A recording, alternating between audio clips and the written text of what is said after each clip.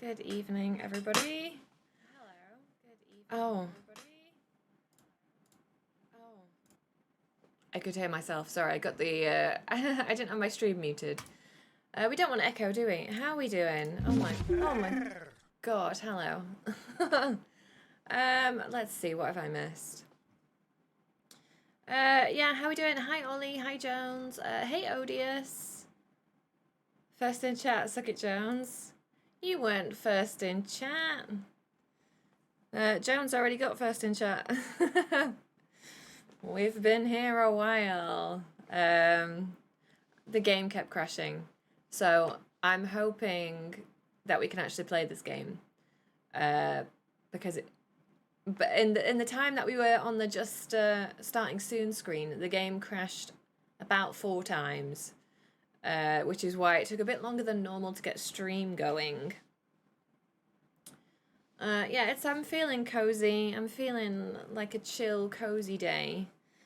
I mean, so hopefully this works. If it continually crashes, we're gonna have to play something else, which I guess is not the worst thing. It's been a while since I've played Disney Dreamlight Valley. Maybe we can swap to that, but I'm really sad I missed Doki yesterday. Oh. Yeah, me too. I'm sorry you couldn't be there. Do you really like that game? It was the first time that I'd ever played it, and I had a lot of fun with it. It was very good. I had a really good time playing Doki Doki. Maximum cozy is the right words. It is fucking weird, yes. So equally, I don't actually know too much about Beacon Pines, but the description on Xbox Games Pass said it's cute but spooky. Cute and like equally weird, like there's some sinister things going on. So I thought that'd be kind of in a similar vein to Doki Doki. Perhaps not quite so meta and bizarre, but it looks like it's got really fun art. And there's a lot of mystery and intrigue, which I like, so. The last third of the VOD is worth it. It's, yeah. It took a while to get going, actually, Doki Doki. When I was checking back through the VOD, we were playing, like, a normal dating sim for about 3 hours before it starts to get really weird. Which is quite a long time, I have to say.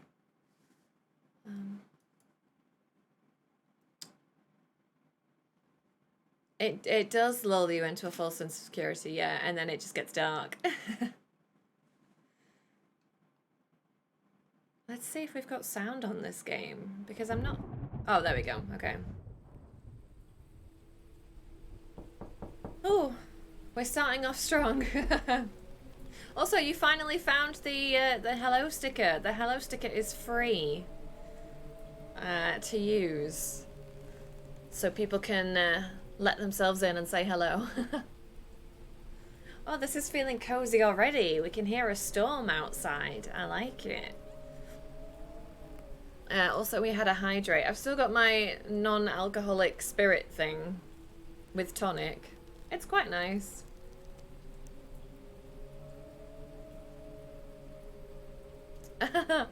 Yeah. I hope you have a timer on it.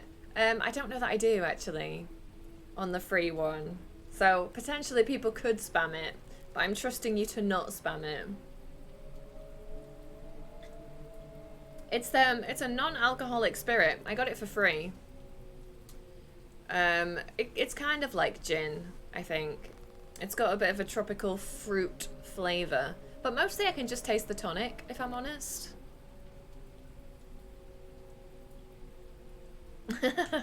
Oh dear. Have I trusted the wrong people? Is that not this community?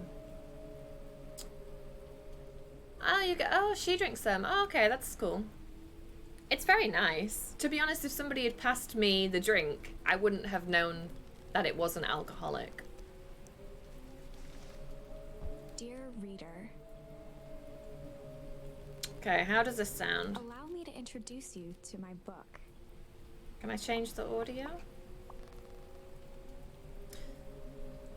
There are a lot of non-alcoholic beers out there lately that are really good. Oh, well, I'm glad for you and your girlfriend. I don't like beer, alcoholic or not. Ah, that's cool. Bum bum bum bum bum bum. Oh, bum bum bum bum. Yeah, it could be like, well, I like that. That probably leaves the music at the same. Maybe we'll see how he gets on now. Bum bum bum. Oh, you're not a huge fan either. Sorry, I saw someone complaining on Twitter a few weeks back because it was a shelf full of 0% vodka that had the same price tag of actual vodka. You see, there is some alcohol that I don't know why we'd be drinking non-alcoholic versions, because you do realise, like, juice exists, which is arguably far more tasty. Like, I don't know why we'd push to drink who would want a non-alcoholic vodka? Like, just drink something nicer. Just drink the mixers that you'd normally put with the vodka and just drink lemonade or something. Oh, well, that's cool. My work just eased the internet restrictions again, so I can finally watch from work. Oh, good. That's good. You're not going to get into trouble then, Odious. I don't like beer. I know I'm in the minority. I know, obviously, beer is quite popular. But I don't like beer. I'm more of a cider person. Oh, she's not a fan of soda or juice. Oh, okay. That's fair. I understand that. If she wants to feel like she fits in, that's understandable. There's still probably too much pressure, I think, on drinking alcohol. Especially, like, if you're in a group of people and, oh, why are you not drinking? Oh, go on. Just have one. Treat yourself. Like, I can understand that people might be pressuring people without realizing. What do you eat with your burgers? Cider gives me headaches. We have a lot of very good cider in the UK, I guess because we do cider pretty well. We do apples. So there's a lot of different flavors and things, so. If she drinks, she dies. Yes, definitely she shouldn't be drinking then. That's, yes, not worth it. Though it might at first appear like many books you've come across, it is far from ordinary. Oh, that looks a bit better. That's a bit louder now. We can hear that a bit easier. Cider in America is just sugar water. I can imagine, yeah. I can imagine. We do some very tasty cider. You may, therefore, have some misunderstandings about its nature. Oh God. Sorry, that noise, my glass did that thing where it stuck to the coaster, and I picked up the glass and the coaster, and then the coaster fell with the condensation. It scares the crap out of me.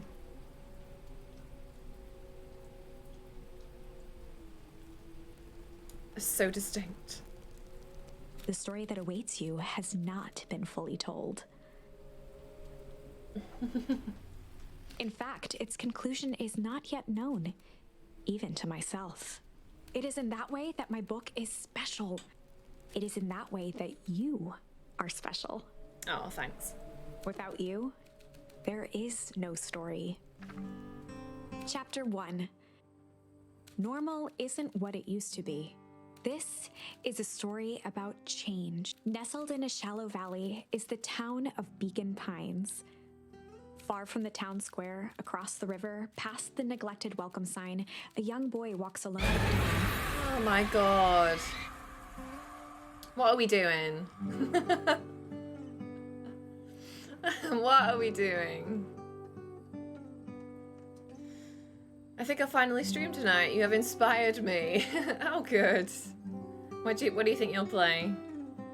Okay, I need to lurk for a bit, popping around to see Maisie before bed. Okay.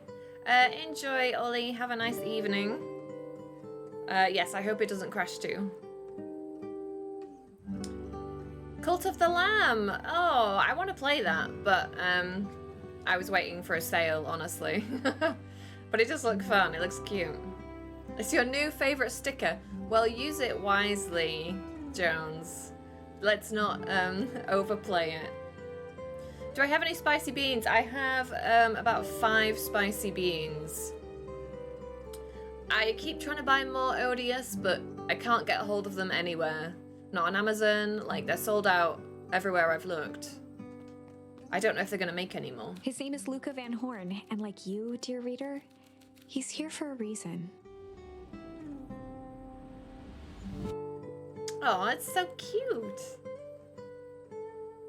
I don't have a P.O. box, no. I did look at getting a P.O. box, but it's just very expensive in the UK. It's not worth it, honestly. Oh no, is our dad dead? Oh. Oh, you've still got some at the Hallmark store. Yeah, they just sold out everywhere.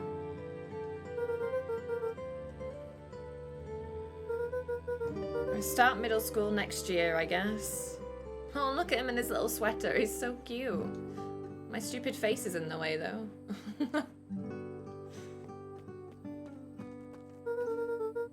I was 6 years old when you died. And it's been 6 years now. From here on out, you'll have been gone longer than you were here. It feels like that should mean something. Mum always said that this tree was your favourite spot in the world. I'm gonna destroy my voice again, aren't I, narrating this game? After Doki Doki the other day. When I finished stream the other day, my voice was like, my throat actually felt swollen. Because I'd been talking like and straining my voice so much. Me too. Ha! Hey, Luca. I knew I'd find you here. Rollo was Luca's closest friend. He possessed many fine qualities, but subtlety was not one of them. Well, after I banged on your door till your gran answered, and after I checked the pond, and climbed up to the treehouse, then I knew I'd find you here. Rollo finally noticed the tears welling in his friend's eyes, and the flowers on the grave. You and your mom always did this on your dad's birthday. Oh god, I didn't know if you were gonna keep doing it now that your mom's gone too. This poor kid. Wow. This poor kid's like 12 years old and his mum and dad are dead. She's not gone. She's just missing. Oh, I'm sorry. That's much better. Sorry, I meant to say since she went missing. She's gonna come back, Rollo. Of course she is. Missing from life. Hey, Grego. Okay, Dad. See you next time. How you doing? I think I'm ready to get out of here. This is Beacon Pines. It's another cute, but perhaps something a bit spooky underneath. Sure, I'll lead the way. Oh, it's cute. Oh, okay, let's get all the daffodils. I don't know if this is the point, but...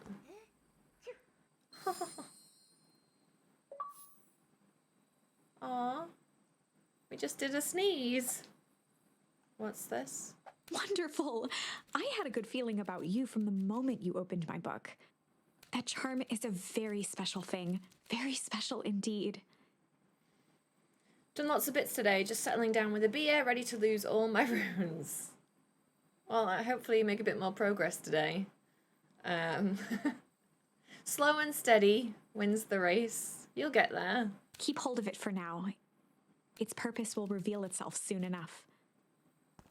Oh, the daffodils have... No, I want to get rid of all the daffodils.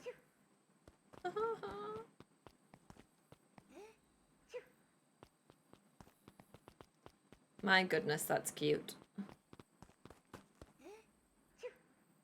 Choo. Oh, they could come back. Okay, never mind. Moving on. Oh yeah, I almost forgot. The whole reason I was looking for you. I was wondering if you'd ever get to that. I found the perfect way to start our summer. The way that they talk sort of reminds me of, is it Undertale? I haven't actually played Undertale myself, but I think they do a similar, like, ho ho ho ho ho. Oh, and Banjo-Kazooie, yeah, and that. I actually had a session yesterday where I think I only died once, kept all my runes, and have 110,000 of them. Oh, is that a lot? It sounds like a lot. Yeah, their voice tones are cute. Yeah, see, great minds think alike there. Rollo looked to the side suspiciously. They might be watching. Ooh, who's they? Not so loud. We need to do this in a secure location. Mission control. Alright, I just have to tell Gran and then we can head out. What are you gonna tell her? I don't know, I'll think of something. Is Rollo a fox? What is Rollo? If it's all the same to you, I'll meet you at the welcome sign. As you level, it obviously costs more to level. It's about 2 levels worth for me at the moment. I'm 104. There's no cap, is there, on levels in Elden Ring? Can't you just keep going endlessly? Your Gran still kind of wigs me out. I don't do well with new people. She moved in like half a year ago. Just meet me at the sign when you're done. Suit yourself, I won't be long.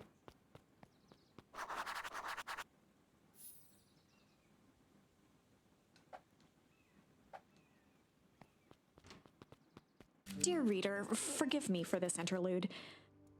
Remember that charm you found in the dandelion patch? Wow, that's you got a long way to go then. Jesus. There are more of those special charms to discover throughout Beacon Pines. They've been known to reveal themselves to those who are willing. Some of them can be found in this very house. This is so sweet. I wonder how it's going to turn sour. Just some dusty knickknacks. Since Gran had moved in, the house was more peaceful, more orderly, and more covered in flowery fabric.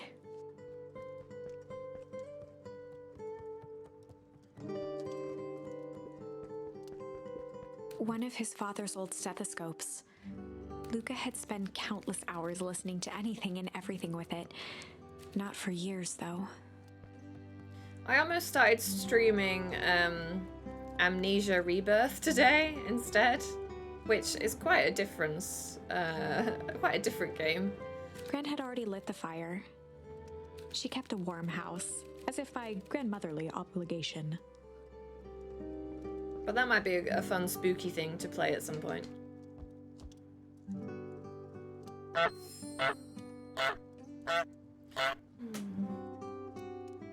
I love a good knick-knack. Do you have a favourite knick-knack that you own, Odious? Oh, look at me just slouched on the chair. Oh, do it again. I like the way he slides off. That's so cute.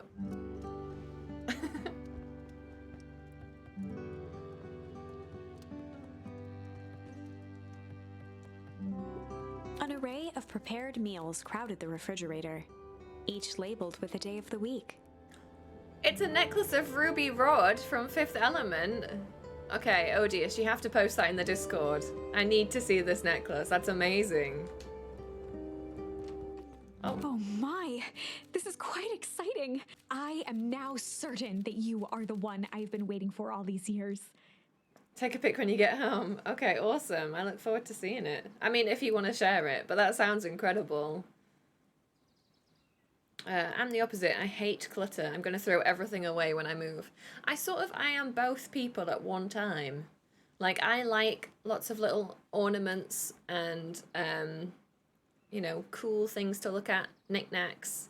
Especially, like, if it's, like, game memorabilia or movie memorabilia and stuff like that. But I also want to own nothing. Like, I won't be happy until I've thrown away all of my possessions. You'll recall I was a bit coy regarding the use of charms earlier. Excuse me, I tend to have a flair for the dramatic. You are about to encounter your first turning point. There are certain times in this tale when everything hinges on a single word. Step forth, dear reader. Oh, turning. Oh, so A sturdy old wheelbarrow. maybe we get to make decisions. We can influence the ending. Young Luca would spend hours hiding in the bushes, waiting for a chance to jump out and startle his mother. She always enjoyed humoring him by feigning terror. The only useless possession I have that I love is my Ian Malcolm action figure. Why have we also not seen this, Jones? Once you have no possessions, you need to burn yourself in a fire. It's the natural conclusion. Just cleanse everything. A beginner's guide to gardening laid open on the bench. Then I will be free. Free from worldly possessions, including a body.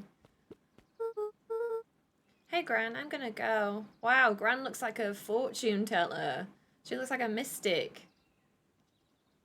Cleanse thyself in the flame of truth.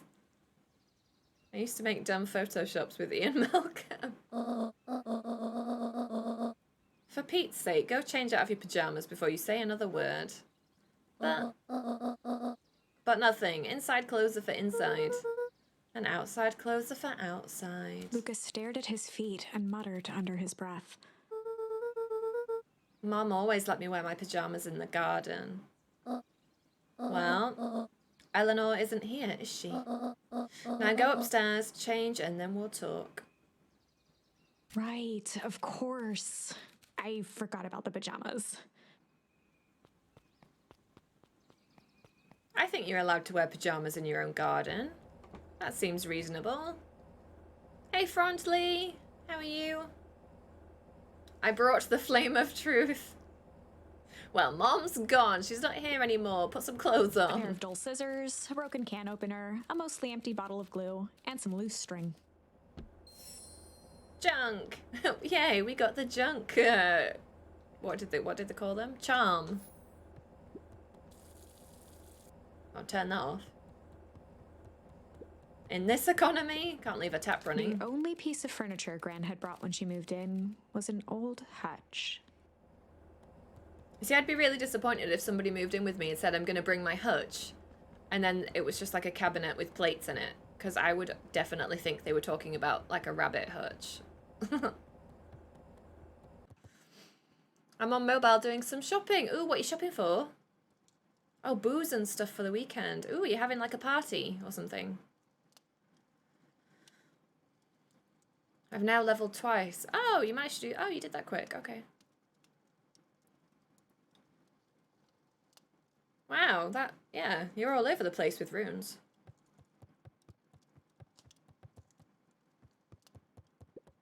Luca paused at his parents' bedroom door. He just wasn't ready to go in yet.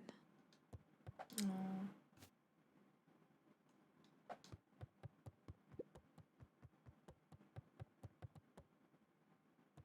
Why is this goat so cute, though? Gran had commandeered the upstairs closet when she moved in. Some things need shelter from a young boy's mischief, she said. Gran, what have you got in the cupboard? Ooh, mystery. I want to be sitting in that little chair in front of the fire right now. Oh, don't we all, though? It looks so cozy. This is why I love VR so much, because, like, this is the game that I need in VR, really. It's just, like, I need to get inside this world and just live in it. Gran's bed was undisturbed. Luca didn't mind that she had a habit of falling asleep in front of the fireplace. It meant that he could read late into the night. And just disappear into this world of cozy, cute animals. Gran's moving in meant that most of Luca's things had been crammed in the corner. Luca was somewhat annoyed by the situation. Oh, wait, where are my clothes? Luca tossed on his favorite old sweater. Even though it was the first day of summer, a chill still hung in the air. I love that art style. It's so good. Oh, you've posted your figure in random? The Ian Malcolm? Okay, let's have a quick look.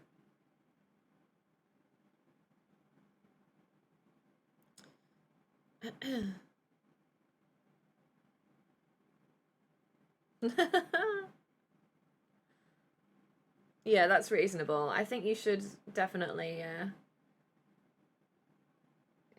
yeah. Of all the useless things to possess, Jones, I think an Ian Malcolm figure is pretty good. Yeah.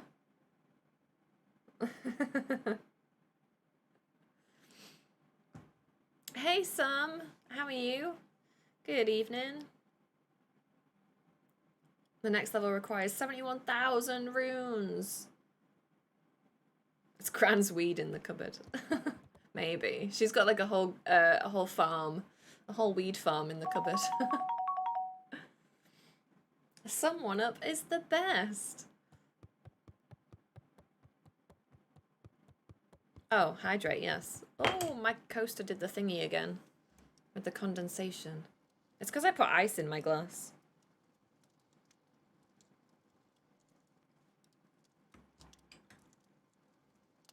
That's my friend at Nara where they have the super aggressive deer. So I replaced the deer with Ian Malcolm's. You should have had the Ian Malcolm's like wrangling the deer and like trying to calm them down or something. Now that the workday and week is over. Yes, of course, because it's a Friday. The weekend is almost upon us. Well, the weekend starts now, really. Okay, I'm gonna go hang with Rollo for the day. See you later.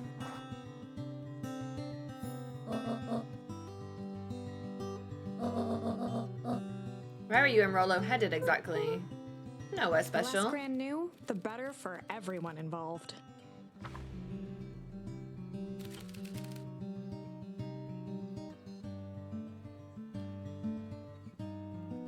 We were just gonna go fuck for the day. Ponder, of course, right, sorry, yeah, my bad. It's not that kind of game.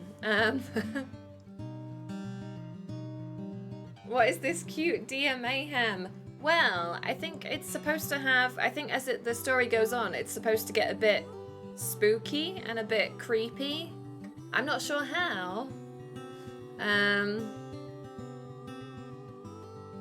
But we'll see. Yeah, I felt like another cute, spooky game, so. You've got 2 hours and 15 minutes left until the weekend. I used to have a photo of Ian Malcolm riding a dragon Pokemon that was eating Riker from Star Trek. Wow, that's a lot of fandoms all in one there. They just rolled them all into one.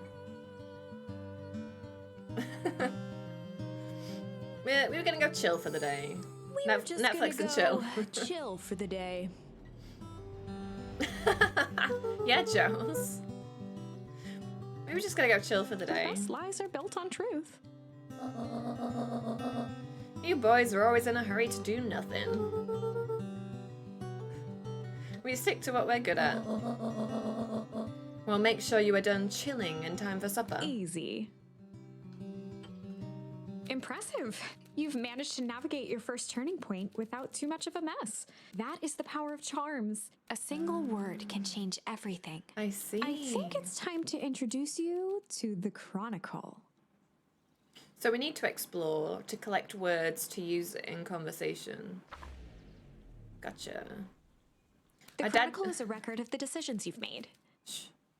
Are dad jokes allowed or not? Dad jokes are encouraged. There's even that channel point redeem we've got for dad jokes. Everyone here likes dad jokes except me. Yeah, I think we do it now just to spite Jones. Boop, boop, boop, boop, boop. Yeah, I know, isn't it cute? I mean, maybe after a couple of hours that's going to get super annoying and we're going to be like, shut up. But for now, I'm still enjoying the boop, boop, boop, boop, boop, boop. You can see the turning point, which has been revealed. At any time, you can use the Chronicle to go back and invoke different charms, creating new branches. Oh. I feel like we should just stick to one path though and run with it. Luckily for us, this is the one and only turning point where the charms won't dramatically alter fate. It's the perfect opportunity to experiment with rewriting things. Do I have to? Oh, I guess. Oh, okay. So we have to. So this is a tutorial. So we were just gonna go ponder for the day. We were just gonna go ponder for the day. That makes us sound like intellectuals. Oh, really? What are you boys going to ponder on such a lovely day? This was Luca's chance to sell his alibi. You know, big stuff, small stuff, medium, mostly medium pondering.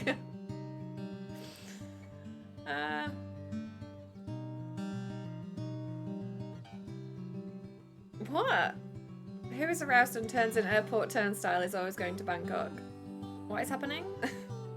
God, how do I use mobile? Do you not often use Twitch on mobile friendly? My favourite size of ponder. Nailed it. Make sure you don't overburden yourself with a preponderance of pondering. Huh? Oh, forget it. Off with you now. Oh, she seems satisfied by that answer. She seemed to like that a lot more than chilling. Oh, and Luca. You and Rolo stay out of trouble. Oh. Get into trouble with Rolo. Yes, fuck the police. Not ever. This is a nightmare.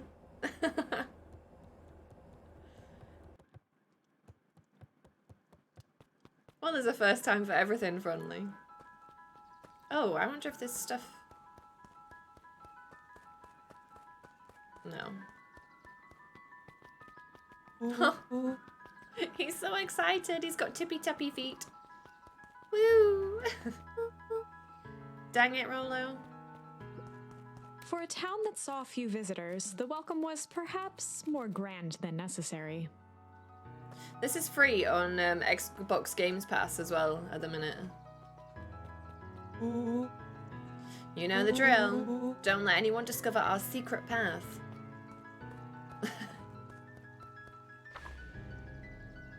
Chapter 2. Welcome to Beacon Pines. For many years, this valley had been a small mining outpost. It wasn't until Sharper Valentine built his fertilizer company that Beacon Pines was established. Over the next 30 years, the town had grown and prospered until the Foul Harvest and his sudden death. Oh. In the 6 years since, everyone was simply trying to get by. The Foul Harvest. I'm hungry. I can't stop reading it as Bacon Pines. Oh my god. The runes in Elden Ring, it sounds like you're playing the stock market.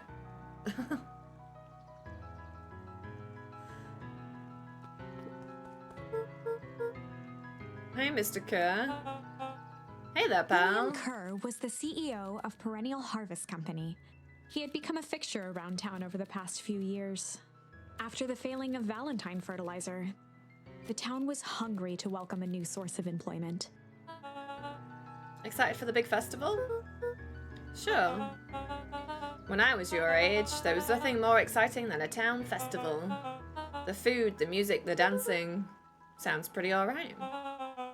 You're gosh dang right it is. I love that his jumper is like hanging, it's so big and oversized and it's like bunching over his hands. I'm looking forward to letting off some steam myself. Make sure to invite all of your little friends. I couldn't keep Rolo away if I tried. Excellent. Sorry, Luca. I've got to get back to the proverbial grindstone. Our harvest awaits and all that. Just gone to be a busybody. Curly fries. Is that the ultimate fry, the curly fry? What about waffle fries or French fries or loaded fries? Oh, with bacon crumbles.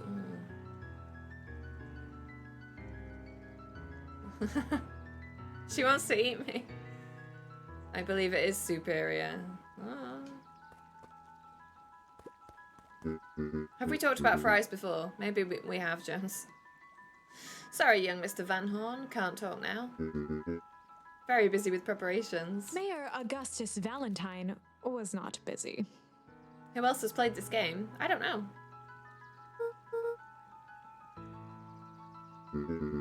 How many times do I... It's Mayor Flustered, Gus instinctively loosened his tie.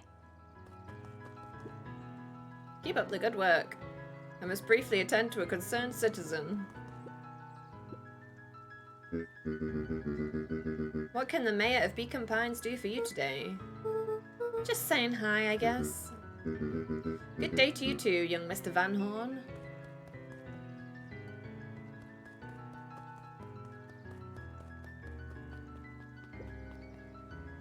Oh, I could just chill. Just chilling by the river.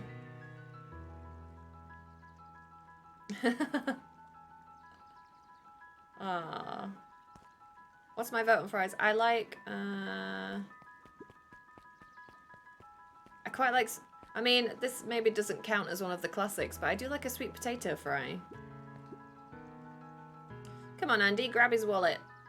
I'm sorry, Iggy, I can't. Do it or we pound you. Yup. Yeah, but my mom said... Fighting a nickel for every year, but... I'd be the frickin' king of nickels. Ain't that right, Tish? Okay.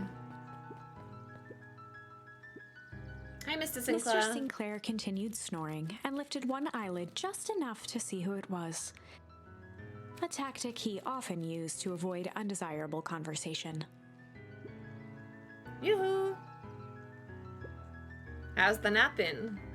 Crummy as always. Used to have a perfectly nice view from here, till Perennial Harvest put that monstrosity of a building in the way. Why don't you just move your chair? Why should I be the one that moves? If it's a showdown they want, I ain't gonna be the one who blinks. The problem I have with curly fries is that they're often soggy.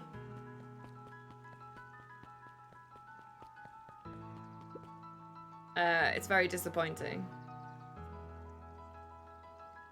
If they are seasoned right and cooked well, yes. The amount of surface space for condiments is endless, but they're always soggy.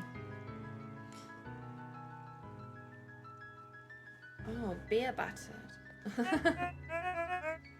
Mr. Van Horn, do you have a moment? It's just Luca.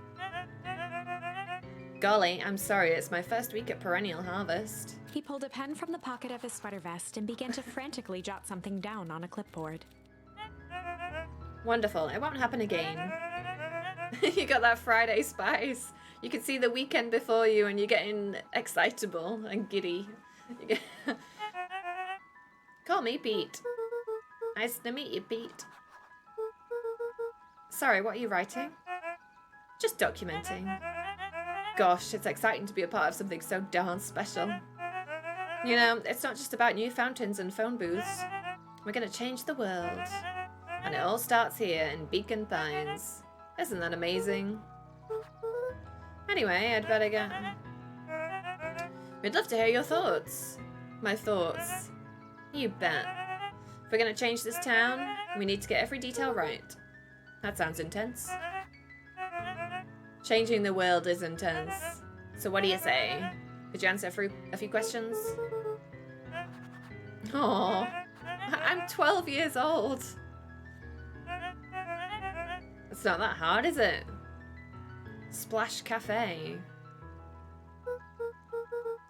We're going already.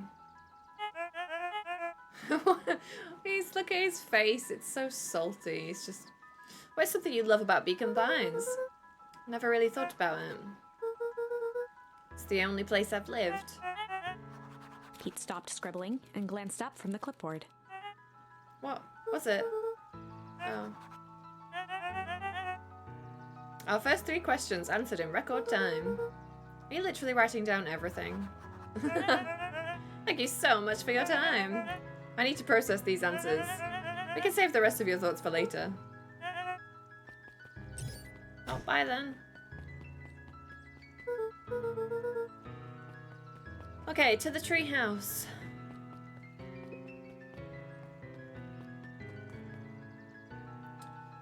Really well cooked. No beer batter with a slightly spicy seasoning. Ooh, Thousand Island aioli. Oh no, oh wait. No, I want to read the sign. Old Pickler's Pond. Hey Jetson. Is the line playing any tunes today? No bites this morning, I'm afraid. Come to think of it, I can't remember the last time I reeled one in. But hey, it was never about the catch. It's about the friends we made along the way. This is where I come to think. Yeah, that's what my dad used to do here. It reminds me, if you ever want his chair back. Oh, I've taken to standing recently. Keeps me from falling asleep at the reel. Oh, I think it should stay. An empty chair makes for a great listener. Aww. Can I get around?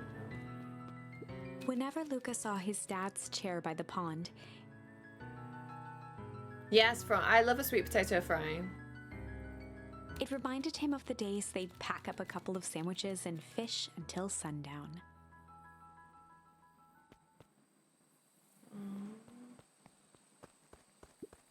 Luca opened the tackle box and picked the perfect bait.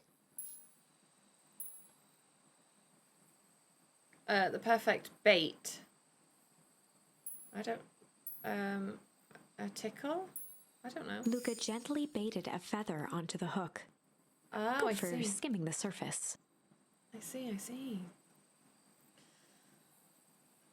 You can tell they were well cooked and simple. So good. The aioli is what really makes it special.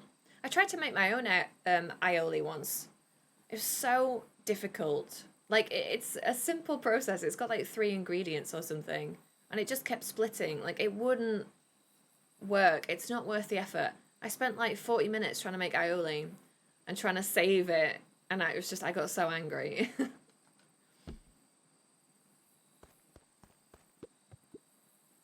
Give it a good cast now.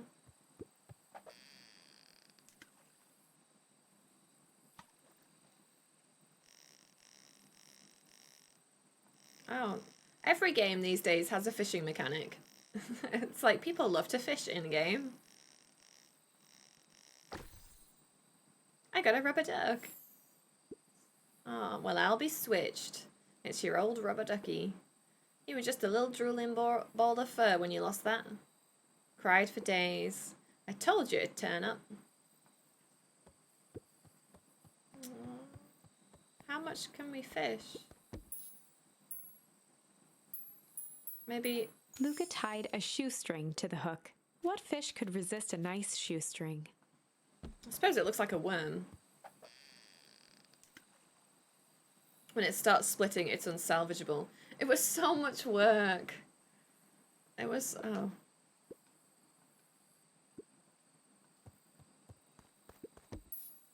Luca tied a shoe. What fish Yeah, could? yeah. Okay, I won't ruin it this time.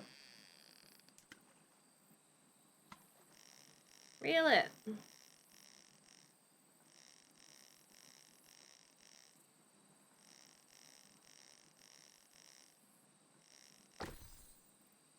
An old boot. Well, I'll be. Where do you think the other one is? Hard to say. Sometimes things drift away. Wow. That was deep, man. Well, wherever it is, I hope the other boot at least has a sock to keep it company. It looks like maybe I can get 4 things. Luca gently baited. Good for skimming.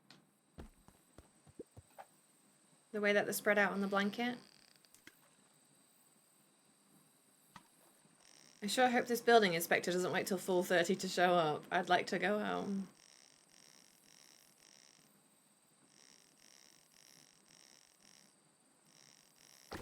Is that... oh. Oh, I see. I think that's it. Okay. Okay. Looks like we could use some new bait. What do you say we head out and find some more? Head out. Okay.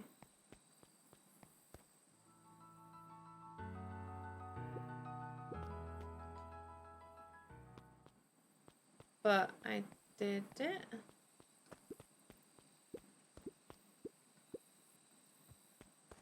Maybe that's the only memory to find at the minute. Luca gently. Good for skimming. I guess that's it. Okay.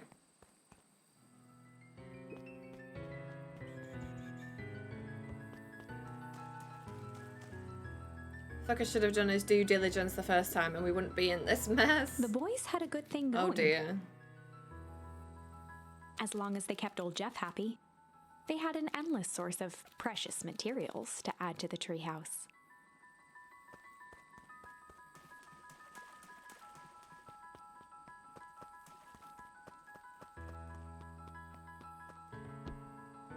Oh my god, this is the cutest treehouse.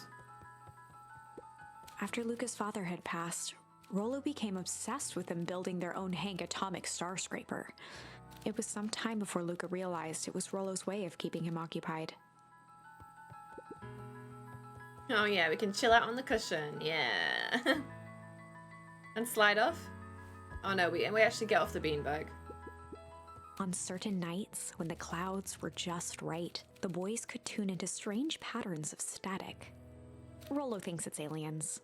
He always thinks it's aliens. Luca's winter coat decommissioned for the summer. With the cold holding out longer than usual, he reconsidered its usefulness. Oh. Oh. Color me shocked, but I'm in a location called the Lake of Rot. You'll never believe this. If I'm in the suspiciously pink water, I contract scarlet rot. I was just kind of like super herpes. That doesn't sound great. Okay, what's this top secret plan to start our summer? So you know the abandoned warehouse by my place? The old Valentine building? Well, it isn't abandoned. What makes you think that? Get this. Last night it was glowing. Are you sure? Kinda. That place has been empty since the foul harvest. Yeah. Who would even want to poke around that place? We would, Rollo. We would. Wait. It's just a busted old warehouse. I just meant we could do some research at the library. You want to actually go to the warehouse? What do you expect to find? Answers. My mom's out there somewhere, and it seems like everyone wants to pretend that she's gone for good. You don't have to come, Rollo, if you don't want to. Remember that time I accidentally burned down the chicken coop? And you jumped in and said it was your fault before my pa throttled me? This is a flaming chicken coop sort of deal. I've got your back. Thanks, Rollo. Now that I think about it, poking around a decrepit fertilizer warehouse is exactly how I want to spend the first days of summer. Let's go! Luca looked up at the satellite dish. It's probably going to turn out that there's some kind of like creepy cult in the town and they like sacrificed his mother or something. Rollo nearly killed himself putting that up into the tree. Oh, Paul, okay. While it didn't turn the radio into an interstellar communicator, as he'd hoped, it did at least boost the signal enough to overhear truckers one town over.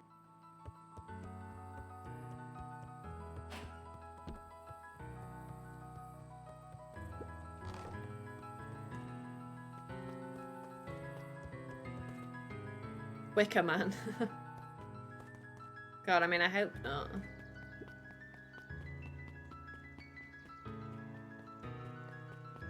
I'm just catching my breath a bit. Go on, I'll catch up.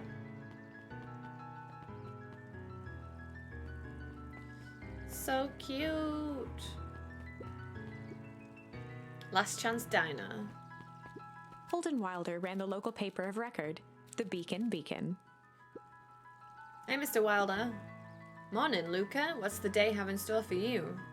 I was wondering if you heard any news about... News? The Beacon knows the news that needs knowing.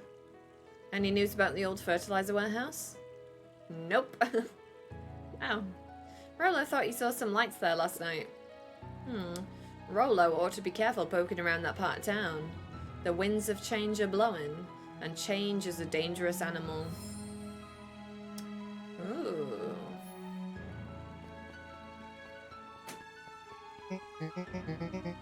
Just the fella I was looking for. Hey, Roxy, what's up? I wonder if Roxy is Rollo's sister. Oh, right. Rendezvous with Roxy. This is an important turning point. Oh. I don't have enough words. The first time where your charms will change the course of fate. And currently, we only have one suitable charm at our disposal. Have no fear, we can always return later using the Chronicle once we find more charms. Oh. Well, now I'm just rambling. Where were we? Have you seen my blockhead brother today? He skipped out before breakfast. Well, not really, no. Can't say I have. Can't say or won't say. Roxy, would I lie to you? Luca, wait up! I almost forgot to tell you. Roxy might be lurking around here. This is one of her favourite places to stand around and be useless. Rolo. So we need to make sure she doesn't spot us. Rolo. Why are you doing that turning thing with your body? What? You're not scared, are you? She's harmless. And a chump. And she's right around that corner, isn't she? There we go, we did it. We got into trouble with Rolo. Job's a good un. Don't mind me, just over here lurking, uselessly. Oh, hey sis. Nice weather we're having, eh?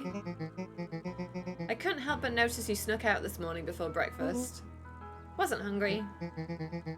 Also, couldn't help but notice your morning chores were left unachoured. Roxy, I'm gonna level with you.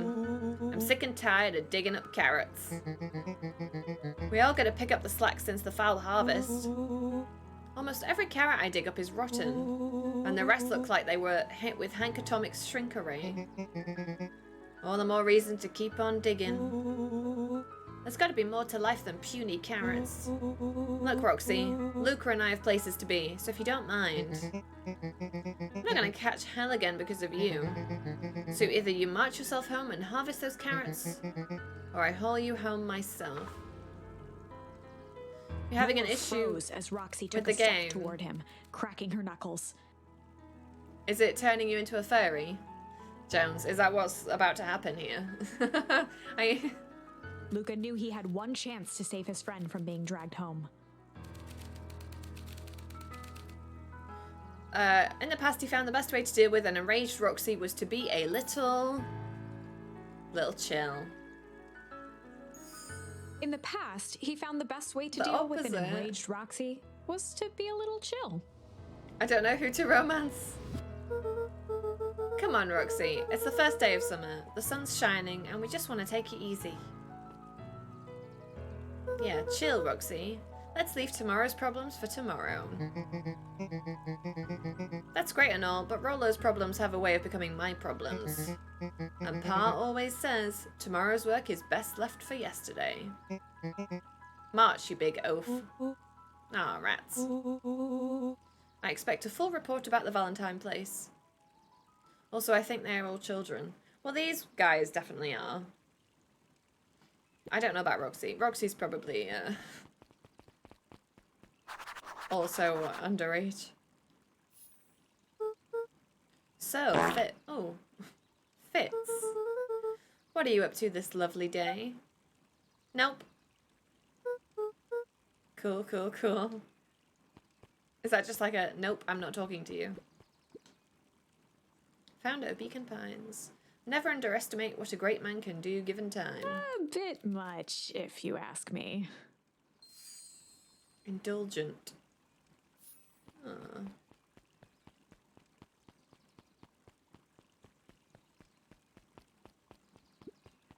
Miss Hatch could often be found near the fountain, too absorbed in a book to be distracted. Fitz, don't fuck around. The two wandered down the wooded path, unaware of the danger ahead. Oh, is this foreshadowing? Oh, well, this is getting good. Oh, she looks like she might be a crocodile or something. Hey, Mrs. Nilsson. Morning, Luca. Any big plans for the summer? Not really. Heard anything about the old fertilizer warehouse? Any strange happenings? Can't say I have. Either way, a dusty old warehouse is no place for a young boy. You be safe now. I want to go get coffee.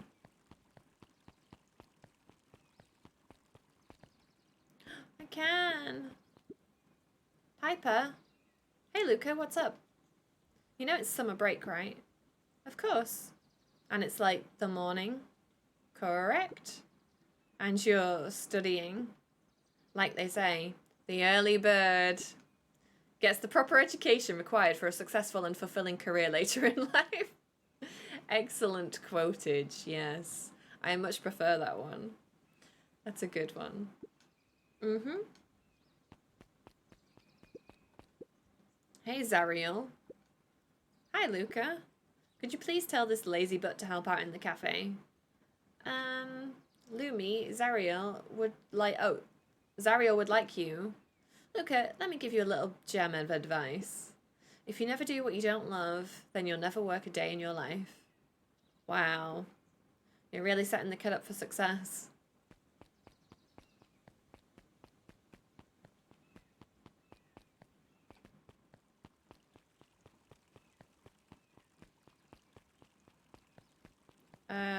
I don't have a map, do I? I presume it's this way. Hey, Solomon. Apologies, no time for chit-chat. Oh, bye. Oh, he's wearing a little waistcoat. Jeff's hardware closed down about a year ago. The effects of the foul harvest stretched wide. When there are no crops in the field, tractors don't need fixing. Looks like the library hasn't opened yet. I'll check back later.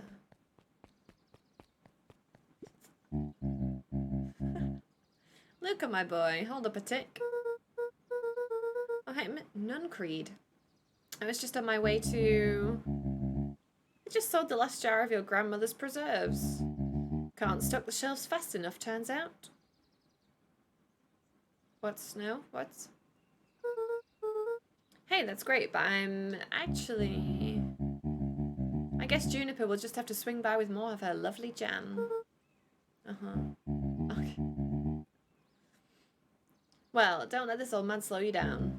You just remind her that she still owes me that dance. A promise Gran regretted the second it was made. He's waiting for that dance. He wants a bit of Gran. She's a fine woman, that Juniper. Yeah, she's pretty cool, I guess. A real fine woman. Gotta go. Sweeter than any jam on earth. Keep it on your pants, Mr. Nuncreed. Good gravy. The phone booth was brand new. Part of Perennial Harvest. Oh, no. Beacon Pines Reborn initiative. It didn't see much use. Okay, can I touch somebody else? Oh no! Okay. Ah! Oh, I can talk to this person. Hey, Luca. Hey, Jerry. How's the bug hunt going? Not great. Bugs have been shy this week. Bugs get shy? Oh, sure. Bugs aren't that different from people. Sometimes they just want to be Left alone. If you're going into Weep Wood, just be careful where you stamp. No bug crunching. Got it. Ah.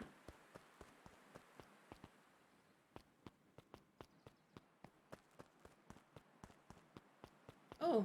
The path led into a small hollow at the edge of Weepwood. Okay, no turning back now. Caution, electrified fence. Is that sign new? The fence thrummed with a gentle electric buzz. Okay, so what would Rolo do if he was here? Luca often asked himself what Rolo would do, so that he could rule out that option. I'm definitely not touching that thing. But there's a nice little space to crawl through. Luca knew that if he gave up now, he'd never hear the end of it from Rolo. Okay.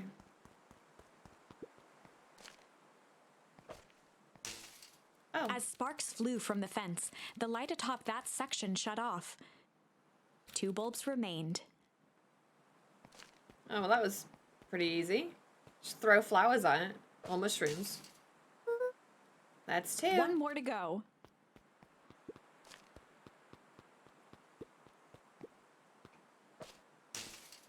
The fence's buzzing gave way to silence. What a crappy electric fence. Okay, moment of truth. Every kid in town knew the old Valentine fertilizer building. Long abandoned, the warehouse once served as the industrial heart of Beacon Pines. Now, it stood only as a reminder of things left behind. The dormant building showed strange signs of life. Okay, so Rolo wasn't exaggerating for once. What's going on here? There was only one way to find out. Wow, that smells awful. Too bad Rolo's not here. He'd have no problem poking around in there. The trees look so spooky. The water looked almost diseased. It flowed slowly into the woods. Oh, I probably shouldn't splash around in it then. The hose emitted a subtle sound. It was actively draining some kind of liquid.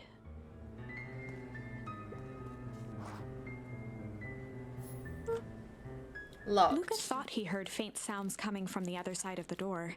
He pressed his ear against the cold metal to hear better. A zipper? Footsteps? The sound of footsteps grew louder. Oh, hide. Hello? Don't say hello. Oh no. Shit.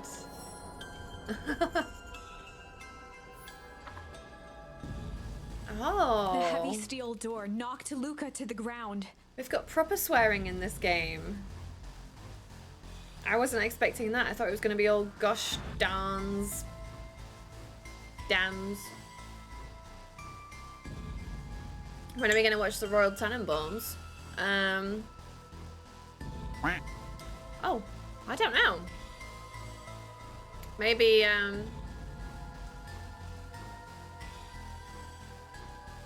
I don't know. Disoriented, he looked up to see an imposing figure silhouetted in a green glow. Maybe the weekend next weekend? It lunged toward him. He tried to scramble away, but felt a gloved hand latch onto his ankle. Luca watched his fingernails leave trails in the dirt as the hand slowly dragged him back through the door, into the lab, into the green light. Oh no. This is a story about change. This is a story about change. It was far from the sort of change Luca imagined for himself. But change is, after all, a dangerous animal. The end? No. I probably should have warned you about this. There are many paths that our story can take. Oh. Most will end in tragedy, but don't let that discourage you. This is a story all about how my life got flipped on upside down. You see, now you've set me off now. Yeah. We will find the ending that this story deserves. I just know it. From here on out, a charm will have a checkmark when it's been used to its full potential at a given turning point. Now, let's try something different. How does everyone know the words? I know like the whole thing. Well, there's actually like a hidden second verse, I think, that never got aired. Or it never got aired in the UK. But like, I know all of it. I used to watch Fresh Prince all the time.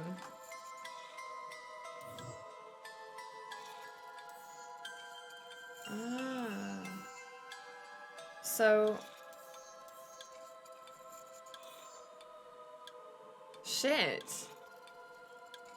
That one? Can we go? You found the best way to deal with an enraged Roxy just to be a little shit. In the Yes. past, he found the best way to deal with an enraged Roxy was to be a little shit. Everyone mumbles through, yeah. Nobody... Make a break for it. Ah. What have you done? Ah. Did that little shit just kick me? Run all you want, you little twerp, so you gotta come home eventually.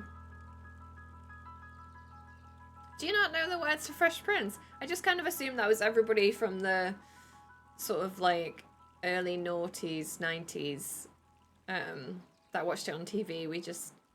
It's part of like the cultural. I don't know. I was like 5. Yeah, I didn't watch it when it came out. It used to be on TV all the time though. I think it used to be on BBC Two at like 6:45 or something. Yeah, that's it. The cultural zeitgeist. It's just part of our era. Sorry.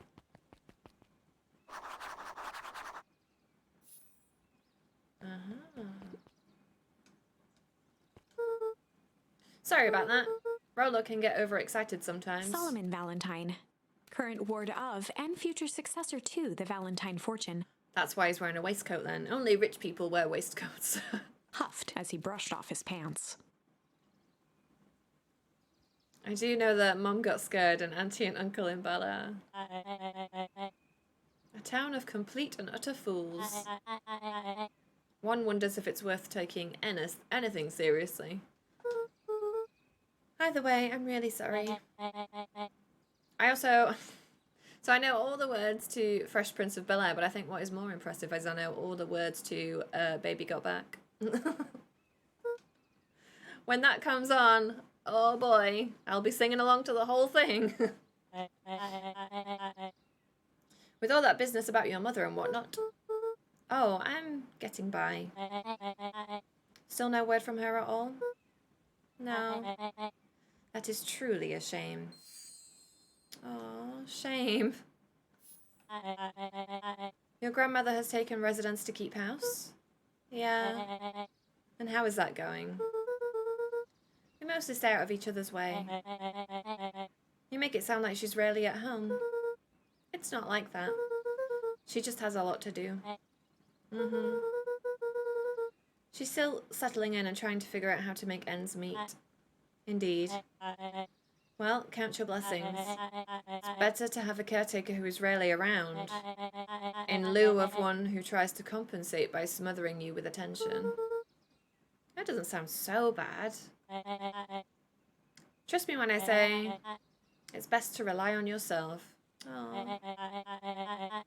Family has a way of creating more problems than they solve. Oh, this poor kid.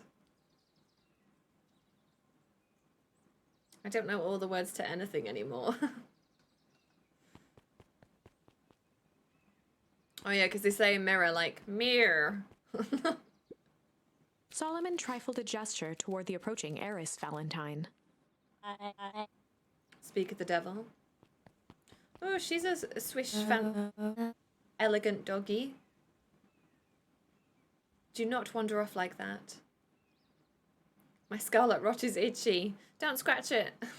That's probably bad. I'm much too busy to be looking all over for you. Apologies, heiress.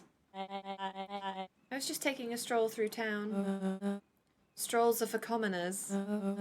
You're a Valentine now. I want you to be present for the construction of the History Museum. The future of this town relies on its ability to remember our family's great past. Of course. Do we have to have this awkward conversation with this guy again? About how he thinks my grandmother is a fine woman. Yeah, okay. At least it's sort of... Yeah, it doesn't let us repeat sections, so that's nice. Boy's got too much of his father in him. The messages in this area are great. They say things like, why is it always rot? I win! Little help. He sort of looks like a tiger, actually. I am the champion! We were racing. Did that road get longer? Like anything ever changes around here. It seemed longer. You're just lightheaded from the run. You really need to pace yourself better next time. Not sure why I would take advice from second place. Has that sign always been there? Wait, what? Is he just going to charge through? Caution, electrified fence. No, that's definitely new. Creepy.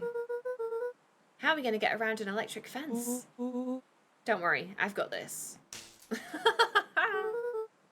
Why did you do that? Pa always says you can figure out what the plan was when you're done. Great. What now? Well, I did my part and established that touching the fence is bad. I'm sure you can handle it from here. I'll supervise. Aww. From a safe distance. Bless. Whoa, you're a genius.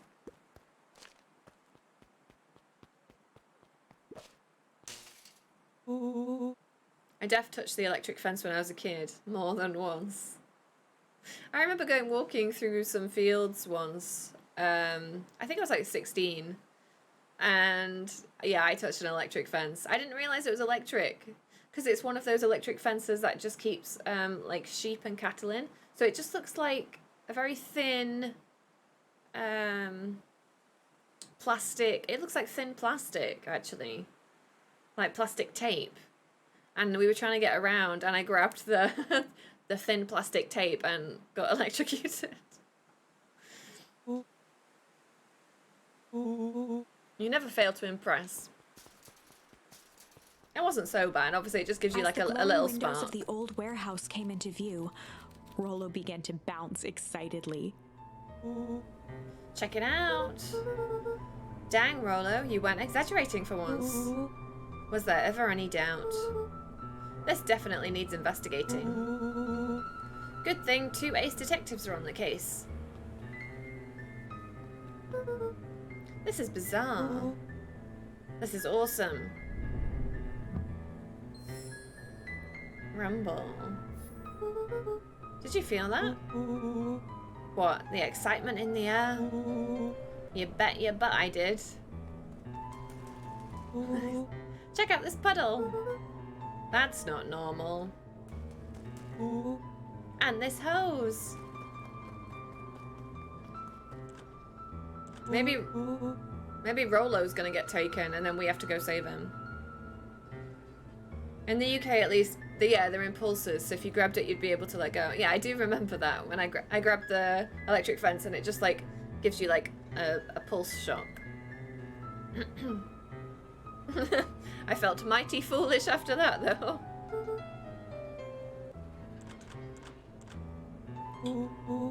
No dice, they won't budge. Oh well.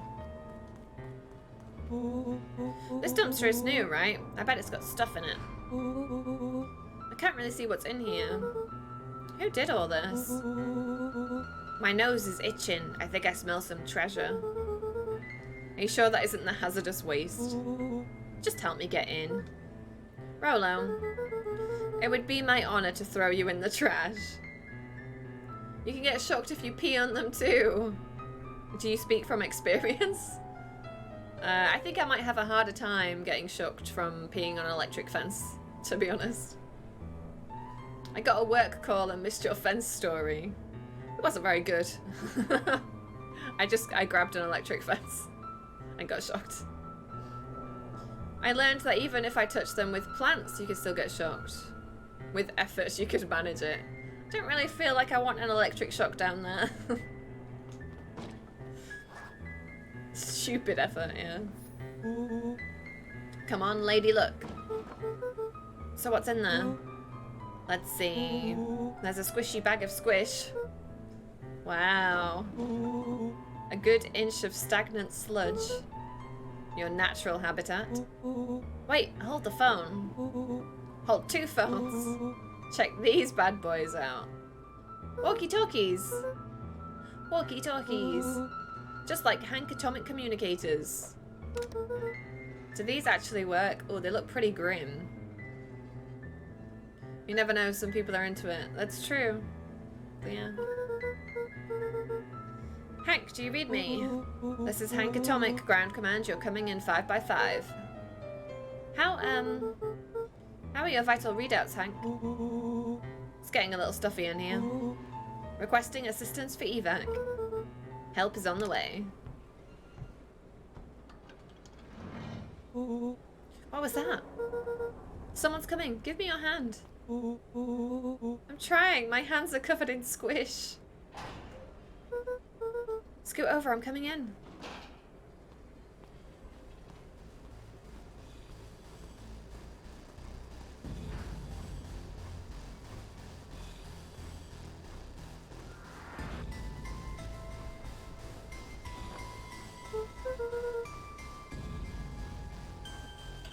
Tell me you saw that. Praise the Scarlet Rot. It must have infected their brain. Dude, I don't know what I saw. He's coming back. Get down. What if it's a body? I don't know how... That looks like a body. I don't know how dark this game gets. The boy sat petrified under the weight of the bag. Oh god, tell me that's not what I think it is. Luca, do you know what separates run-of-the-mill detectives from ace detectives? A ridiculous hat? When the chips are down, ace detectives dig deeper for clues. Rollo felt around at the large sack which burdened them. He snapped off a tag from just within a small zipper opening in the bag. Like a toe tag? What's it say? Rollo held the badge up to a faint shaft of light within the dumpster. Oh my god. Dr. Prescott, Deep Engineering. It's a name tag. It is a body. Who would throw away a bag of... Oh god.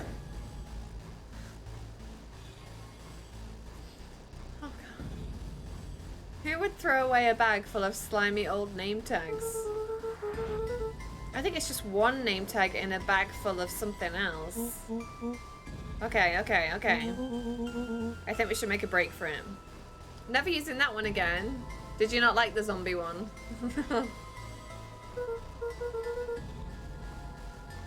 Weirdo stream sticker. It's just a zombie. It's pretty cool. This is no time to panic. I'm not panicking. You're panicking. Rollo, calm down. You don't have to squeeze my hand so hard. Dude, I'm not holding your hand. Quit messing around. What other slime-covered hand would be in here? It's a zombie hand.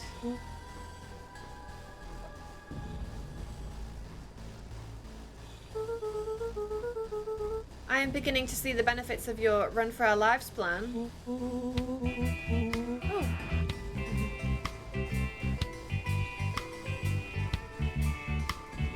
We do need some good vibes after that. Actually, we do. Right, we've clearly established that I'm faster than you, so I'll go first. Why not go together? Flaming chicken coop, Luca. I'll make sure the coast is clear. After I go, count to 100. If you hear me yell, run. If you don't hear me yell, run. Actually, either way, haul ass. Rollo, I'll give you credit. You sure found an eventful way to start our summer. It's what I do. Here goes nothing. Lucas sat in the dark, tracking the sound of Rollo's footsteps as he ran. 1, 2, 3. He pressed his ear to the dumpster wall, straining to hear Rollo's footsteps as they faded away.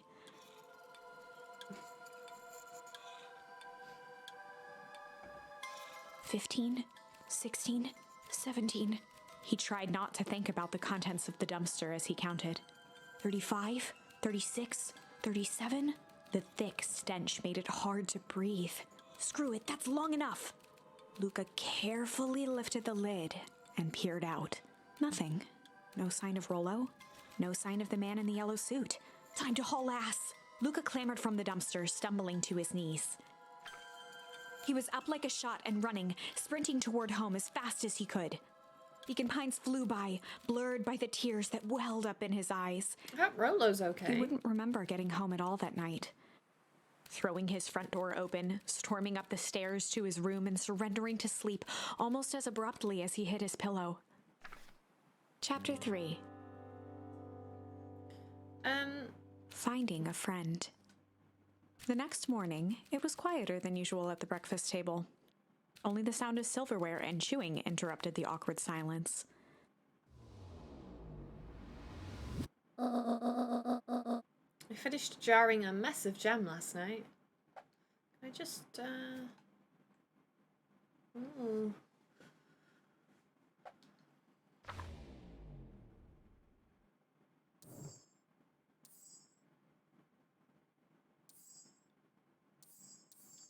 Okay, so far we're on the only path that's possible to do, I think.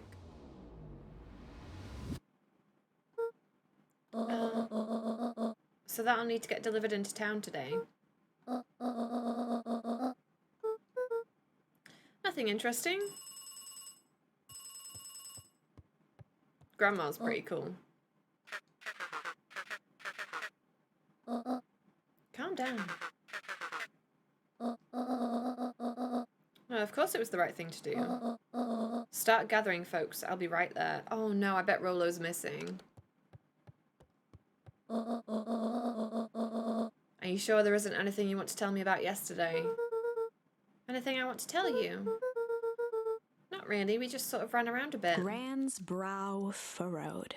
She let out a long sigh. Her voice was quiet and even. I have to go take care of something. You are to stay in this house for the day. Under no circumstances are you to leave. What? If I am not back by dinner, there's stew in the icebox. But nothing. You are to stay here, understand? Yeah. Say it. I'll stay here till you get back. Good. Oh, and Luca. You left the icebox open yesterday. We're not made of money, you know. Oh, did I? Was there a way to close the fridge? Oops. Oh, I did! I got a trophy called Born in a Barn. It said left the faucet running or the fridge door open. Well, I turned the tap off. I did remember to turn the tap off. Let's see if anything's new in the garden. This is a gorgeous garden. I think even with the strange circumstances at the warehouse, I would still like to live inside this game.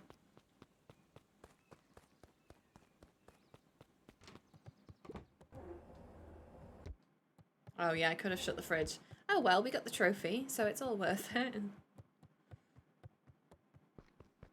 Sorry, achievement. It's on Xbox. I got an achievement.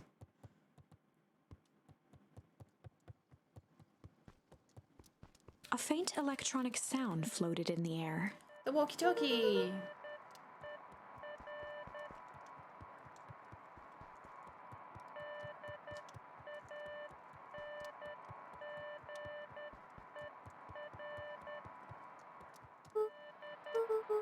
Is anyone there? I was just thinking about this last night. If you lived in the game, I can jump scare you whenever. Oh, maybe that would be a bad thing then. I'd be constantly on edge. Hello? Can you imagine you are cooking dinner and I redeem a jump scare? Hey Odious, welcome back. Has it got spooky yet? It has, Odious. We went to check out the... Sorry, can I just...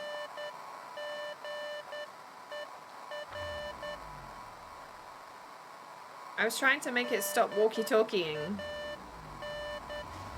We went to check out the warehouse and a creepy guy in a hazmat suit was dumping bodies in the bin.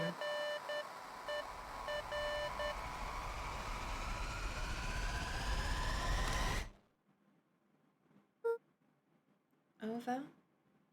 Yeah, we saw a body being dumped into a rubbish container. So it's got quite dark actually. We've got murdered people already. Strange. And now Rolo is missing, our friend Rolo. Oh, although we don't actually know that yet. Somebody's at the door. Hey, Roxy. If this is about me accidentally kicking you yesterday, is Rolo here? No. Look at me, Luca. This is serious. Is Rolo here? No, I haven't seen him since yesterday. Rolo didn't come home last night. What? A pit formed in Luca's stomach. Oh, thank you for the treat, Odious. Where was the last place you saw him? We were playing around in Weepwood, and then it was late and we went home. Weepwood? If he's alive, I'm going to kill that little creep. Is there anything else? Anything that he said? Luca's mouth felt dry. No, we were just messing around. Tell her the truth. I need to go let people know to check the woods. You just stay out of trouble. Go see if he's hiding in the library or something. Luca could feel his heart beating in his throat. But Grandma told me to stay home.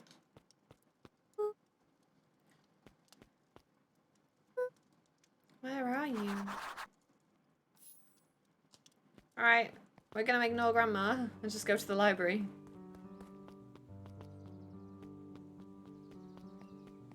What is this way, though? The road Oh. leading to Beacon Pines was long and uninspiring. A sort of natural barrier for the impatient. I see. Invisible walls.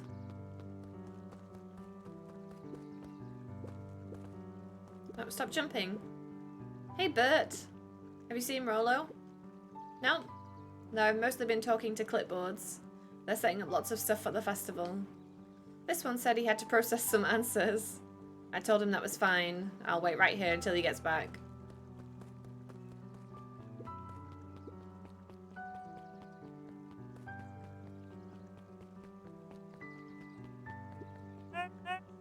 Howdy, Luca. Hello again, Pete. I'm not Pete, you silly goose. It's Toby. You could have fooled me. Well, hey, it's no problemo. The important thing is, we'd love to hear your thoughts. Yeah, I'm getting that impression. We're all a part of something special, Luca. And it all starts right here in Beacon Pines. I got it. Toby looked up from the clipboard excitedly. That's right. So how about you start by telling me... Look, no offense, but I've got my own stuff to take care of. You joker. We're all a part of this together. You'll let us know when you're free to answer a few questions.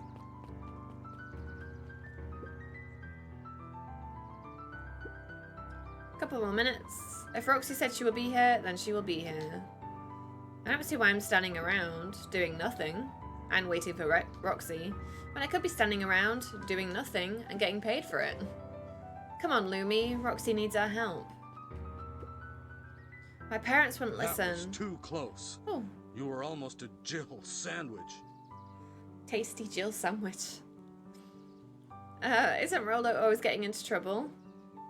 Something feels different this time. What can we do to help? We need to check where the adults aren't. So I guess it's up to us to check Weepwood. I'd eat. Our shift doesn't end for another couple of hours. We could spend the time making posters. That would be great, I guess. Alright, Fitz and I will check Weepwood. We'll be back later to pick up the posters. I think my dad has a map of Weepwood. Let's swing by my house and grab it before we head out. That crocodile's still on the bench reading.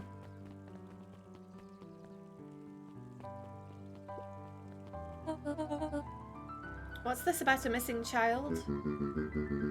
I must stress that the situation is completely under control. It just all seems so terrible. And you sure there's nothing we could do to help?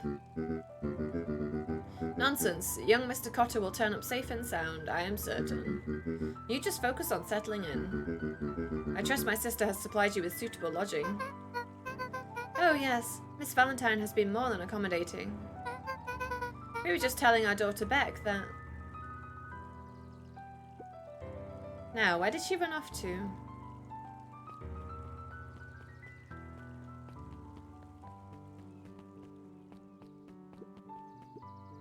Hi Luca, what's up? You haven't seen Rolo around recently, have you? He doesn't come around here much. Not since they made a rule that he can only order decaf. Ah, there's a story there. I like that. His eyes went wide in disbelief. What do you mean vanished? That's impossible. Oh yeah, these are like little expositions, like reflective of our story. Oh my, he doesn't even see the danger he's in.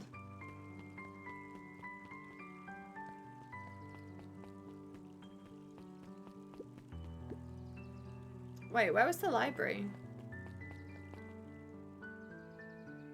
I haven't been this way before. Hey, Dawn. Aww. Oh my god, she's so cute. That's the cutest little bat. He didn't come home last night. I wonder if it's connected.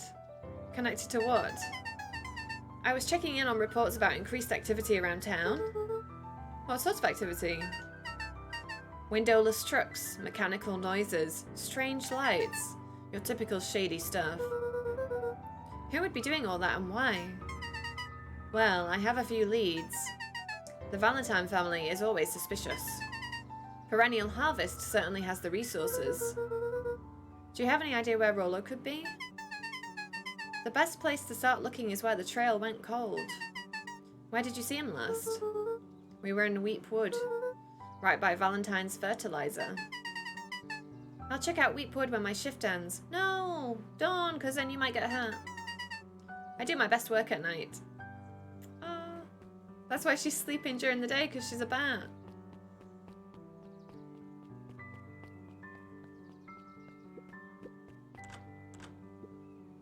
I guess Mrs. Fratelli is getting ready for the festival.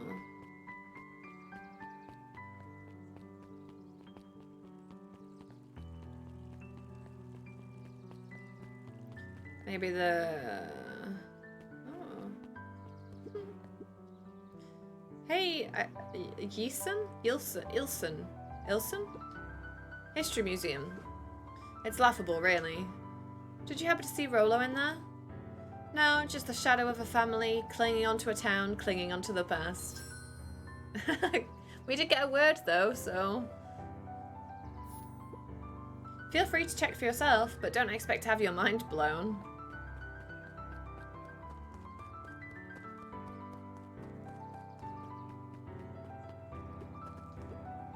Hey Griffin, has Rollo been by? Haven't seen him all day. I'm sure he'll show up safe and sound. And when he does, tell him there's a strawberry chocolate double scoop waiting for him. Oh my god, yes. On the house. He'll like that. No touching. We could touch the melon.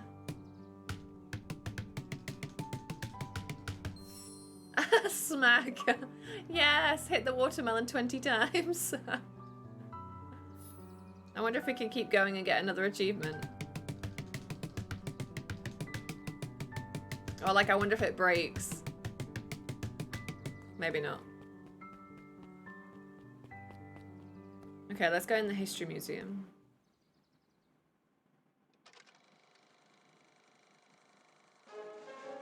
We all know Beacon Pines is a great town. What you may not know is great towns grow from mighty roots.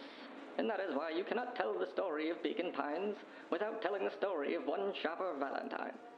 Young Sharper's keen intellect and strong moral fiber led to a grand vision. A vision of a community dedicated to a better tomorrow. In his own words, a better tomorrow is within our grasp, but it requires a singular mind to harness it. Lucky for us, he decided to grow that vision here in Beacon Pines. And how does one grow a better tomorrow? With fertilizer, of course. Valentine's Fertilizer Company became the lifeblood of a town yearning for purpose.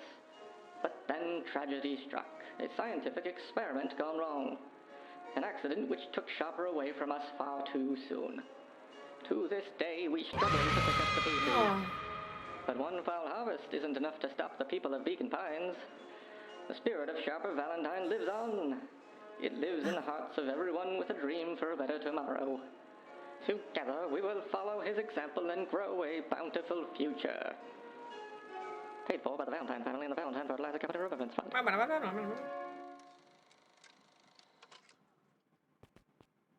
Oh, that was the museum. Okay.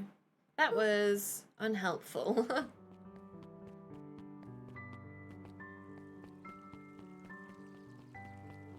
It's a prequel to Interstellar.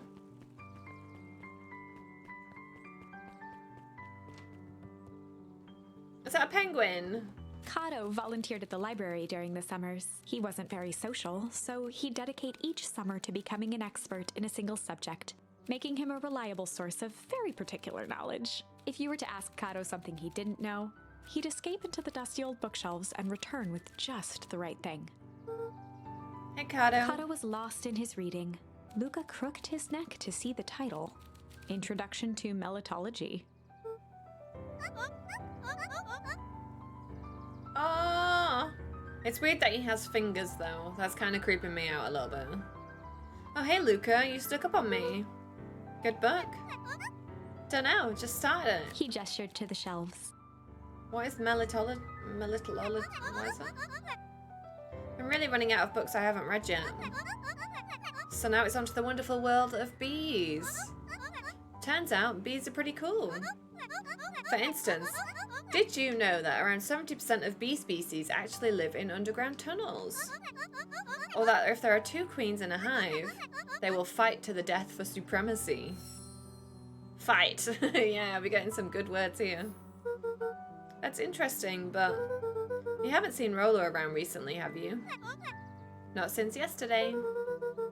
Keep an eye out for him, okay? Sure thing. If I see him, you'll be the first to know.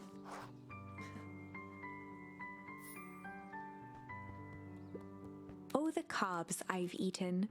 A salad-centric travel guide for the mildly adventurous. Yuck. Sally Seashore's simple succulent sundries. Luca brushed off a smudge of dust. Or maybe it was flour. 30 recipes so easy you'll doubt it's even edible. Ooh. Succulent. A peek behind the curtain. The methods and ruminations of Patrick C. Montesquieu. One of the greatest acting minds of our time. Here we go again with the tongue twisters. I know, I was just thinking that. By Patrick C. Montesquieu.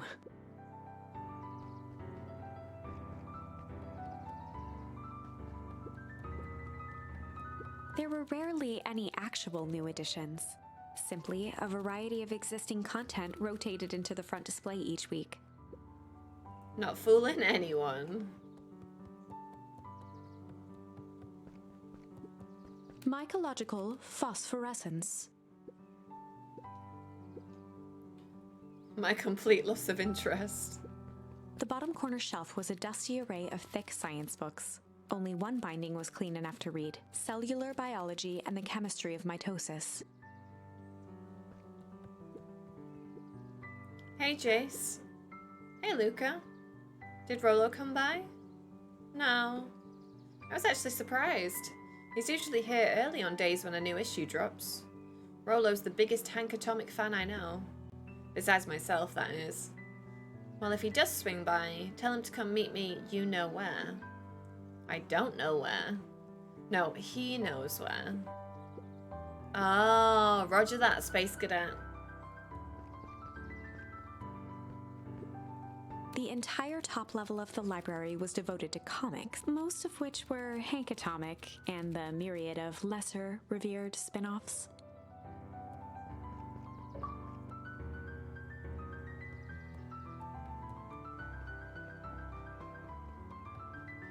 So, can I use any of the words I've gathered at previous branches, or no?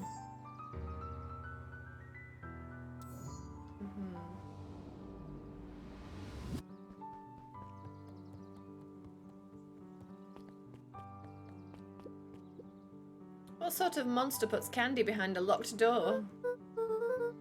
Oh yeah, Mr. Nuncreed works weird hours sometimes. Of course he does. How about you? When do I work? No, what's your name? Luca Van Horn. You new here?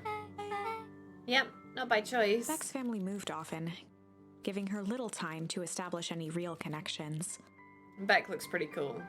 she would tell you she prefers it that way. I'm looking for my friend Rolo. He didn't come home last night. So he's missing? I guess so. Like, missing? Does that sort of thing happen a lot around here? Luca shifted his feet uncomfortably. Well, that sucks. Yeah. So, I should probably get going. Hey, wait up. What? Beck pulled a coin from her pocket. I'm coming with you. What? So says the unlucky penny. Unlucky? Yeah, well, technically it landed on heads. Leave this kid to find his friend alone. But I always do the opposite. Oh, that's kind of like me and Rolo. I guess Rolo is my unlucky penny. Aw, that settles it. A person should never be without their unlucky penny. Let's go find him. The name's Beck. Pleasure to meet you. I suppose I could use some help. Try to keep up. Aw, friend. Joey, have you seen Rolo around? Sorry, Luca. I have my eyes in the dirt looking for beetles. Can't seem to find any. He never came home last night. Do you think it's because it's been colder than normal? I don't see why that would have anything to do with Rolo. No, the beetles. Do you think the temperature confused their circadian rhythm or something? Who's to say? I'm no beetleologist. Just keep an eye out for him, would you? Of course. All these kids are sus as hell. Maybe it's some huge town-wide conspiracy. Oh, there was a beehive. Hang on. Luca peeked up at the beehive. It appeared to be deserted. That's strange. After the foul harvest destroyed their wealth and reputation, the Valentines shuttered off their estate from the rest of town. This is fancy. The Valentine mansion loomed over every other building in town, both figuratively and literally.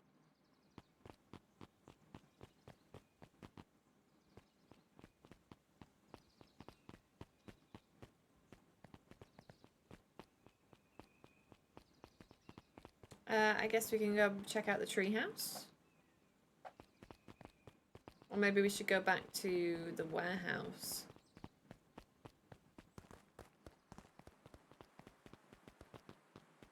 Oh, it's been boarded up. Oh. Oh, we can go this way.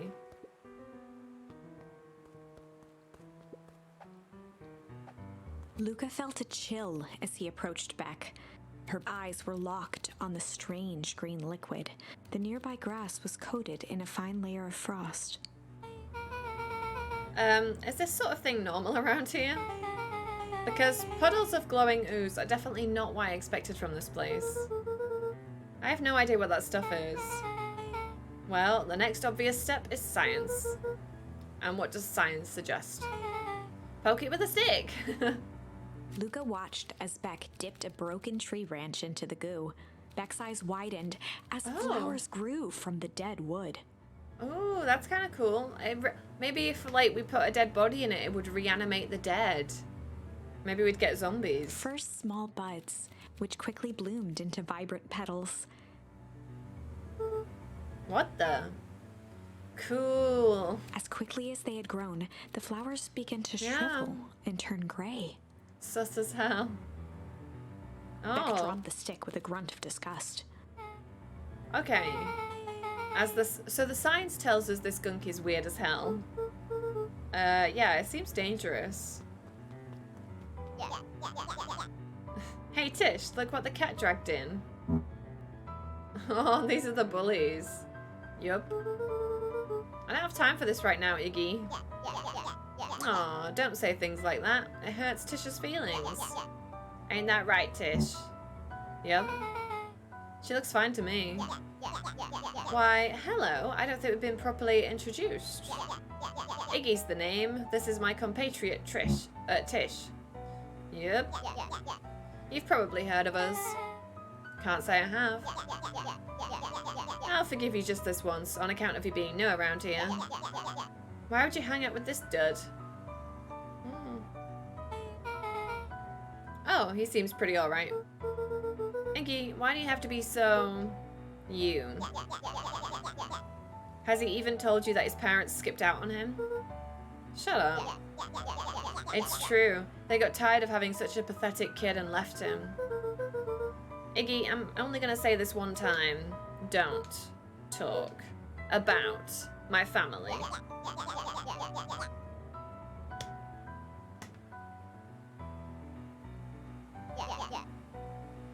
First his pops croaked, then his mom couldn't be bothered to, finally couldn't take it anymore and bounced.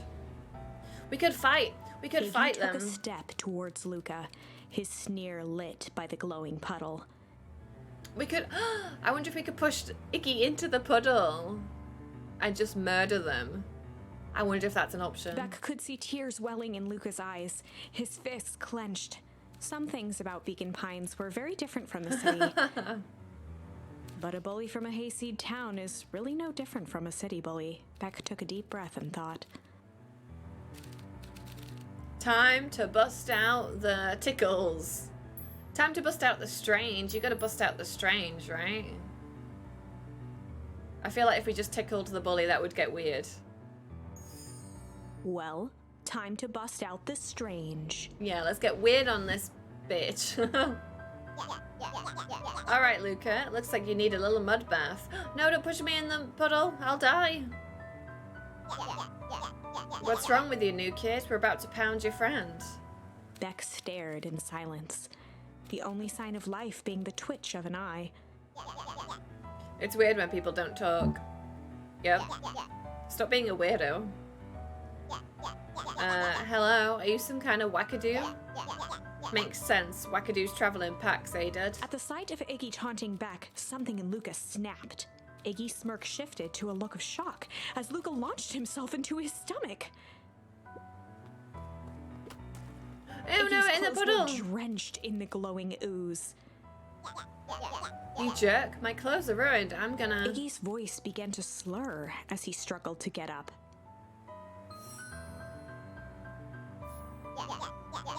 I don't feel so good. I'm sorry, I just... Oh, shit.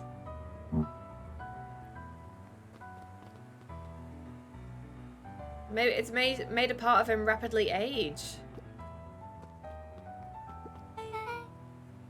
Oh, that was intense. Iggy's gonna be okay, right? Nothing about this seems okay. Maybe I should have broken out the tickles. The person at the warehouse. This strange ooze and what it did to Iggy. Was Rollo caught up in all of this? We have to find Rollo. You took the words out of my mouth.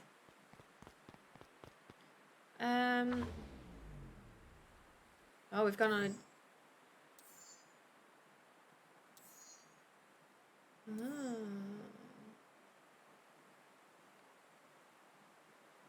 Okay, so we could... I guess we'll carry on for a bit on this path.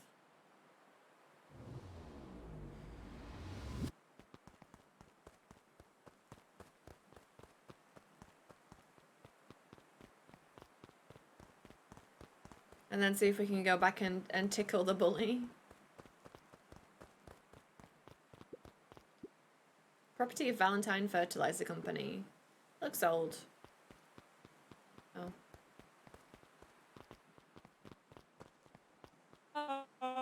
Whoa there, little buddies. You startled me. What in the dickens are you up to in this part of town? We were just helping look for Rollo. Oh, you haven't heard the good news. Rollo showed up safe and sound a bit ago. Okay, well I don't trust this hyena. Really? So where was he? It's funny, really. He just got a little turned around in the woods. They can be disorienting, you know. I am starting to get that impression. Rollo's at his house now, getting some well-deserved rest. I think you just want me away from the warehouse. That's a relief. You two should scurry along before you get lost yourselves. Yeah, come on, Beck. I can't wait to introduce you to Rolo. Oh, that reminds me. Luca, your grandmother was looking for you. She was? She was worried sick. We should march straight home. I guess. Beck, your folks might be getting worried too. I'll walk you home. Oh no, Beck, don't walk home with this person. I need to talk with Nellie about work anyway. Beck glanced toward Luca. I guess all's well that ends well. I'll introduce you to Rolo tomorrow. Sure. Glad he's okay. No, Beck! Rolo was safe. A wave of relief washed over Luca, which was quickly replaced by a sense of dread. Gran is going to kill me. If he hurried, he might just make it home before sundown. Chapter 4. Our harvest awaits. Luca took a deep breath and gingerly opened the door, steeling himself for Gran's wrath.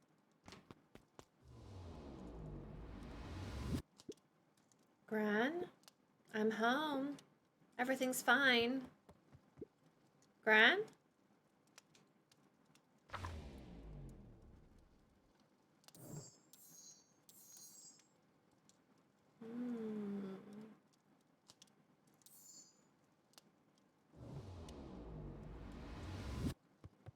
Maybe she's in the garden again? Gran? I know I wasn't supposed to go anywhere. I was just helping look for Rolo. No. Gran? Roxy came over. She was worried about him, so I figured you wouldn't mind if I helped look for him. Turns out Rolo is safe and sound. I mean, we don't know that. Luca was alone. The house was empty. So Gran's not back yet. Maybe Gran's gone out looking for us. Guess that's a good thing. Nothing to do now but sleep, I guess. Oh no, our mum and dad Luca was sitting by the pond, Mum and dad are gone. Gran can't be gone now too. listening to small waves lap against a rock. His father sat in a folding chair in front of him. Without turning, he spoke. "Why don't you grab me some nice bait?" "Sure thing, Dad." Luca hopped over to the tackle box and popped open the lid. Inside was a rolling, buzzing mass. Is it bees? "We're fishing with bees?" Not the bees! Luca's father gave a warm chuckle. "Well, you catch more fish with bees than honey. Pick us out a good one." Luca closed his eyes and plucked out a bee. He could feel its wings struggle between his finger and thumb. Holding it at arm's length, he hurried over. His father deftly baited the hook and examined his work. "Interesting choice." With a practiced flick of the wrist, the line buzzed in a graceful arc. The water accepted it without a splash or ripple. The wrong choice. But I respect it. The pond began to freeze over. "Sometimes we gotta make the wrong choice before we can make it right." Pallid ice propagated across the still surface with an alarming speed. Luca scrambled back as the ground beneath him turned cold. "Dad, I don't understand." "Sorry, kiddo. Understanding isn't always part of the deal." The relentless ice shot through the fishing line toward his father. "Dad, look out!" His father casually wound the reel. "None of it's your fault, you know. Never was." "Dad, we have to go!" Luca grabbed his father's shoulders, trying to pull him away. "Please, you have to run!" The ice crackled as it spread across his father's hands. "That's the thing about fishing, Luca." His chest began to crystallize. "You toss your hook in, and you never know what you're gonna pull out." A shock of searing cold ran up Luca's arms. He gave one last desperate tug. The chair tipped backwards in a single frozen mass. Luca tried to stop the momentum, but it was too late. He watched the icy form of his father slam into the hard ground, shattering into 1,000 pieces that crowded around his feet. "Dad, I don't understand. What does all this mean?" The gentle rustle of leaves was the only reply. Damn, that's quite an intense dream.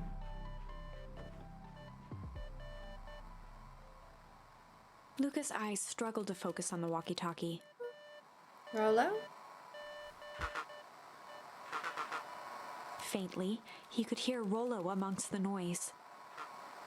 Luca. Rollo, is that you?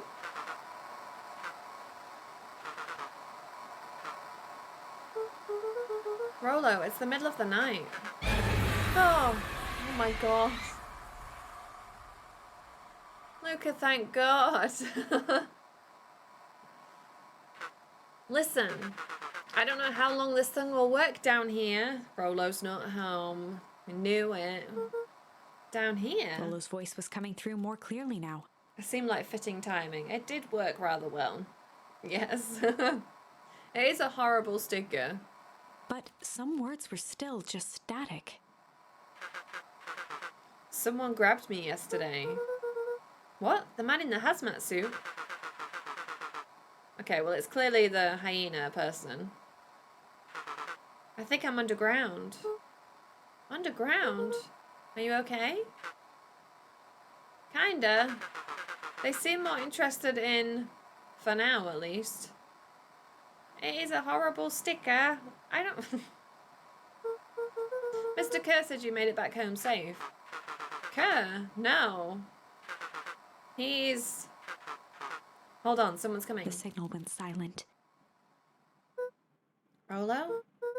Rollo, where are you? Luca held still, waiting for a response, his pounding heartbeat marking the passage of time. Okay, I think they're gone. Getting worse. I can barely hear you. Rollo's voice began to fade. Losing signal. Not much time. Mission control. You need... So, we're going back to the treehouse. The treehouse! With that, the signal died for good. Oh, we have the thing to boost the signal. What was he trying to say about the treehouse? The treehouse, the signal booster. Yeah, the antenna. He wants me to use the antenna in the treehouse to get a better signal. Rollo, you're a genius. Luca grabbed the walkie-talkie and sprinted to the treehouse.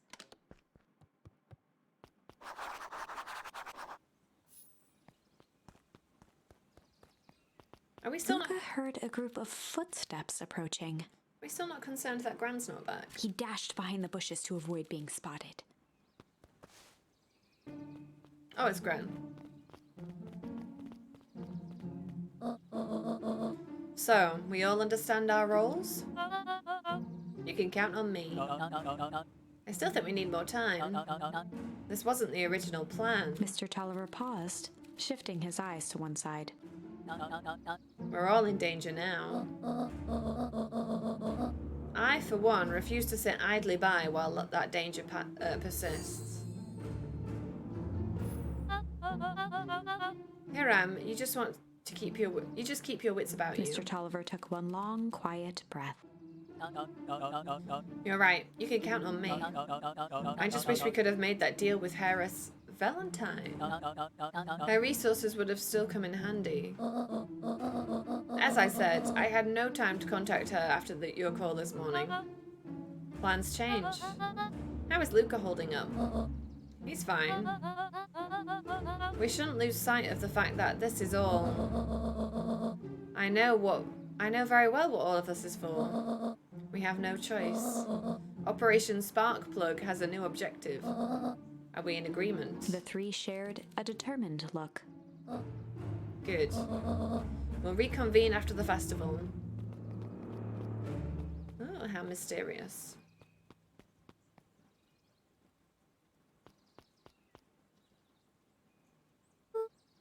Gran, why are you meeting with Mrs. Fratelli and Mr. Tolliver late at night? Hey, Ollie. Operation Sparkplug sounds shocking. Ah, classic. Oh, it's Dawn. Ah! Dawn, you scared me. How long have you been there? Oh, just a few minutes. Earlier today, I saw Mr. Tolliver and your Gran enter the diner together. When my shift at the newsstand was over, they still hadn't left. So I used the greatest tool of any investigative reporter. Time. When they left, I tailed them here. What do you think they're up to? Whatever it is, they seem organized and determined. This seems really cool so far. Has it been good? I'm loving it. I think it's a really good game. I'm really enjoying it. The story is really sort of captivated me already, and the art style is adorable. It's a nice mix, and the music's actually really good. It's another one of those games where I'll be adding the soundtrack to my Spotify. Is this a must play for me? Yeah, I think so. I think it's kind of similar to Night in the Woods in as much that this town is also, it's an old mining town actually that has seen better days. And it's got like that similar thing, like maybe, I don't know, maybe the town has got to turn to other measures to keep the town alive. I don't know. I can definitely see comparisons between the two games. In visuals and story. I'm genuinely loving it. And you've got Xbox Games Pass, right? So you can play it for free. Yeah, I heard that too. Has your gran been doing anything different recently? Anything strange? She got a phone call this morning and rushed out the door. A call from Hiram Tolliver, it seems. She was either furious or terrified. Or both. Luca, be careful out there. I think we might be in the middle of the scoop of a lifetime. I will. Aren't you coming out? Nah, I'm gonna stake out here for a bit longer. See ya, Luke. Just slowly goes back into the bushes. Are you heading out soon? Oh, hang on. What are you talking about? I did it. I changed the sign. Splendid. Did anyone see you? I will be if I can muster the energy. Oh, yeah, you can. Muster it. I feel wiped and nearly had Maisie here instead. Oh, really? I thought you were visiting... Did she nearly get palmed off onto you? Oh, she asked to stay with you.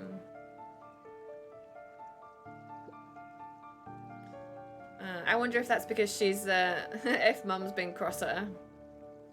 And now she wants to stay with you because you're the fun one. You were right. It was simple enough just to rearrange the letters. Odd choice for a prank, though. It definitely seemed that way. I see, yeah.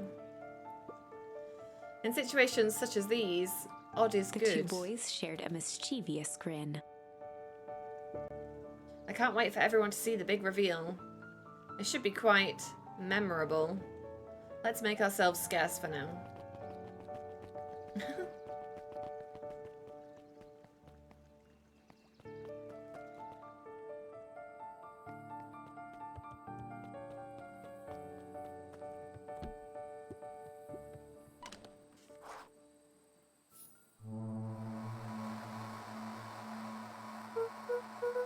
Rolo, are you there? I told her I was going to make her ramen tomorrow night. She suggested a small change and said like that, but pizza and cheese. Right, so... I hope you stuck to your guns. I hope you said, no, I'm going to make you ramen. Try something new.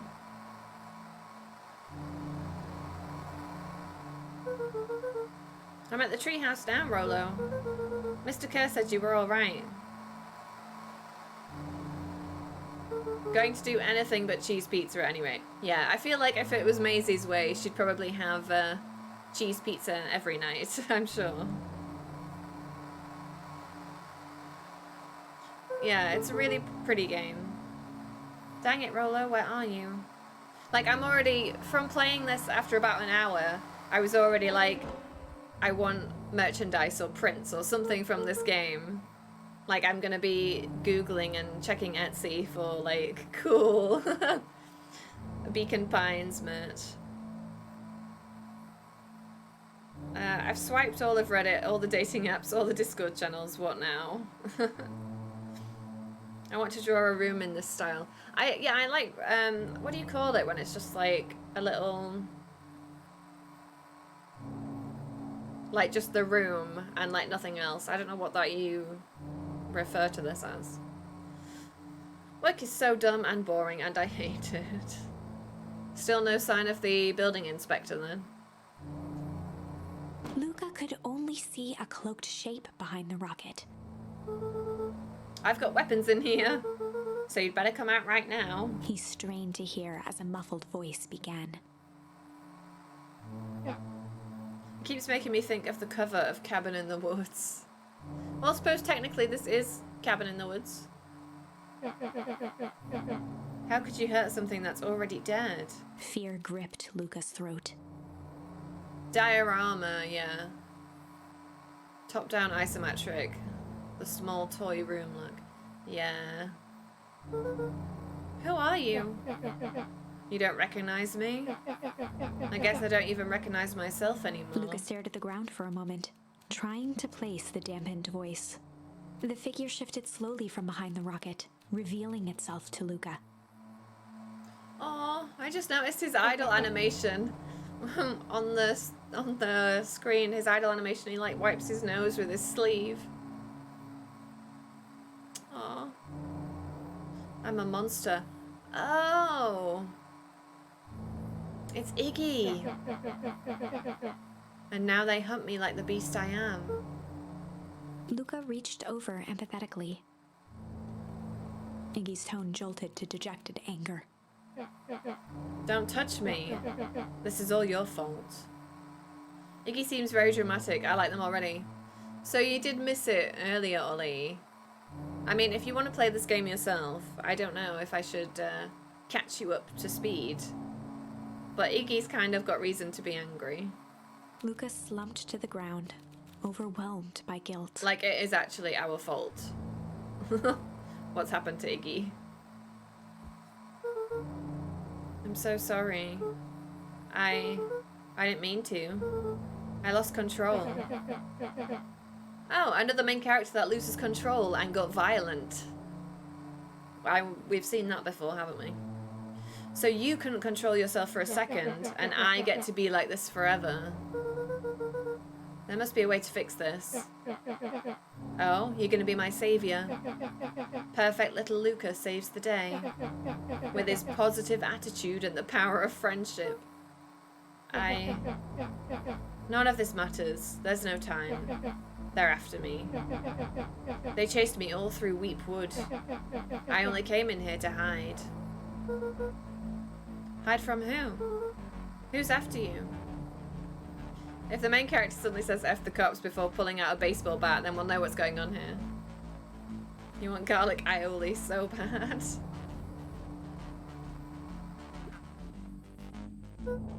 Rolo! It's not safe, Luca. Rolo, where are you? The treehouse? I'm at the treehouse, Rolo. Where are you? No, Luca, the treehouse isn't safe. They said they were going to the treehouse. I was trying to tell you to stay away from the treehouse. Oh. Who said they're going to the treehouse? The clipboards. What did I tell you? Those perennial harvest wackadoos are after me. They've been chasing me, yelling questions at me. What sort of questions? They were saying the same stuff they always do. But it's different now. Less asking, more threatening. We're gonna figure this out, Iggy. Yeah, well, thanks. Is anyone present at this arboreal domicile? Crap, they found me. What's happening? Don't panic. You stay here and I'll see what they want. Oh, why are they all the same now? We would love to hear your thoughts. Do you have time for an informal chat? This is somebody's nightmare, isn't it? People with clipboards asking questions in the street and you having to turn them down and run away. Your time is valuable to us. Be down in just a second. Of course, of course. We have a problem. Luca, you gotta get out of there. Who's out there? Is it them? Yeah, it's the clipboards. A bunch of them. How many? Maybe all of them? And yeah, you were right. They are saying the same stuff, but with the creepy knob cranked to 10. Might young Iggy be present? We would love to hear his thoughts. Iggy slumped to his knees. Oh, Iggy. That's a lot of clipboards. It is, yeah. I don't know what to do. What kind of budget are they working with? I'm just so tired. What do we do? Maybe I should have tickled Luca grabbed the Iggy. walkie-talkie and headed for the window. Follow my lead.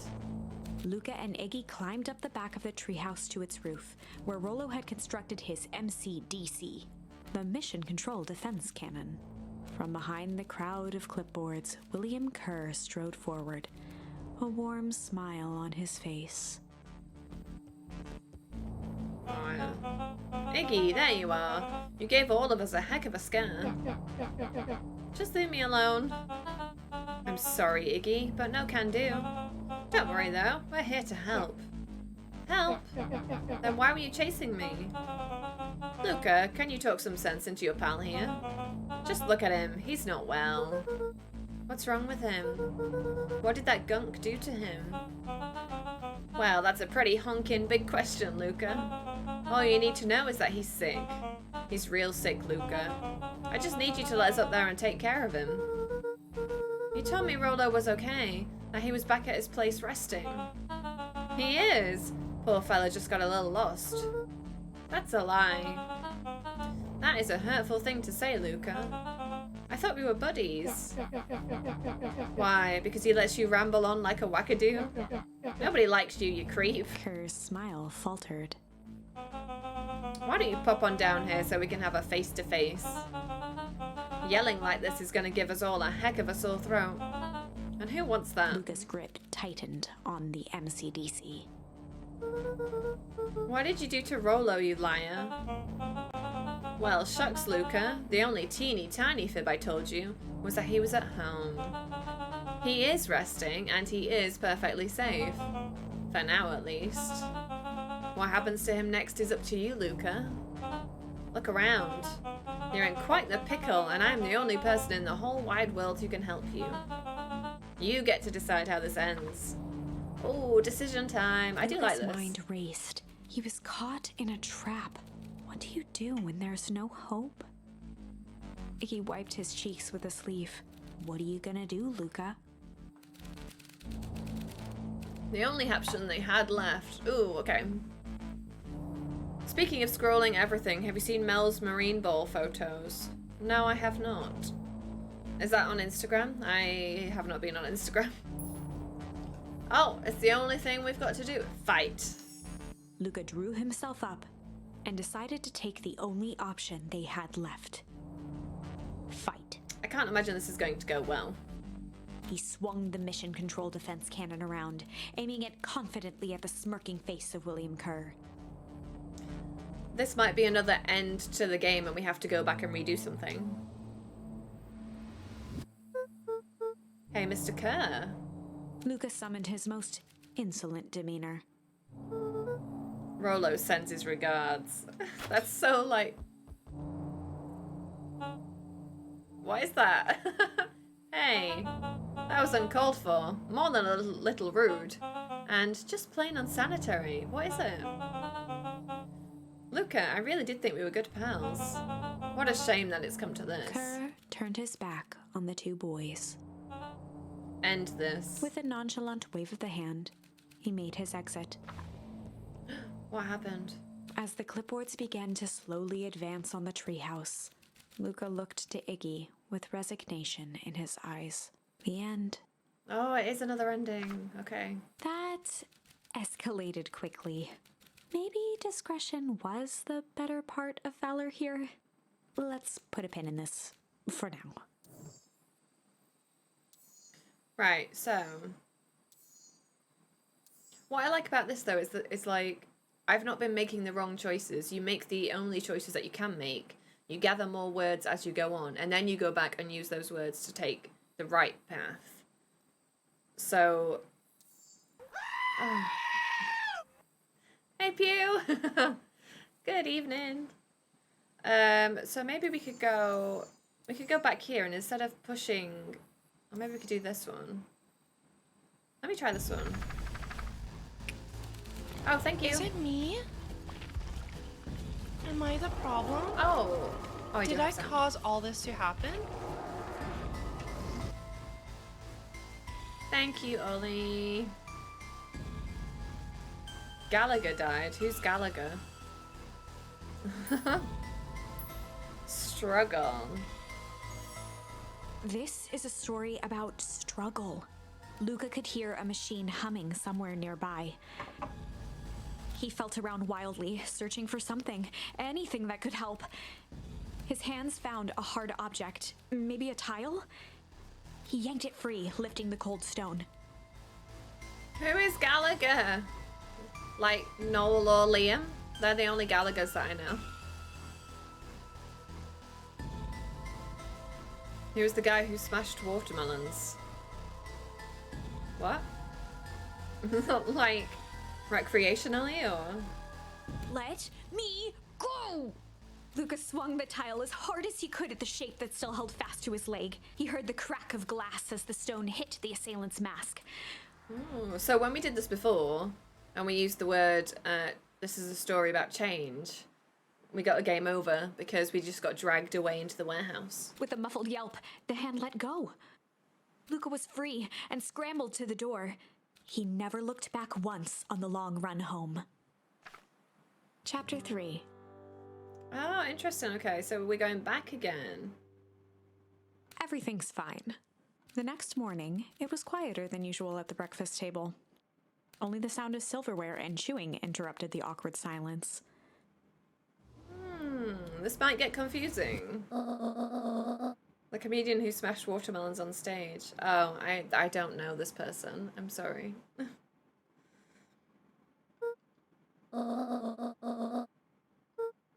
Okay. So in this timeline, it's kind of like the metaverse. The multiverse, rather. Rolo got caught by his sister and had to go home to do his chores, so Rolo never came with me to the warehouse and didn't go missing. Yeah, Rolo had things to do, so I just sort of poked around town. I've set the jam back down by the front door. There's 2 batches to drop off. Yeah, it's clever. I do like it. One for Mr. Tolliver at the Bag and Wag.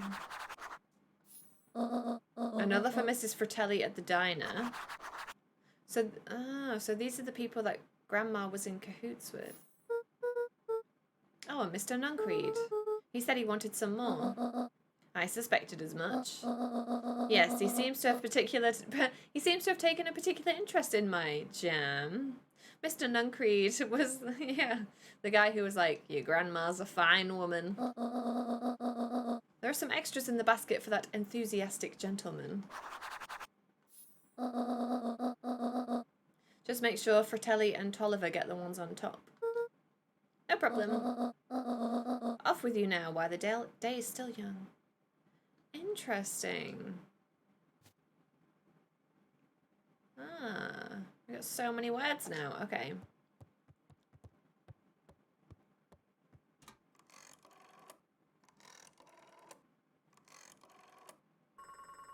Maybe I should have not done this one. Maybe I should have just gone back. Because this is a completely different branching timeline. Maybe I should have done, like, gone back and redone this bit for this branch. Instead of going over to this branch. But whatever, we're here now. Hello, it's Juniper Hartford. Before you hang up, just hear me out. I have a business proposition. The simple matter is we both have the same problem that needs solving. Very well, we can meet tonight. Your thermostats came. Does that mean you've got work to do now? Oh, look at me carrying the jam. Okay. Sorry about yesterday. Roxy can be so annoying. But good news, no more boring chores for me today. Did you make it to the old Valentine warehouse? So, what did you find? Give me the dirt. Something happened. There was someone else there. What? Who was it? Was it aliens? I knew it would be aliens. No. Oh, you've got work to do. You best get on it, Jones. Zombies. No. Alien zombies. What else could it possibly be? Rolo, I've got to deliver these into town first. We can catch up after. Is it a whole thing? It sounds like a whole thing. Yeah, we shouldn't talk about it here. Meet me at the treehouse tonight. I'm not sure what this treehouse is that you speak of. Meet me at mission control. Roger that, Space Cadet. Aw. No, you've refused to do work. Okay, Mr. Where are we going again? Mr. Tolliver. Mrs. Fratelli. I don't know where... Oh, Mrs. Fratelli is this way, right? She's at the diner.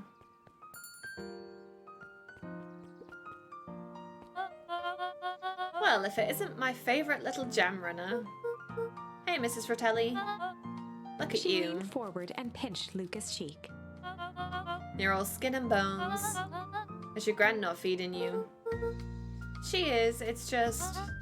I understand. You know, I taught your mama how to cook back in the day. You may not even remember, but you and her used to help out in the diner. See that picture over there?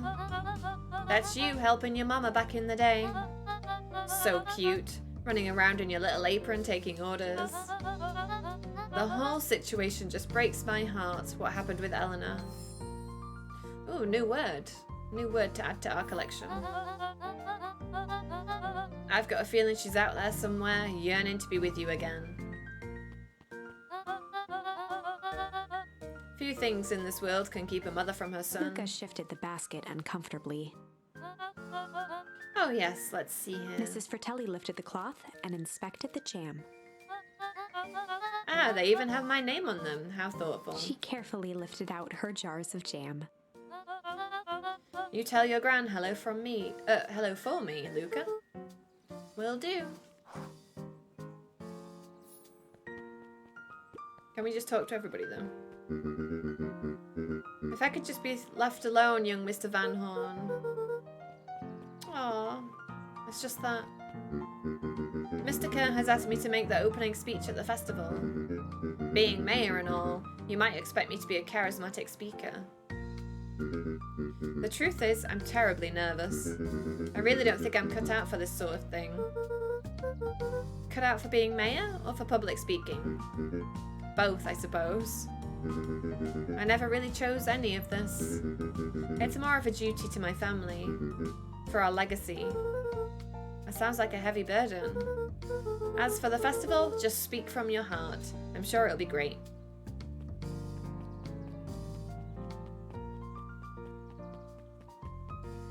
Mr... Oh, it doesn't say where they are.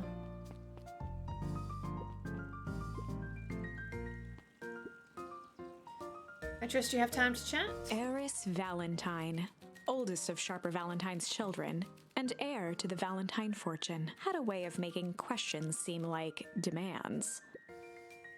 Certainly. What seems to be the problem? Mr. Wilder had learned to assume that if he was hearing from Eris, it was because she had taken issue with something he had put in the paper. I couldn't help but notice that the front page of this morning's paper was consumed with stories about this silly festival. Yes, that is the news of the day. But there was no mention of the museum, nor the foundation through which it was endowed.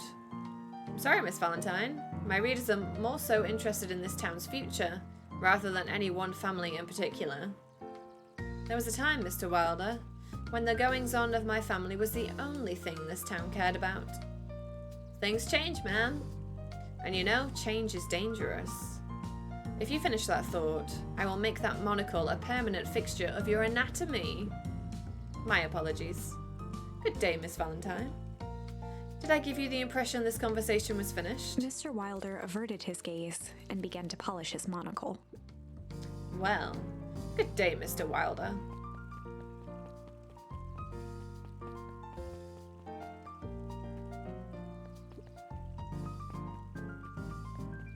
Ooh, what does she have to say about our situation today? Anger from the past, mistakes not yet made, and a glimmering hope for the future. He carried them all in equal parts everywhere he went. Oh heavens, what a burden to bear.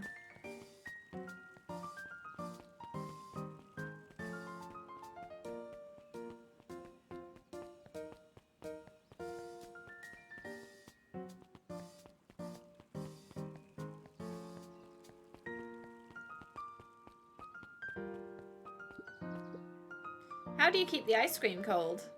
You keep them on ice. Where'd you get the ice from? I don't know. Somewhere cold. How do they keep somewhere cold? Look, Bert. Do you want some ice cream or not? Nah, I'm good. No, I want ice cream. Huddled at his counter, Hiram Tolliver was meticulously shining apples. More accurately, Hiram Tolliver was meticulously shining one apple. Hello? With a yelp, Mr. Tolliver fumbled the apple, flailing at the air as it fell.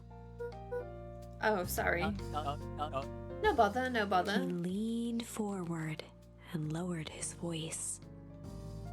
I see you have something for me.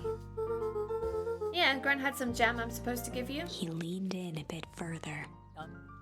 Jam. Yeah, these ones on top. She wrote your name on them. Mr. Tolliver leaned back, speaking loud enough for anyone to hear. Ah, yes. The jam.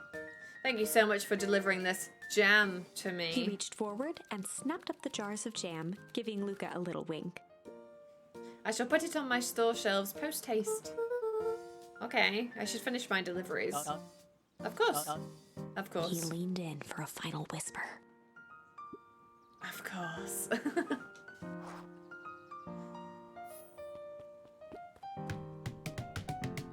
Spank that watermelon. Found a way to kick the watermelon.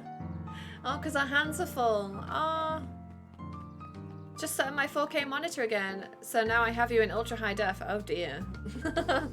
Maybe we should drop that down to like 720 or something. Don't be doing that.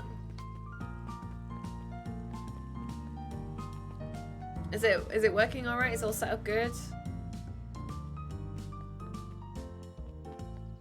Come on, you thirsty dog. Have my grandma's jam.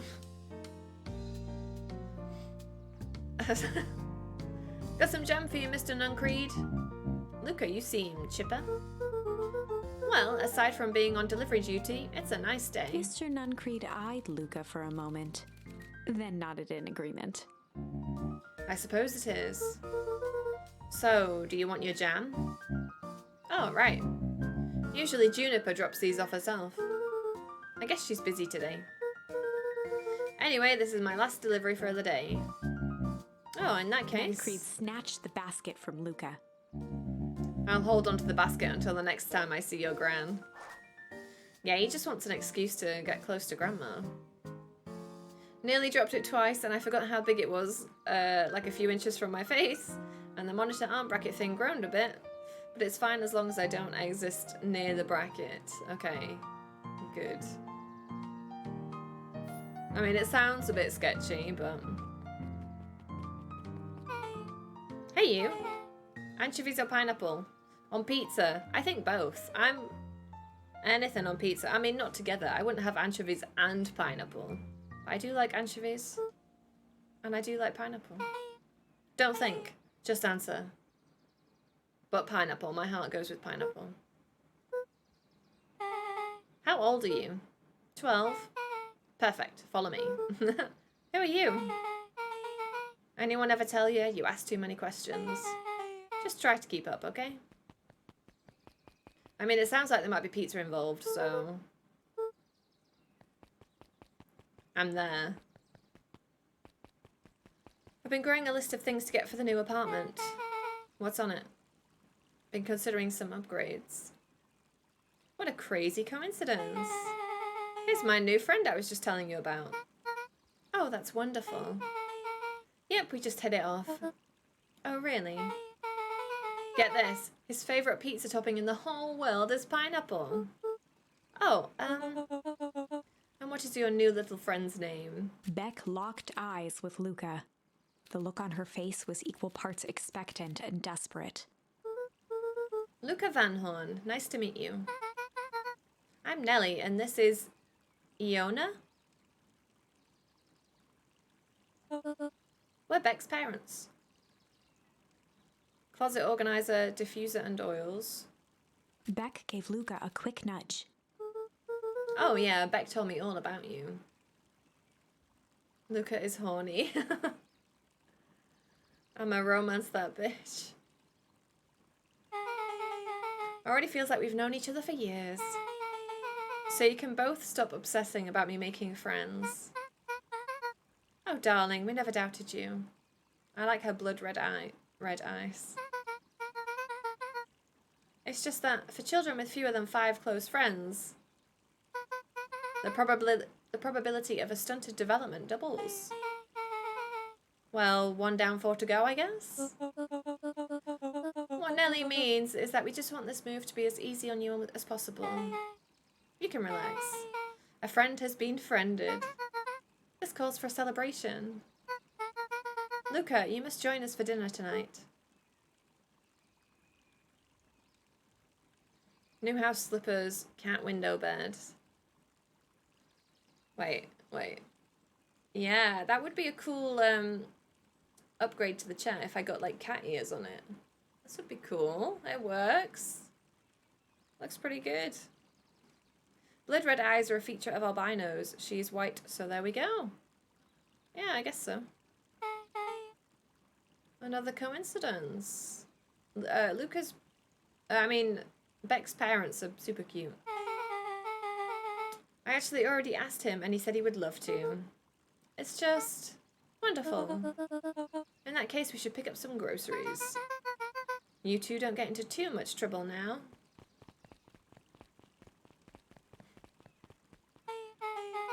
Wow, I can't believe that worked.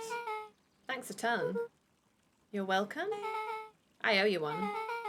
My moms are great and all, but they can be a bit much sometimes. Our house is a little cottage next to that big mansion place. Oh, you live on the Valentine estate. B is sitting by the fountain. Yes. Sus. Yeah. Everybody is sus. Yeah, that's the spot. Meet me by that big creepy gate. Don't be late, or I'm back to square one on this whole friend grift. A gaming headset account. Oh, that'd be cool. You should do that. Are you thinking about streaming some more?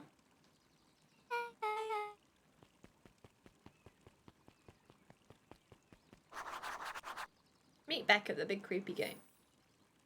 Sure. I guess we've got nothing else to do.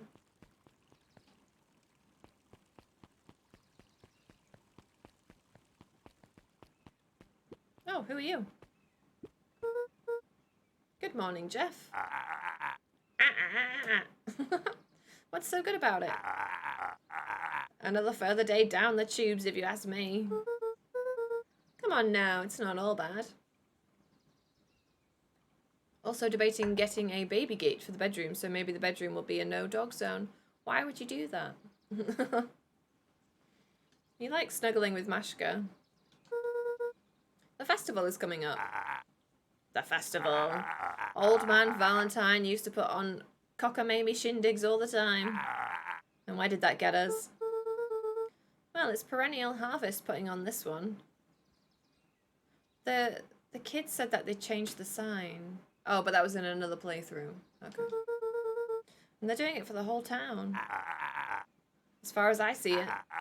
The difference between the old Valentine Company and this new Perennial Harvest outfit. Jeff dug through his pockets for a bit. I was looking at a new knife sets, KitchenAid mixers. I'm tired of sleeping in a dog bed. Yeah, I can understand that.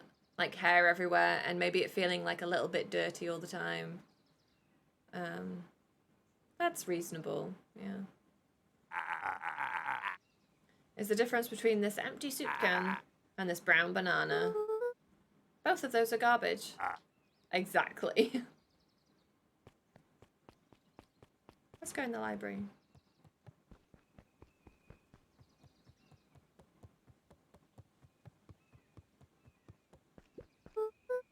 Hey, Kato. Good afternoon, Luca. Can I help you find something? Maybe, maybe not. Try me. Well, there's been some weird stuff going on at the Valentine warehouse. Can't say I know anything about the old warehouse. But empty hives don't stay empty for long. Kato motioned to the book in front of him. The more I read about bees, the more similarities I see with people. If a hive collapses and fails, it doesn't stay empty for long. A new queen will set up shop pretty quickly. So you're saying it would make sense for someone new to start using the warehouse? I need to measure my grill and couch. Maybe I'll go over and do that now. Okay, you're gonna go home? Alrighty then. Nature abhors a vacuum. Hey Jace. Hey Luca. Have you seen this new issue of Hank Atomic? Not yet. No spoilers, please. It's awesome. It's a flashback. No spoilers, please. We get to see how mild-mannered Henry Adams becomes Hank Atomic, man of space justice. Jace, no, spoilers. Oh, sorry. My point is you're gonna love it. Alright, Jace, catch you later. Roger that, Space Cadet. Well, thanks for that, Jace, for ruining that comic for me. Read the room.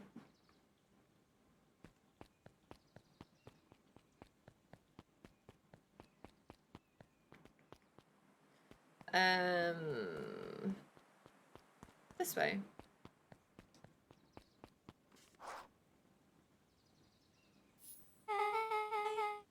See who all lives in that house? Oh, so who all lives in that house?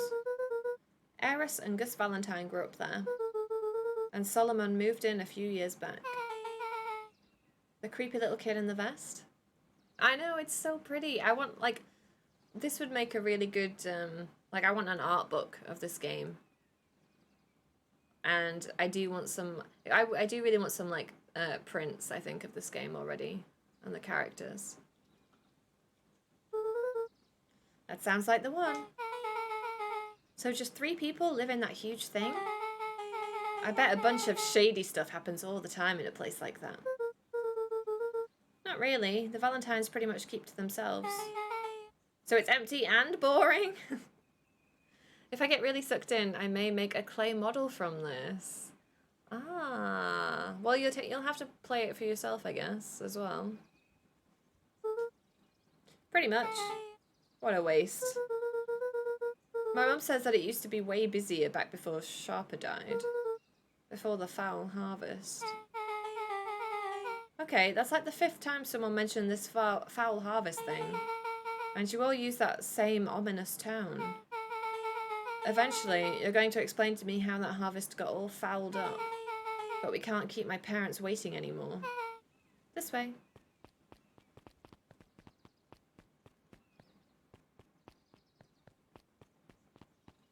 It's a cute little house, though. Most kids would have just ditched me by this point. Why are you still here?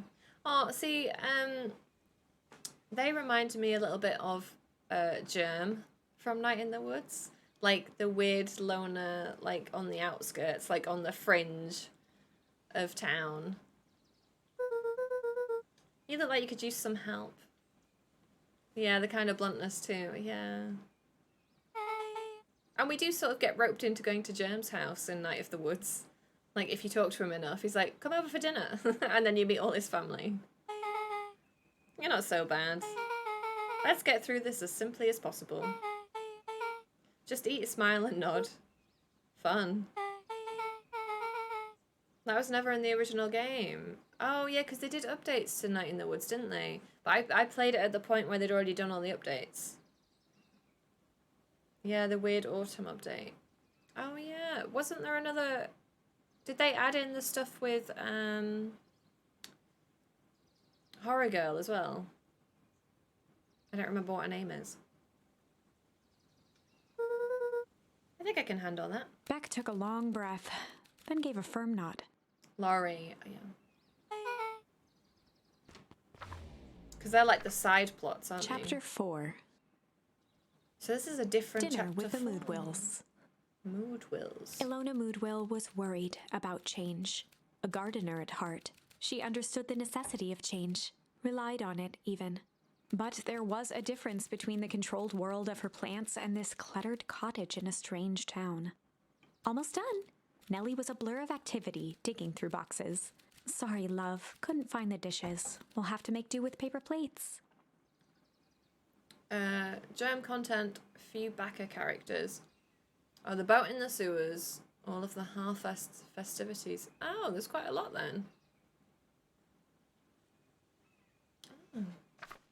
Dinner went by without much conversation. As she watched Beck and Luca finish up their pizza, Ilona let herself relax into the chair.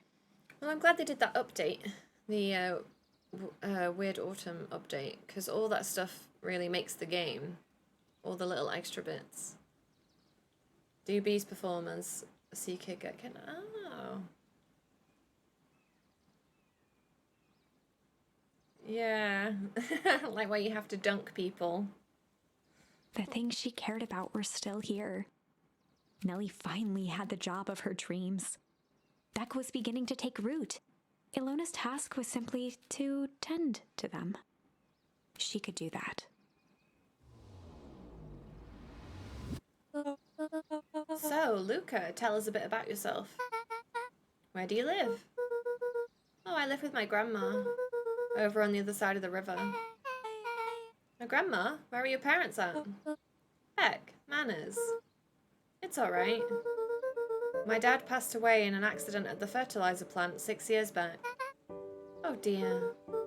My mum's been missing for a few months now. Like, missing? Luca's eyes were fixed to his plate, pushing a chunk of pineapple around with his finger. Nellie was the one who eventually broke the silence. Luca, how did you like the pizza? Oh, it was good. Very good. Normally we'd have put more effort into dinner. Ilona nervously gestured toward the boxes. We aren't fully settled in, and Beck had mentioned that it's your favourite. Oh, I'm sorry. Are we just skipping the part where he said his mom was missing? Beck. I'm sorry, Luca. This move has us all a little tired. Luca wiped his face with his sleeve. No, it's fine. So, Beck said that you moved here for work? Beck gave Luca a swift kick under the table.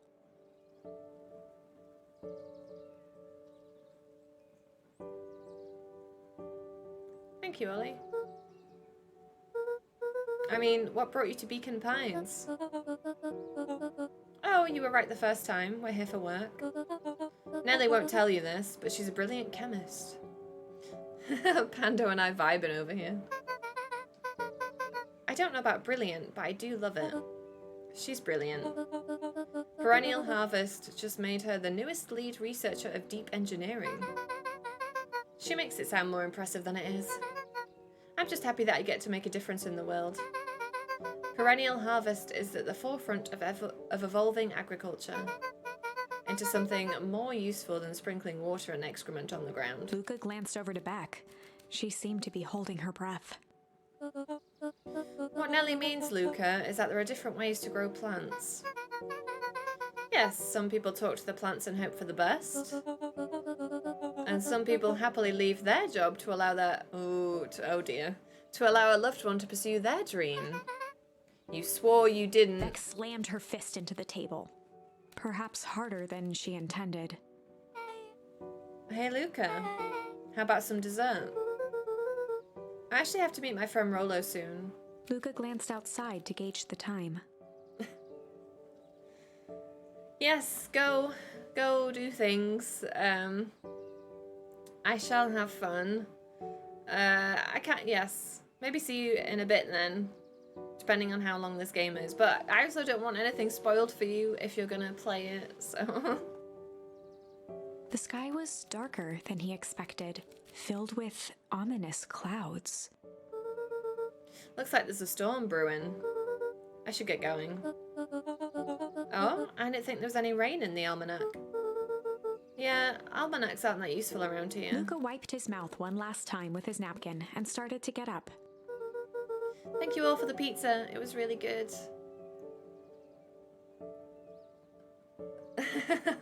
No, I wouldn't do that. I'm not going to ruin the anticipation and the surprise. But yes, do go. Do go. Have a good evening. See you at the festival, Beck.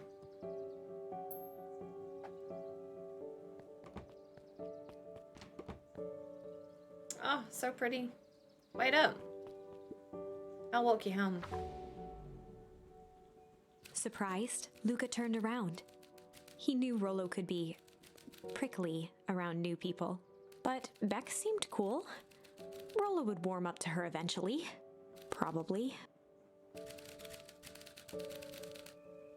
Ooh, Luca began to respond, but the sky answered for him as the clouds above began to...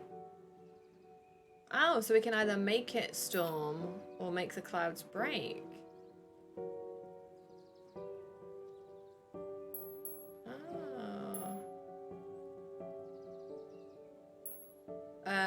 Let's go for no storm.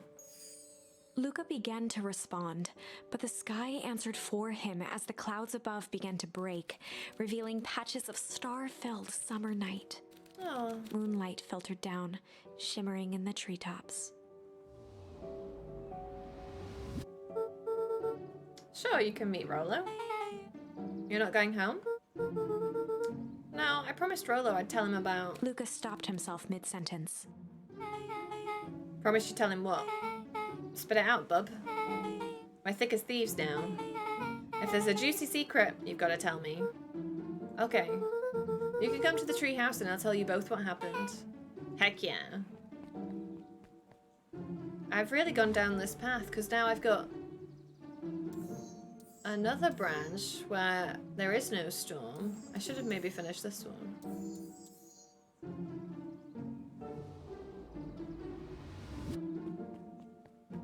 Luca saw Beck skulking by the gate. So, you're telling me there's nothing mysterious or creepy about this place? It's mostly boring and empty. I refuse to believe that. Big spiked gate, looming mansion, rich reclusive owners.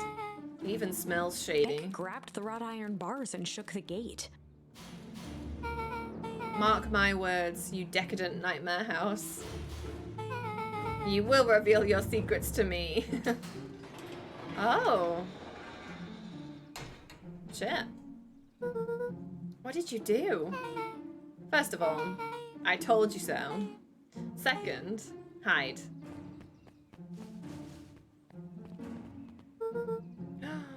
It's the guy in the hazmat suit. That's Heiress Valentine. Who's that she's talking to? Shh. I expect you to return that suit in working order. Of course. As long as everything proceeds as planned, there's nothing to worry about. The only thing I'm worried about is what's rightfully mine. If that means making some unsavory alliances, so be it. I couldn't agree more. There comes a time to suspend hostilities. I'll deal with our common threat. Now this is what I was talking about. Beck's voice was an excited whisper. Proper shady stuff. Someone in a suit like that tried to grab me yesterday. Seriously? You do understand that when all this inevitably fails, I will deny everything. I wouldn't expect any less of you. You just worry about your part in this and let me handle the rest. Can't wait to see the look on that Rube Kerr's face. I returned. We had salmon risotto. Oh, that sounds nice. Tasty. I've got a risotto to make tomorrow, actually. It's like a tomato risotto. Tomato and cheese risotto. I've had it before, it's quite good. I'm still surprised you're so comfortable with the potential collateral damage. There's one thing I've learned, is that change is painful. People keep saying that. People keep saying change is painful. Beef stir fry tomorrow. Ooh. That sounds good. Are you on like a HelloFresh thing? Or, you know, to have the meals planned, do you also do like a meal box thing. That's just flat out supervillain talk. If you don't mind me asking, why? Why are you doing all this? The mysterious figure retracted their mask, hair pushing out from all corners. Oh, just recipes and shop to it. Yeah, that's good. It's Grandma! Pinch of Nom is Dawn's jam. What, is that a recipe book? Oh. I think after the new year, I'll try one of those services. Phew, it's been so good. Like, honestly. Like, HelloFresh has been a game changer.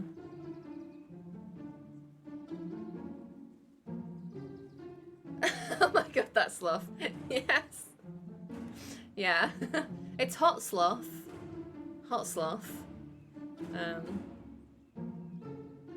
Oh, it's a series of cookbooks. Ah, okay. Cool. Yeah, I highly recommend that you try it out, Pew. Because I used to eat like garbage before, honestly. And like it's just so hard trying to meal plan and get all the bits and stuff. Ah. Pew. But yeah, definitely recommend it. Because even if like, even when I stop HelloFresh, like you still get all the recipe cards and then it's really easy to just shop from those. Highly recommend. We used HelloFresh when we first moved to Darlow because we didn't drive and supermarkets are like a drive, yeah. It is super convenient. It does make it easy as well. Especially since I live alone, sometimes shopping for groceries can be really hard, yeah. I would definitely recommend as well, like, if you do get HelloFresh, Pew, like you can have 5 meals a week. Oh, I suppose, so the minimum you can normally do it for is like 2 people. But then what that means is if you cook like at lunchtime, then you have leftovers for the evening as well. So you can get like the whole week lunch and dinners, like cooked fresh, essentially. So it like works out quite well. That's like what I do, is that I get more than I need and then have leftovers from that meal so that I have lunch and dinners completely covered.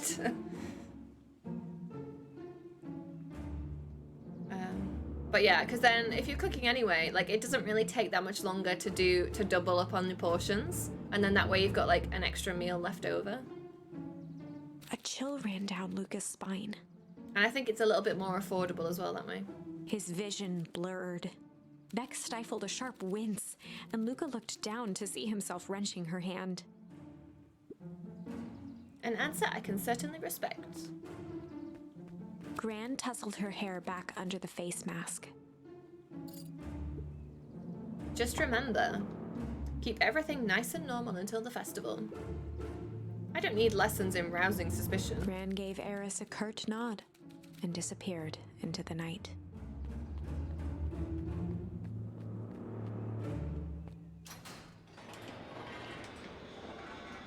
HelloFresh has actually taught me a lot about cooking as well, I have to say. Chapter 5. I hated cooking before, like I absolutely despised it. But it's made it really manageable and it's sort of got me into it. What big ears you have. Lucas sat shivering in the bushes, staring at his feet. After checking to make sure the coast was clear, Beck gave him a gentle tug on his sweater.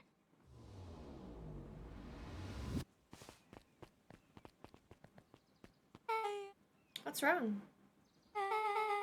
You look like you've seen a ghost. Why were you so scared of that old lady in the hazmat suit? That was my gran. That was your gran? Yeah. Okay, well, I'm sure there's a perfectly reasonable explanation for all of this.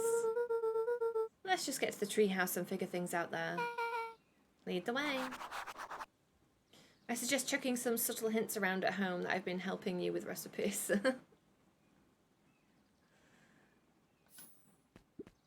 And why might that be? The Valentine Mansion loomed over every other building in town, both figuratively and literally.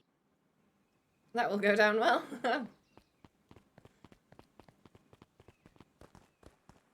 treehouse is this way, right? Oh no, that's not the way to the treehouse. Everything will fit fine. It's bigger than I remember. That's what she said. Today's meal was for 4, so 2 lunches included. Yeah, it's always the best way to do it, and then you don't have to cook fresh for every meal. It's always better to double down on your portions. Just saves you a bit of time and energy. Of course, we're not worried. The clipboard finished writing with a scratchy flourish and looked up. Just dotting our I's and crossing our T's. You've posted photos in random.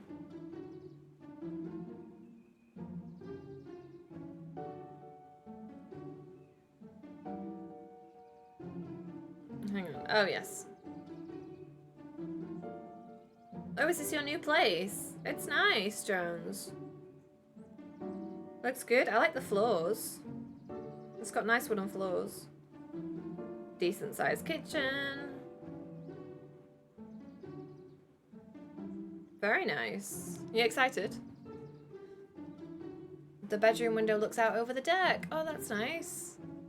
It's got new floors. Ah. So be careful, don't scuff them.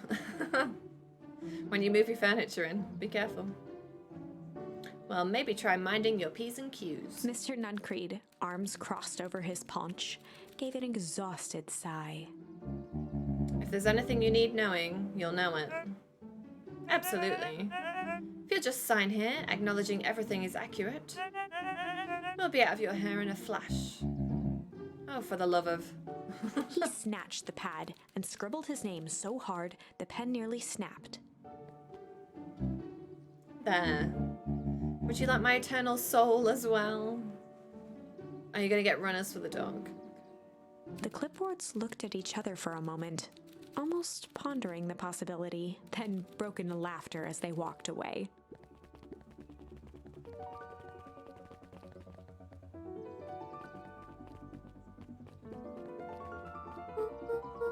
Hi, Mr. Nuncreed.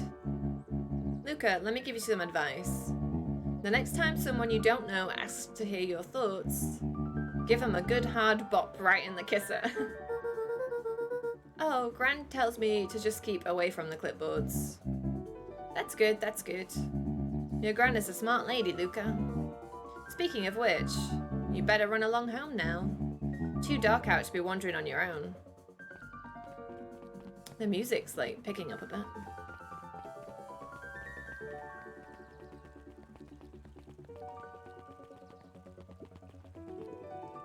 The answers you seek will be revealed to you in due time. The question is, the figure intoned, are you prepared to live with the truth?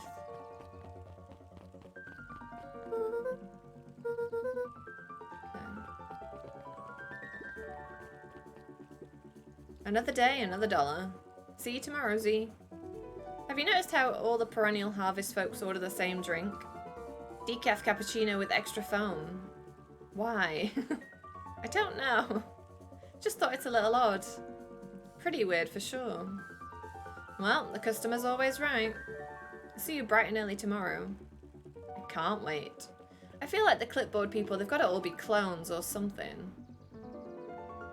Question is, where am I going to put kitty litter? Outside in the summer, but not sure where during the winter. Well, where do you have it now?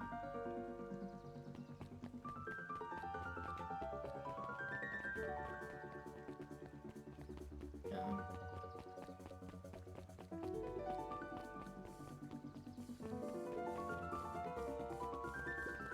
William Kerr and Gus Valentine proudly surveyed the half-covered festival banner.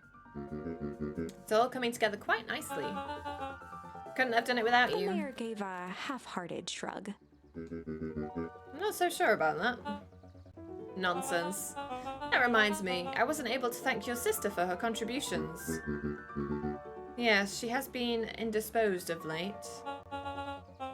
She doesn't much like me, does she? Oh no, that's not it at all. She's just been busy.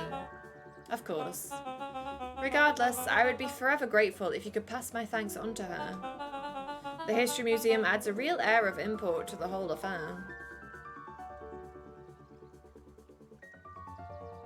I see. I don't know. I always wonder that. Like, I've never had a cat.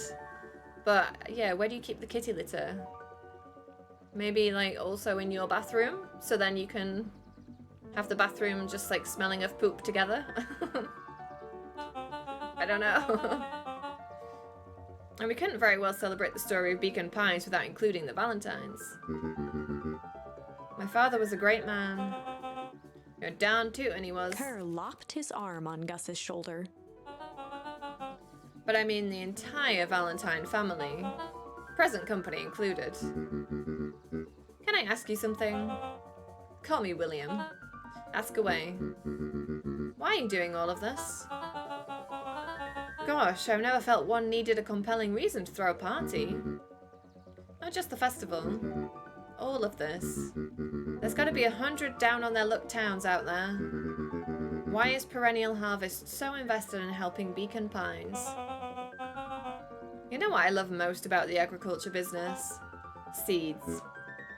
Seeds? Little bundles of potential. With a glimmer in his eye, Kerr gestured grandly toward the horizon. You treat a seed right, nurture it, feed it, and it can grow into something truly special. You see potential here? Undoubtedly. The seed of greatness is already under our feet. All it needs is a little nudge. And the right leadership, of course. Oh. Good night, Mayor Valentine.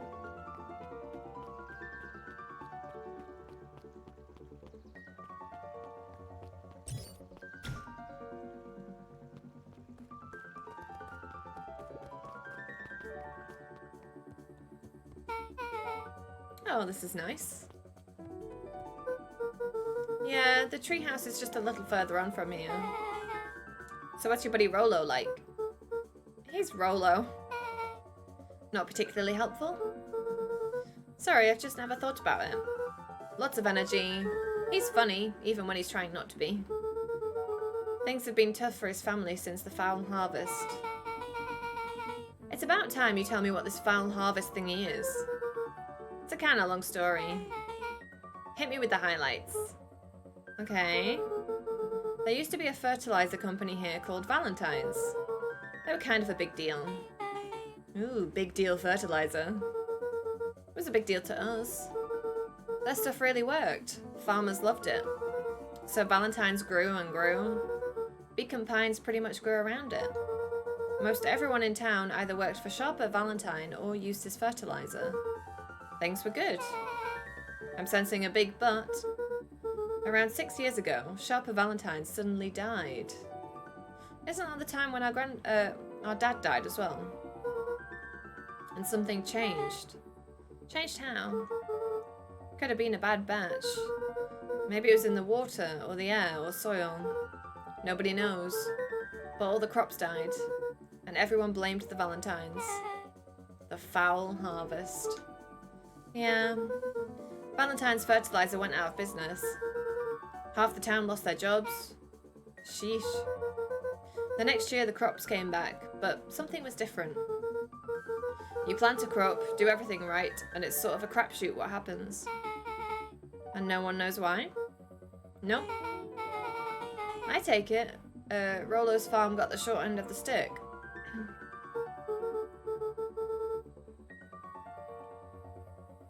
Their farm was hit harder than others. That sucks. Things have gotten better since Perennial Harvest came to town. The Beacon Pines Reborn Initiative? First thing they did was give the town a deep scrub. They even put us up in hotels, one town over for a week, while they decontaminated the groundwater. How mysterious that nobody was here to see what was happening then. Like maybe they weren't decontaminating the groundwater. We better get going. Maybe they were doing something else suspicious. They got everybody out of town for a week to do something. It's about time. I was about to give up and go home. Who's the new kid? Name's Beck. You must be Rolo. I see my reputation precedes me. Welcome to Mission Control. Rolo waggled his head with pride. You're fine. We've spared no expense in construction. I've seen worse looking piles of junk. Thanks. Hey, Luca, you know the security concerns we talked about? While I was waiting, I made some improvements. Let me lock this baby down for a little test infiltration. Can't be too safe these days. Hey, is this the cannon that didn't work when we tried to use it?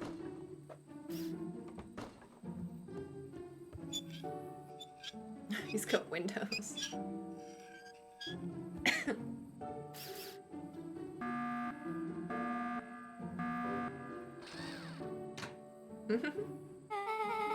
He goes all out, doesn't he? Always.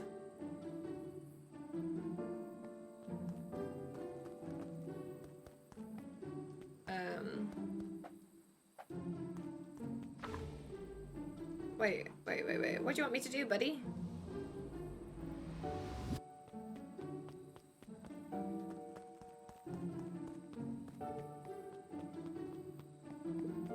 Oh.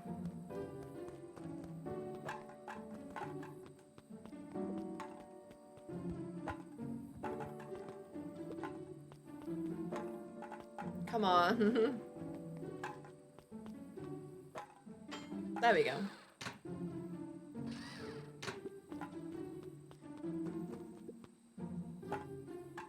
Okay, well there's really no way of telling which way I'm facing.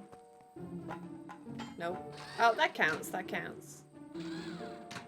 Please don't make me do any more. Oh no, it's moving.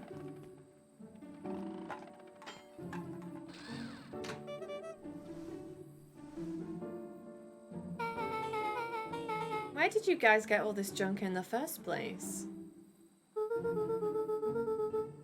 There's a guy in town named Jeff who trades us junk for snacks. Junk food for junk.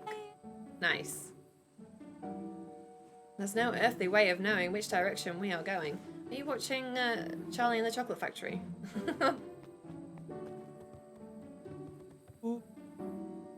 Or Willy Wonka and the Chocolate Factory. I always forget which one is the old one, the proper one, the Gene Wilder one. The new one's Charlie and the Chocolate Factory, I think.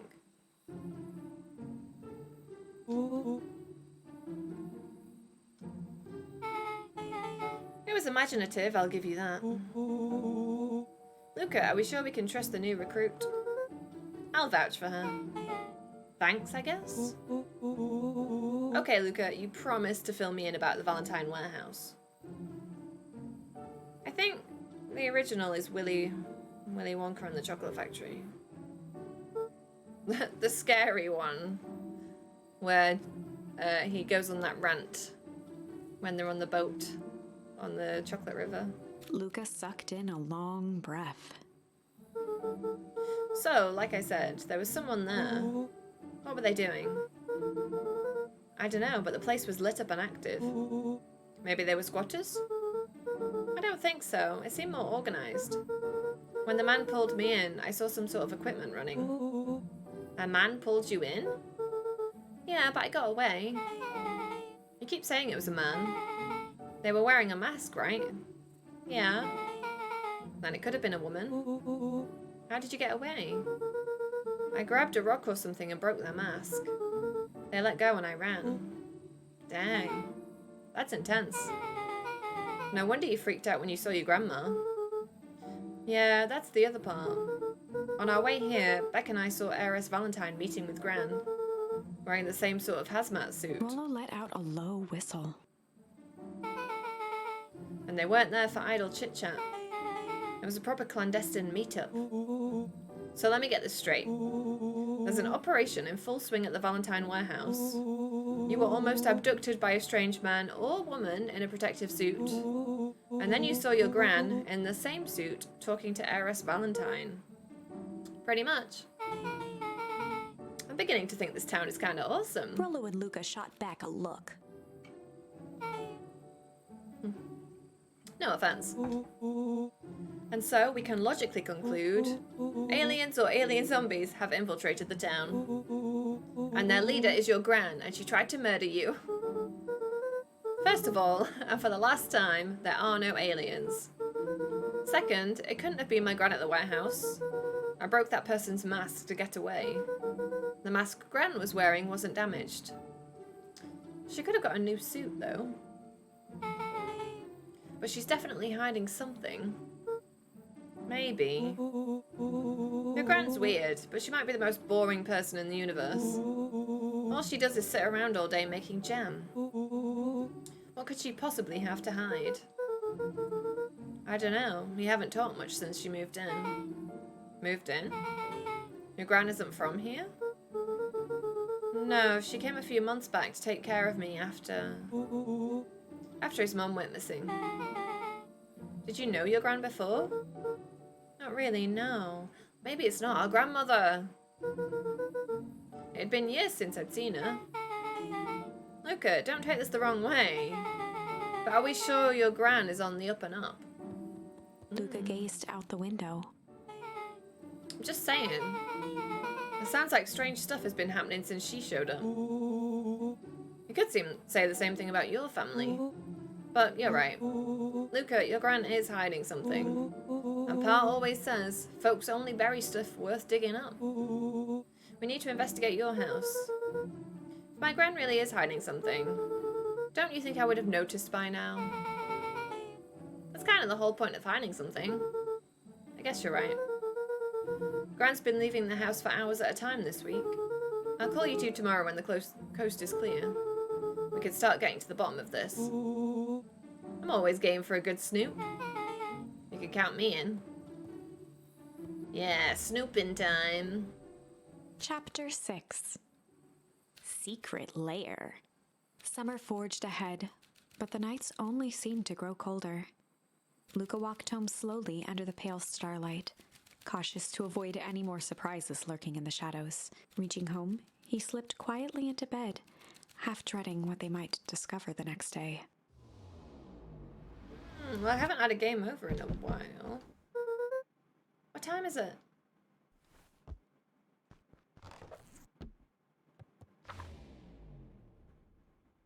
We seem to be doing quite well on this path so far.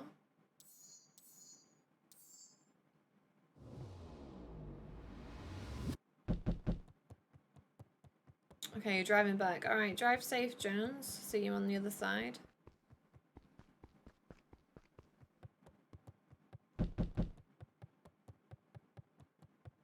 I'm coming. Rolo, what on earth is that? Oh, he's got a little deer stalker hat on. It's his Sherlock Holmes hat. That ridiculous thing on your head. Oh, this.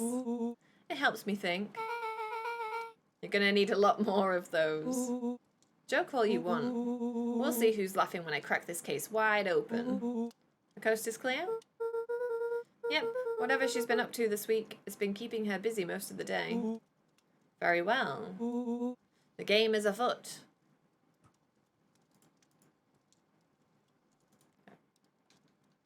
Oh. Luca and Beck rolled their eyes as Rollo strutted across the room. It'd be fun to record a third-person perspective of me doing things while listening.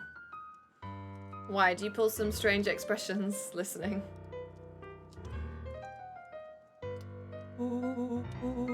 If I were a Gran, where would I hide my deepest, darkest secrets? Perhaps where you might least expect it.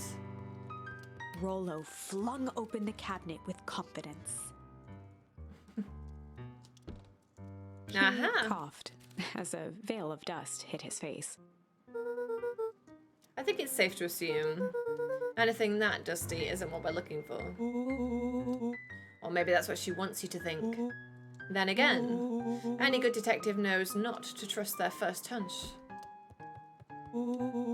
First hunches are for suckers.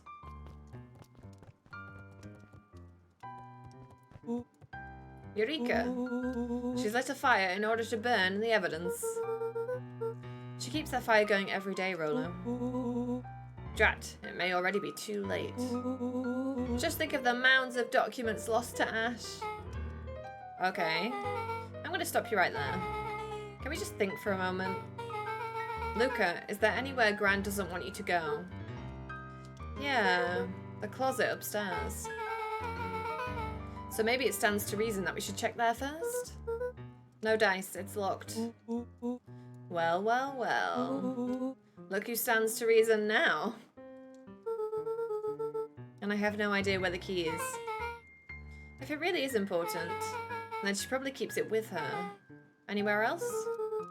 She has her berry bushes. Who has ever thought, I'm going to take this important thing and hug it in a bush? True. Anything else? Maybe something out of the ordinary? Well, she is always worried I'll break her fancy dishware in the kitchen. But it doesn't matter anyway. I can't reach the latch. A look of realization crept onto Luca's face. You have friends. You can make a friend pyramid. All three kids snapped to glance at each other, then sprinted in turn toward the kitchen.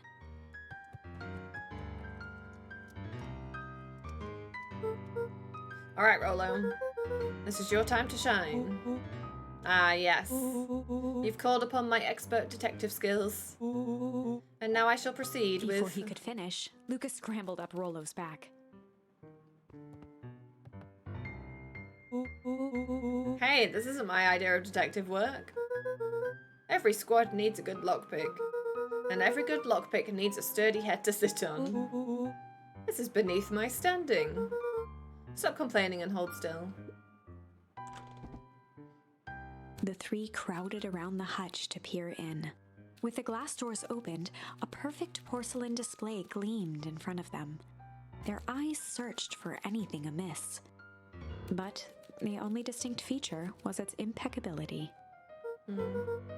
Well, that was anticlimactic. Yeah. I didn't really know what we were expecting. Like, oh hey, let me just yank on this random teacup and... As Beck pulled on one of the teacups, it slanted forward with a hollow click. The entire hutch began to rustle and slide under its own power. Ooh, secret room. Seems like your gran has been doing some remodeling. Dude, only two types of people have secret lairs. Evil masterminds and superheroes. So which one do we think she is? We're about to find out.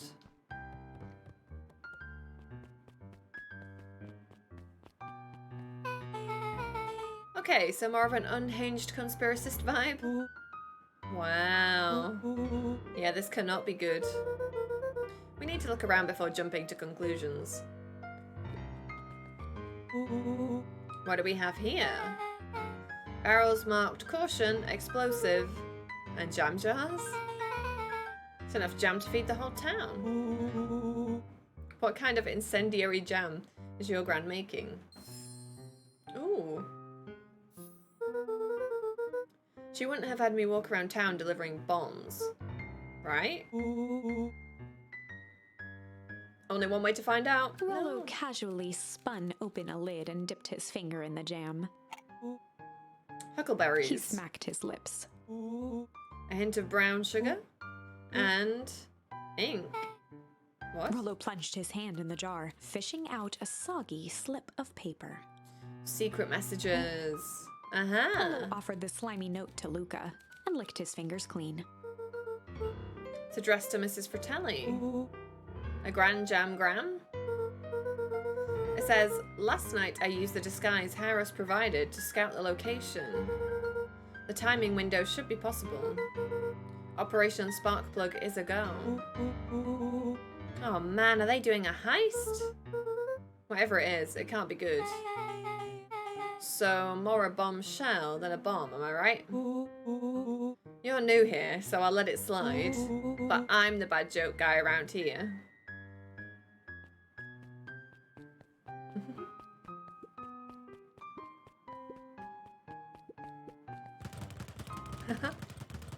Yeah.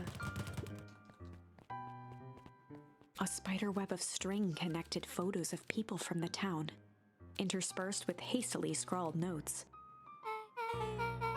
Well, she sure has kept herself busy. Is your gran a serial killer? Because I'm starting to get a vibe. Don't be ridiculous. Sure, she's just tracking the movements of everyone in town, out of the kindness of her heart. She put little symbols by some of them. Yeah, Mr. Nuncreed has a check mark. The clipboards are all inside a big circle. My mums are both on here. Both with question marks. Gus Valentine has a question mark. Eris has a question mark that's been crossed out. Mr. Kerr has a bullseye. The killer has chosen her next victim. We don't know what any of this means. Whatever it means, it's probably not good. Excuse me. I feel like if I do this long enough, I'm gonna get an achievement. No? Yeah.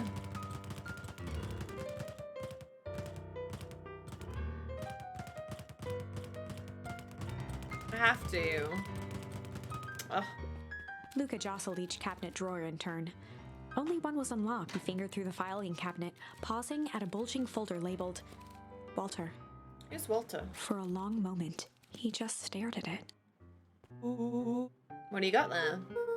Oh, it's my dad. Looks like some of his old medical files. Your dad was a doctor? Luca nodded and caressed the label with his thumb. Are you gonna read it? Let me help. Rollo swiped the folder from the drawer and began leafing through the pages. He whistled to himself, barely looking at the text. How about you actually read some of it? One sec. Dense documents such as this are a lot like a cheeseburger. It's best to skip straight to the middle. That's where all the meaty bits live. Wow, I had no idea we were in the presence of the preeminent scholar in dense documents and cheeseburgers. By all means, He proceed. stopped at a page and mimed, holding up a monocle. Here we are. Follow-up examination of Terence Wilby. Patient shows further signs of paleness and malaise. Body temperature continues to drop. He now describes soreness of muscles and joints. This is similar to the symptoms exhibited by Mrs. Wilby just a few days past. Still waiting on lab results from Joseph. I wonder if this is them when they fall into that goopy liquid and then it sort of decays their body. Rollo looked up with heightened surprise. See? Creepy. Yeah, that's kind of disturbing. Who's Joseph? That's Mr. Nuncreed's name. Oh, wait. Rollo's finger traced across the page. There's more scribbled in the margins. Could it be contagious? Mr. Wilby claims the tap water at his home has been contaminated. Perhaps environmental. Lab results only raise more questions. It's like he came back to this report later and made those notes. So it might be related to something Rollo else. scanned through several more pages. Here, the writing looks shaky. I just couldn't help her. This disease, or whatever it is, progresses so fast. And with his wife passing, Terence's condition follows close behind. Exacerbated by the loss. Enough is enough. I need to take matters into my own hands. Luca, staring blankly at the cabinet this whole time, spoke softly. It sounds like Luca's dad has been disappeared because he found out something that he shouldn't have known. What does it say next? Rollo rustled the folder, trying to loose more pages. That's where it ends. There has to be more. Luca frantically shoved the remaining cabinet folders, trying to find another labeled Walter. I think that's the only one. It's alphabetical, see? What did he mean, enough is enough? How did he take matters into his own hands? This is bullshit. Luca slammed the drawer shut.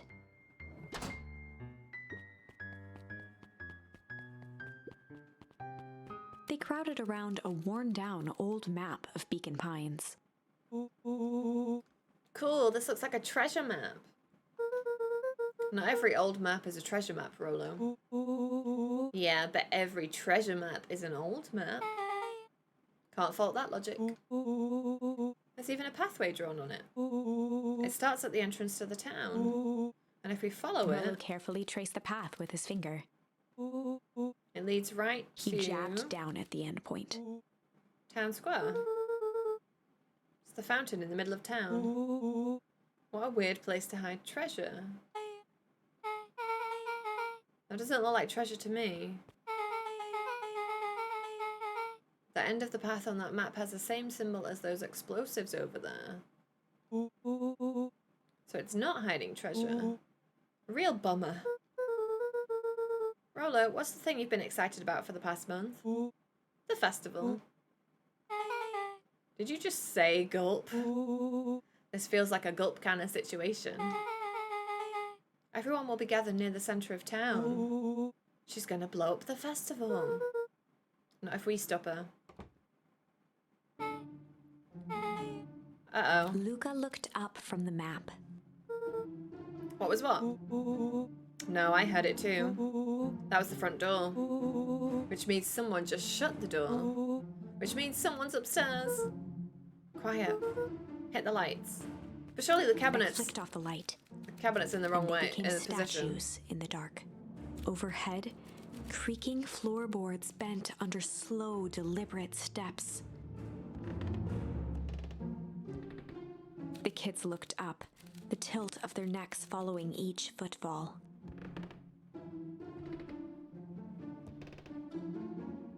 Then suddenly, it stopped. Without realizing, they'd been holding their breath. All three exhaled shakily and glanced at each other. A muffled male voice broke the silence. Oh, it's not Gran. It's, A final few footsteps reached the entrance above them, and the voice now echoed down the stairs. don't remember his name. The three kids shuffled to the corners without a peep. As he began to descend the stairs, the man's voice punctuated every new step. Thump, Yoo-hoo! thump, I'm not here to hurt anyone. thump, I'm just here to help. Just... thump. At the bottom step, the man paused, squinting to search the room for signs of life. Huh. Guess it's nothing. Rollo shifted suddenly. Luca gave him an intense, chastising look and whispered through clenched teeth. Oh, it's exciting that you're room planning already. And you're trying to figure out where all your furniture's gonna go. It's so nice moving into somewhere new. Getting all settled. It was too late. Rollo was already inching toward the stairway. He screeched as he charged toward the shadowy figure. Flaming chicken coop! With all his weight, Rollo tackled the man to the ground. Rolo, what's your Christmas problem? Mysterious creepy man? Anyone there? From the dark corner, they saw something move. I didn't know if I had it in me. But there's only one way to find out. Holy crap, Rolo, that was awesome. Wait, did you just kill that person? Luca scrambled to the hunched figure on the ground. Pressing his fingers to the man's neck, he sighed with relief. You sure clobbered him good, Rolo? He's knocked out cold. As Beck flicked back on the light, Luca and Rollo both gasped in stereo. Mr. Tolliver. Chapter 7. Move-in date is set for the 20th. Oh, not long now. Just like over a week then. Okay, I'm just going to be right back. I need to go to the bathroom. And maybe get another drink. And I'll be right back.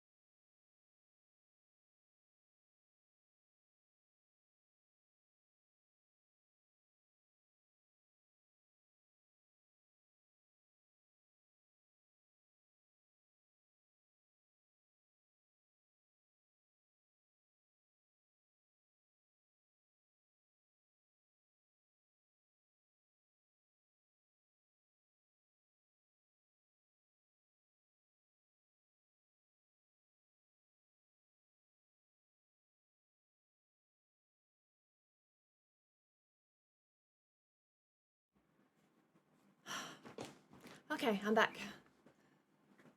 What's happened? Where have I... How... What is happening? Pew! Oh, you gifted some subs. Oh, thank you so much. I wasn't even here. Oh my goodness. Oh my god, let me scroll back. Oh my gosh. And you play... Pew! Pew's been waiting for me to leave, I guess, to scare everybody else. For a change. See how you guys... Oh my god, Pew! Oh, Pew! Damn you! Oh, thank you so much for the gift subs. Did I leave at the exact wrong moment, or was that by design? Thank you so much. I am a gremlin. I like your style, Pew. We all like Pew's style. I do know. Yay, me and Pew dance together.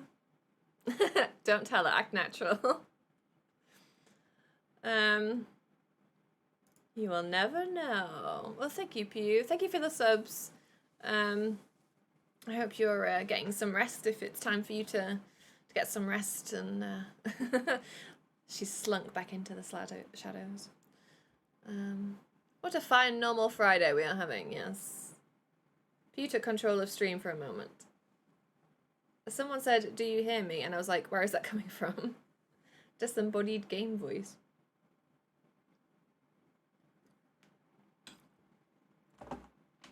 Thank you. I got another non-alcoholic gin and tonic. Another little free miniature that I was gifted in my HelloFresh order, actually. Oh. The interrogation of Hiram Tolliver. Still unconscious, Mr. Tolliver slumped heavily in a shoddy old chair. His hands were bound with rope, his feet tied with some loose string.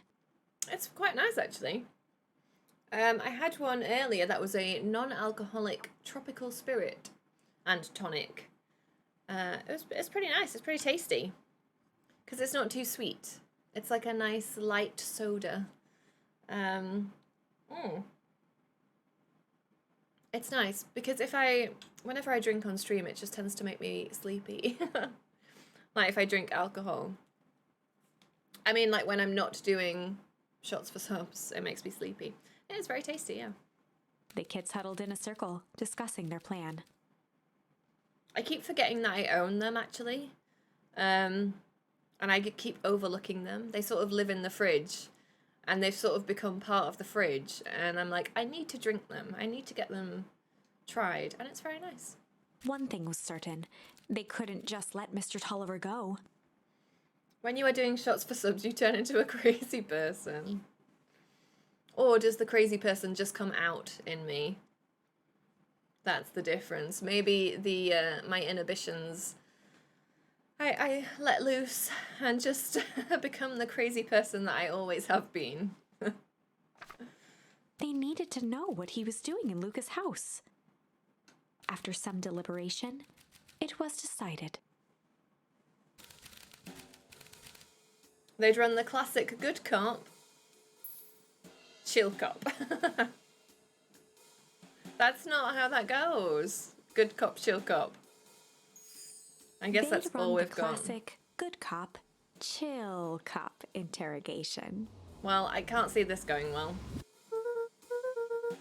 I'll handle this, just gotta play it cool. Luca walked calmly to the light switch, flicking it off and on a few times. Mr. Tolliver shook his head, gathering his wits. Golly, I sure got my bell rung. He looked over to find Luca, who returned a calming grin. Sorry, Mr. Tolliver. This was all a big mistake. I did you one earlier, but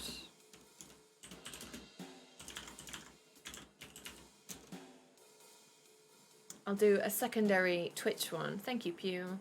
Everybody, the thing is, everybody here, you all know Pew. You should all know Pew by now. Go follow them.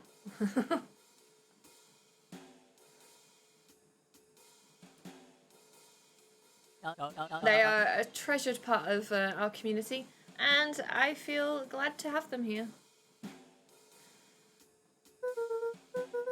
No one's fault, really. Rolo just got a little startled. Rolo's here. Rollo and Beck emerged from hiding to give a timid wave.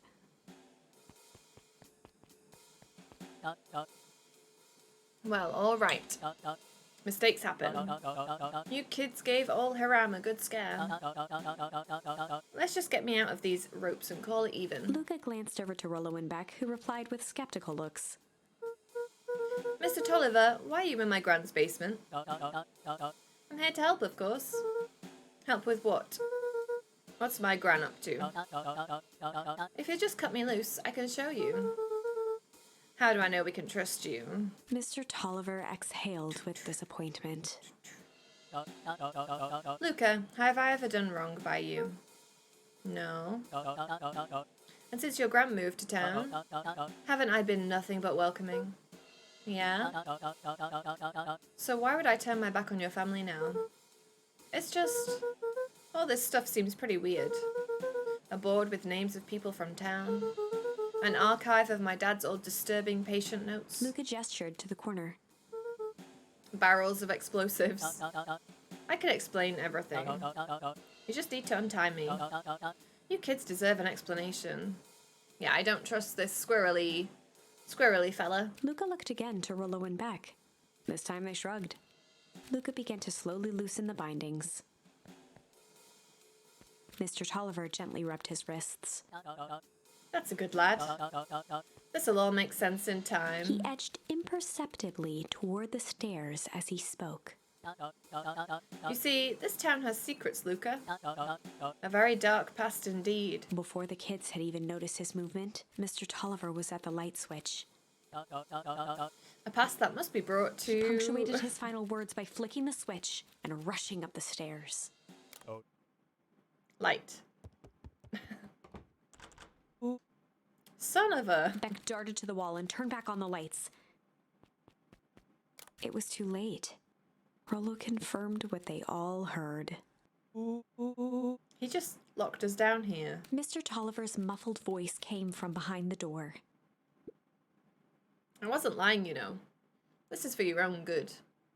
You kids just keep tight down there and let the adults handle this. They looked bewildered at each other. I guess at least we've got a lot of jam to eat, so we won't starve. Play it cool, huh? Not now, Beck. They heard the staccato thump of quick steps exiting the house. The kids looked down in resignation. This isn't how it goes in Hank Atomic. For some reason, they'd always assumed it was up to them to save their town. Luca opened his mouth, hoping to conjure some magical words to make this right. Only a hollow croak escaped. The end. Right. Well, we certainly aren't going to find a grand resolution to our tale locked in a basement. This is true. Back to the drawing board. Page 69. So, which words? Oh, we could... So when I said the clouds, I said that the clouds broke. They didn't rumble. So maybe if we made a storm happen instead, that might change things. I guess we'll try that.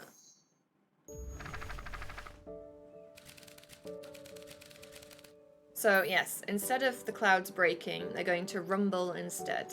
So Luca began to respond, but the sky answered for him as the clouds above began to rumble with ominous thunder. let's see how this changes things. Maybe you won't walk home with me now. You sure we can make it home before the storm kicks off? Luca surveyed the roiling clouds.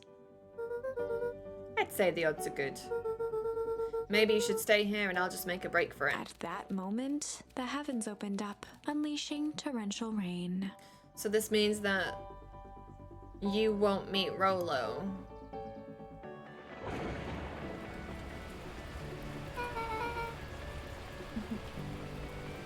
Facts. Them's facts. Care to recalculate those odds? Hurry inside, you two, before you catch cold. I still, the rain is loud.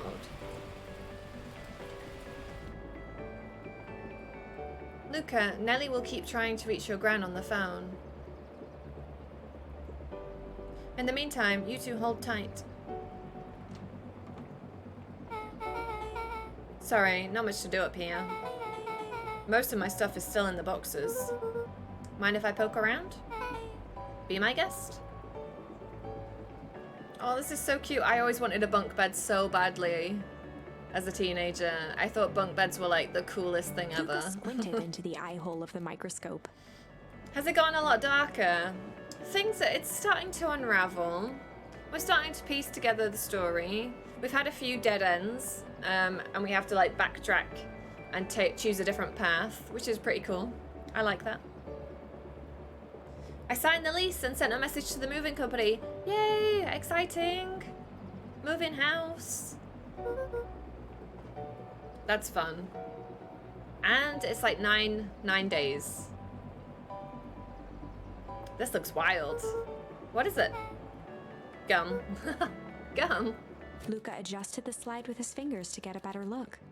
How's work going, Odious? Are things wrapping up? Is it an easy Friday? Not long now, huh? It's the end of the day? I'm tracking the structural integrity of gum with increasing amounts of chewing. Chewed that one for 47 days. Ugh. Oh, you were done an hour ago. Oh my god, time's really passed. Well, because earlier you said there was like 2.5 hours left. But yeah, I guess I've been playing this for longer than I thought. But that's nice, you're home now. Yay, weekend. I've got keys so I can move in whenever the bed moves over. Ooh. Are you going to try and get that sorted ASAP? Luca wiped his hand off on his sweater and gave a nervous laugh. Weekend indeed. And, hang on. Hang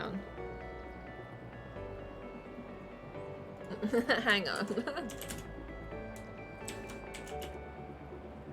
Are you going to stream this weekend, Odious?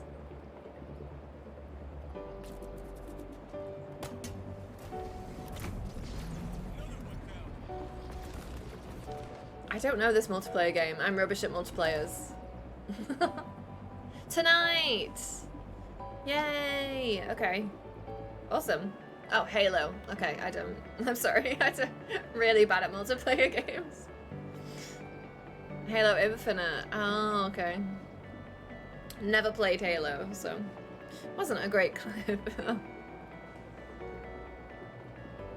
You don't know Halo and the most iconic Halo weapon? I don't. Yeah. I missed the boat on Halo. Halo and Mass Effect, I feel like, are the big ones that I missed.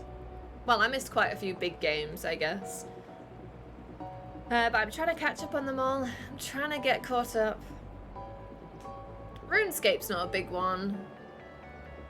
It doesn't feel like a big one. Oh yeah, Metal Gear. Yeah. Mass Effect is way more of a must-play. I know. Well, they're all on... I think they're all on Xbox Games Pass. I will try and get that round... try and get round to them. There's just so many games. Even streaming, like, for 5 hours plus, like, 4 times a week, I'm still, like, not being able to catch up on everything. There's too many games. Take that back. I'm sorry. RuneScape doesn't end, does it? It's not like an... Is it like a proper narrative game? Vec looked down, timidly tapping the ladder with her feet. No. You think it's weird, don't you? That's the neat part. There's no end. I like games with an ending. A little. Don't chew gum for 47 days. That sounds gross. You just keep playing and playing forever. Is it microtransactions then? Have you paid a lot throughout your time with RuneScape? Weird can be cool. Oh, it's membership. Ah, I see.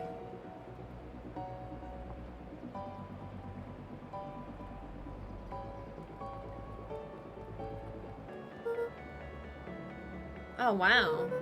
Rolo and I have a radio just like this at the treehouse. Free to play is trash. Well, I guess I kind of, to some extent, I do agree with that, because normally if a game is free to play, then you have like a bunch of microtransactions. And if you don't pay for microtransactions, everything is like behind timers, isn't it? And it's like, come back in 24 hours, and it like does that countdown thing where you have to like, it's super annoying. Yeah, I don't really play a lot of free-to-play games. The only one that used to be any good was Fall Guys, when that was free-to-play. Oh no, maybe it wasn't free-to-play. It's free-to-play now, isn't it? I just had it free because it was on PlayStation Plus, I think. Maybe that's right, yeah. RuneScape is massively different between free and paid. They strip out so much for the free version. Well, that makes sense, I guess. You need to give people incentive to pay for it. Probably not exactly like this one. My mom and I tore the whole thing down to the bolts. Fitted it with some state-of-the-art vacuum tubes. She seems pretty awesome. She gets carried away sometimes. I think she feels guilty for working too much. So when she does have time for me, she showers me with high-tech overcompensation. Well, that's nice. She's trying to make it up to you, at least. Luca flicked at one of the toggles. I bet you could get all sorts of stations on this. Not out here in the boonies. You wouldn't believe the stuff I could pick up back in the city. But around here, it's all farm reports and static. Ah, shucks. Luca bent down to examine the bouquet of wilting flowers. Judging by the odor, they were well past their prime. Pungent. It's a good word. He flipped open the attached card. Happy trails from Coach Walker and all the Fairview Condors. Boy, you weren't kidding about poking around, huh? Oh, sorry. Was this from your old school? The most recent one, yeah. Some schools gave me going away cards. Some did flowers. When they're really trying to feel good about themselves, they do both. So you moved a lot. Yeah, that's the thing with having a brilliant parent. There's always a better job somewhere else. These flowers would last longer if you put them in some water. That's the sort of thing I would do if I cared. Well, you cared enough to keep them, is all. Luca, can I ask you something? Oh, your ankles. Yeah, dang, didn't that hurt? I'll be honest, that hurt more than I expected. Ouch. Well, at least you looked cool doing it. Beck took a moment to watch the rivulets of water running down the window. Do you ever feel alone? Like, even when people are around? Well, Rolo can be pretty absent-minded sometimes. I'm serious. Does it ever feel like your family doesn't care what you want? Didn't used to feel that way. I know Gran loves me, but sometimes when she looks at me, it's like she's looking at a problem. Luca took a deep breath, exhaling slowly. I know the feeling. How do you deal with that? Aw. I guess I haven't yet. But one thing my dad told me when I was little: don't hold a grudge, especially against yourself. It's a hard thing to not do, I think. If you try to hold it all in, you're gonna pop. So then what do you do when you don't know what to do? Dad never got to that part. Something I figured out on my own, though. You gotta do something. Anything. Here. What are you doing? I don't know. Something. We're gonna register our complaints with the storm. Listen here, you miserable universe. Stop jerking me around. I just want things to go back to the way they were. Everyone tells me it's gonna be alright. That things are gonna change. Luca let out a feral scream that echoed into the night. Aww. Every time something changes, everything gets worse. Screw this town. Whoa. Let me try. Moving sucks. I hate it. I hate that I hate it. Why can't I just deal with it and be happy for Mom? Why can't we just stay somewhere? Brr. Her voice dropped to a trembling whisper. I just want to be a normal kid. Beck brushed off her shirt and straightened up. There. Aww. Wow, I actually feel a little better. I just gave Big Booty Mama's glove back. It's like Cinderella. Yeah. Just like Cinderella. As abruptly as it began, the storm abated. That's it now. You have to get married and live in a castle together.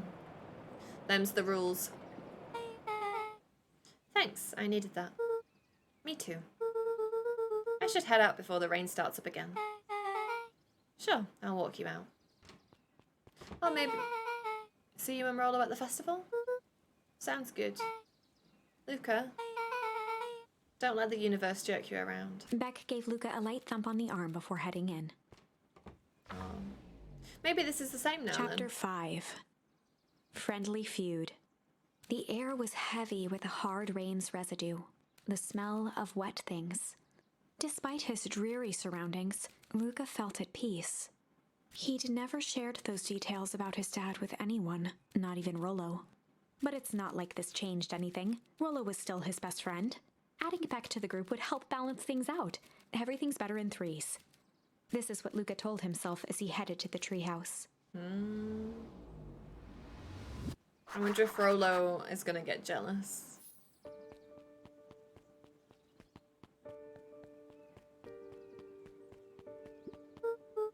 Hey Dawn, tracking down a lead? You bet. I heard a juicy new rumor.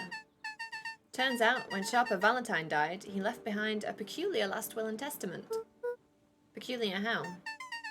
He didn't just give his kids an inheritance, there were conditions. Like what? The document stipulated that Eris had to take on a child as her ward. Oh. A kid our age who just showed up to town one night with a lawyer. Solomon. Bingo. So Eris was forced to take care of him. Yep, or she would have lost everything. Why would Sharper care so much about some random kid? Ooh, maybe it's like an illegitimate child or something. Yeah, Sharper sowed some wild oats. That explains the way Eris treated him. Poor Solomon. How did you find all this out?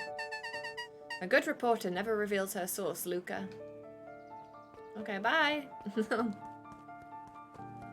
I wonder if we can go... No.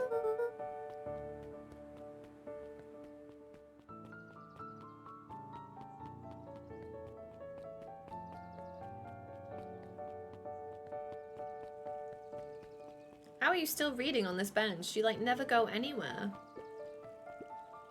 He met his old friend's eyes and was greeted with nothing but ice-cold anger. Heavens! This is no time for fractured friendships.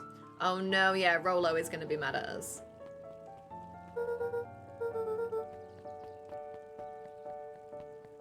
He's going to be jelly. I wonder if we could go in the... Could we go in the diner? No.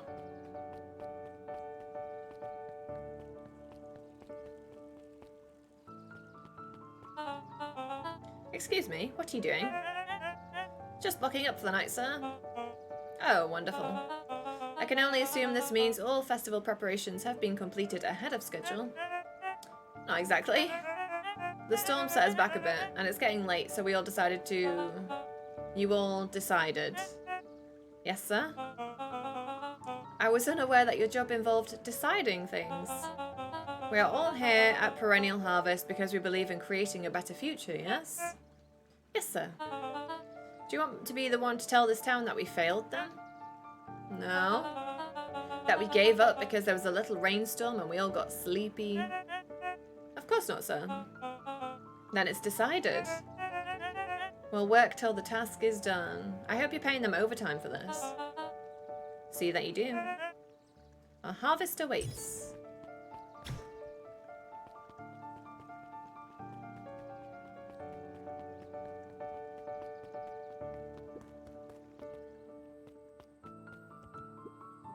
Rolo, are you still up there?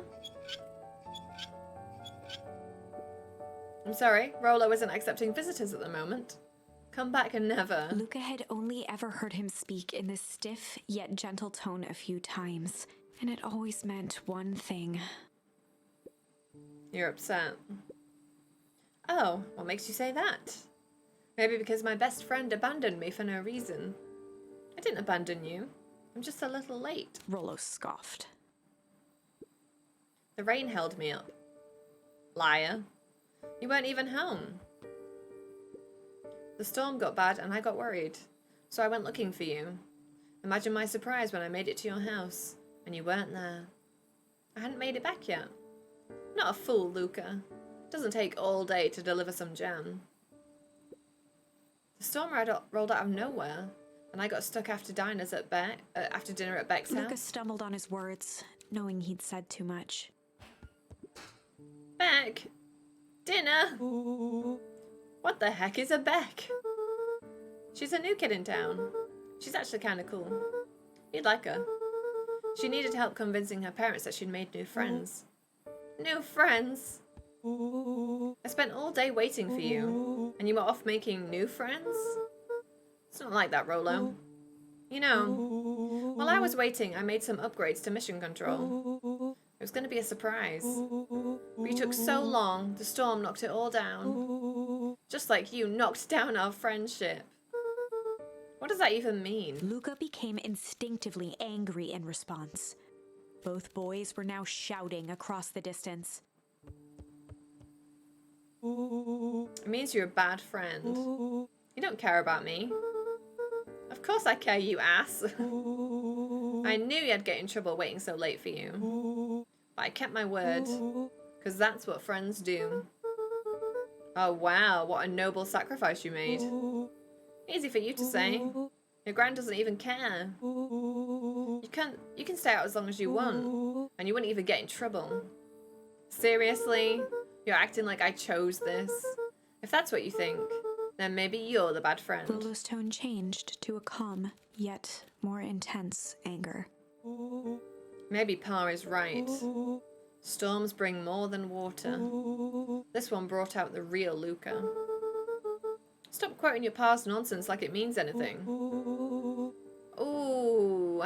Yeah, well, at least my Pa is still around. Wow, that's a dick move. The words hung in the cold night air. Rolo's stomach dropped, knowing he'd crossed a line. Yep. But it was too late. Luca, Good night, Rolo. Oh, you done fucked up, Rolo. Yeah, dang it indeed. You don't... His dad's dead. Dummy.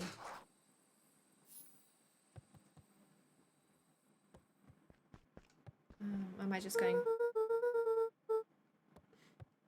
I guess we're going to bed? Luca dug through his old stuff, not even sure what he was looking for. I guess we're playing football. Rolo. What a jerk. Call me a bad friend. We're gonna, angrily kick a football around the room. Ooh, I'm Rolo. Look at me and my amazing family.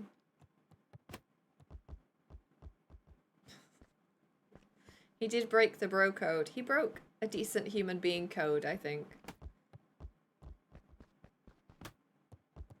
Just kick it. Ugh. Vent that anger. Okay, that's probably enough of that now. Guess I'm just never supposed to make any new friends. Aww. Gran cooed gently from the hallway. Slept straight through breakfast. Are you alright? I'm fine. Just don't feel like getting up yet. Okay, I'll leave this oatmeal by the door. Gotta run out and take care of some things. I'll be back later to check in. Luca just wanted to be alone. He waited to hear the sound of the front door closing.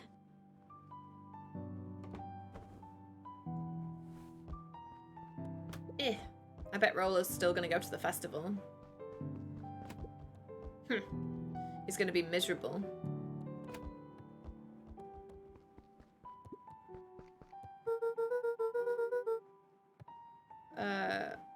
Okay. Just get... Luca dozed off again. Just go back to sleep. I see you didn't eat your oatmeal. Wasn't hungry.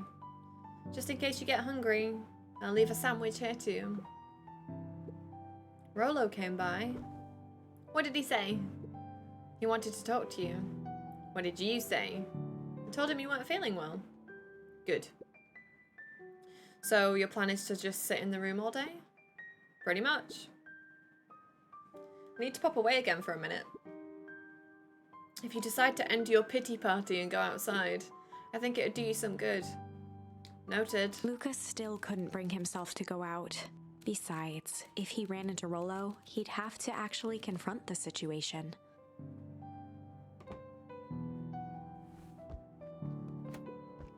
There's never anything interesting at the festival anyway.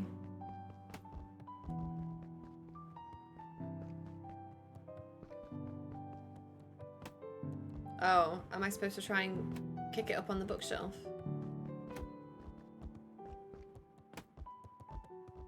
What do you... Yeah, I'm trying. Okay.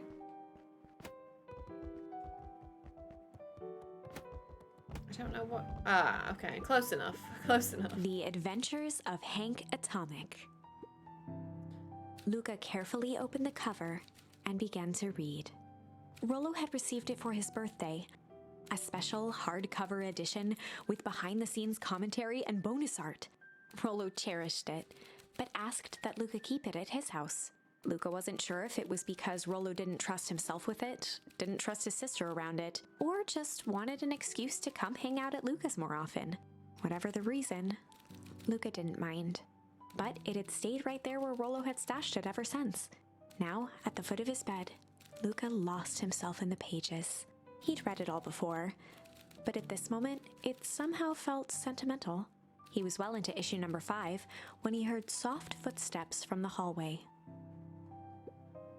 Luca, another little friend came to see you.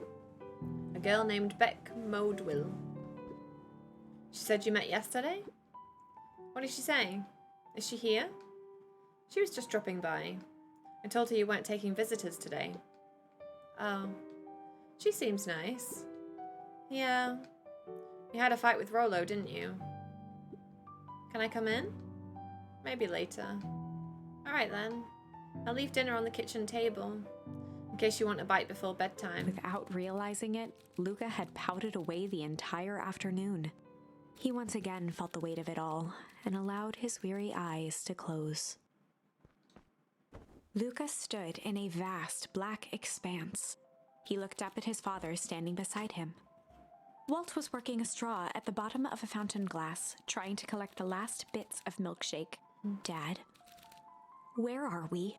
Taking a final loud gurgling sip, his father peered up from the glass. He jangled the straw playfully with a warm smile, then lifted the empty glass as if to point into the darkness. The source.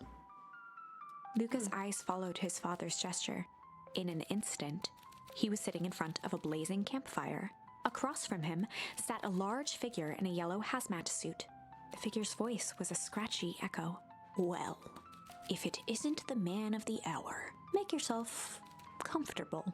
Luca held his shivering hands over the flame to warm himself. It doesn't work that way here.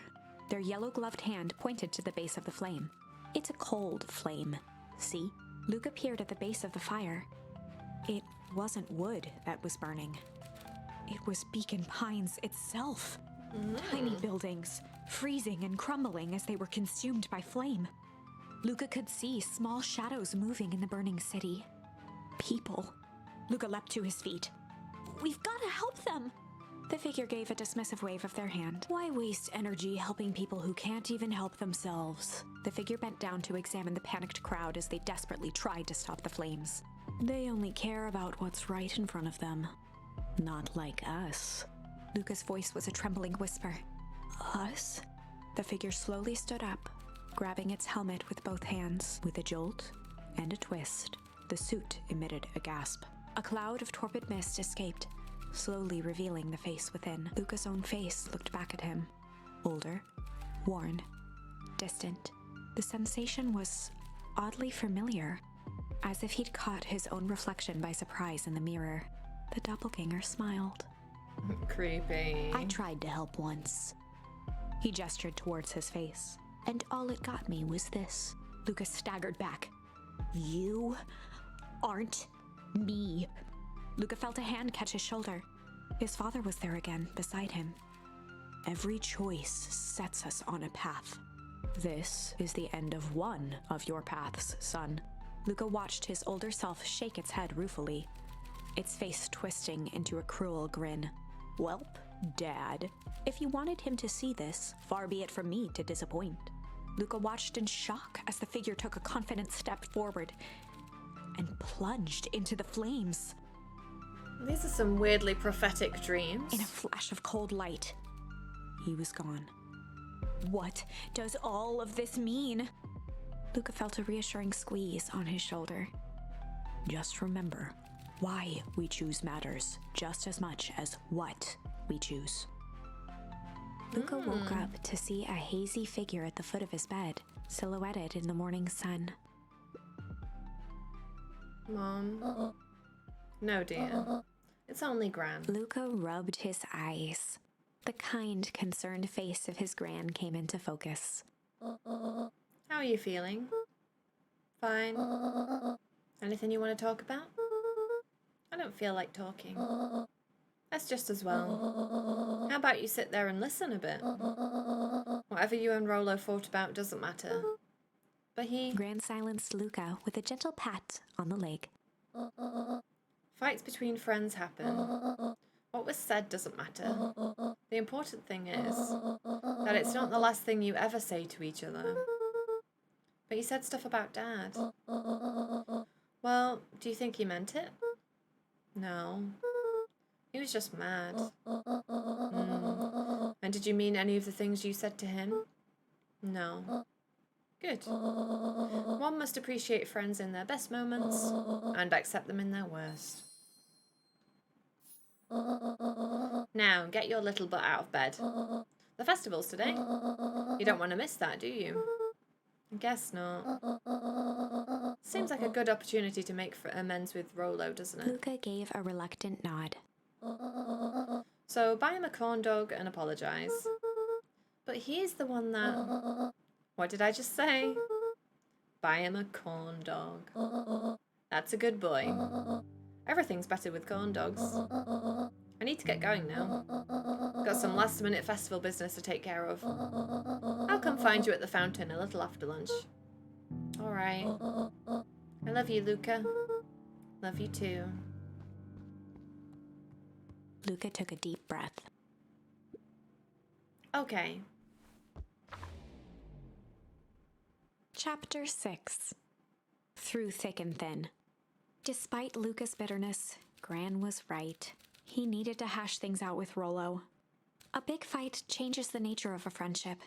Whether, in the end, it is for the better or for the worse, all comes down to understanding. If one is not careful, the same familiarity that builds the strongest of bonds can become the wrecking ball that shatters them. Luca emerged from seclusion, taking in the crisp festival air, but the events of the day weren't on his mind. He had to find Rolo.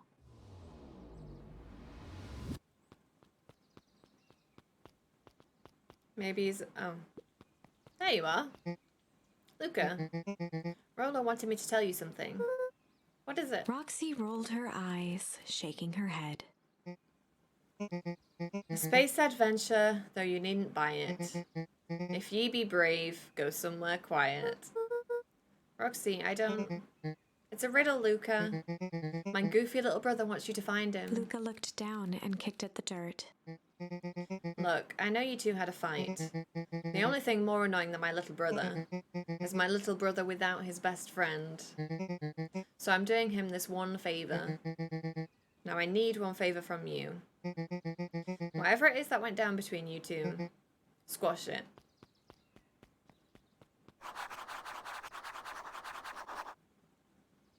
A space adventure, though you needn't buy it. If ye be brave, go somewhere quiet. Is that not just mission control? Is that not the treehouse? Or the library? I think, oh, it's maybe it's upstairs in the library. Because that's where they keep all the comics. I don't know. Oh, this is cute. How goes the beetle hunt? Pretty rotten. I haven't seen so much as an exuviae. And it's not just the beetles. This morning I couldn't find any critters at all. Ooh. It's like everything that buzzes or skitters just packed up and left. I'm sure they're out there somewhere. Maybe all the commotion of the festival just spooked them. Maybe that's it. There's something weird going on with all the bugs, that's for sure. Did you hear? After Mr. Kerr gives his big speech, they're gonna have the first annual Biggest Catch competition.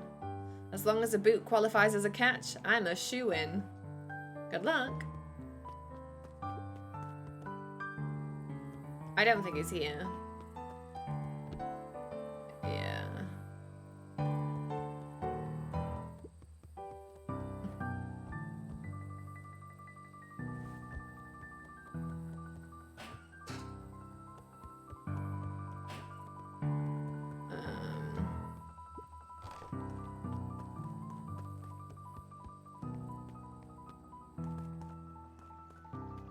Do I really want to talk to this guy? Welcome to our festival.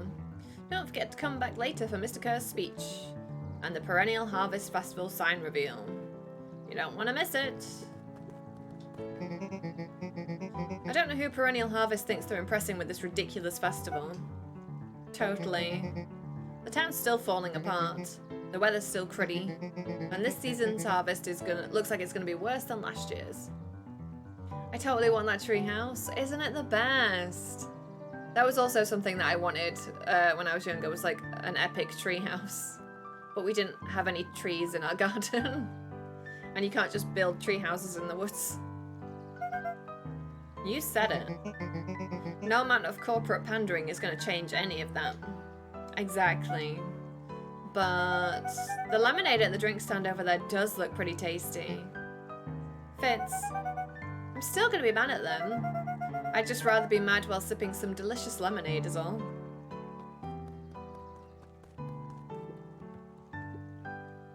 Unique New York, unique New York. Huh? Oh, don't mind me. Just warming up for my big ceremony speech. Mr. Kerr pointed to his grinning mouth. Gotta limber up the old gab box. You nervous? Oh, heavens no. Well, break a leg. Give me the... Oh, I was gonna try it.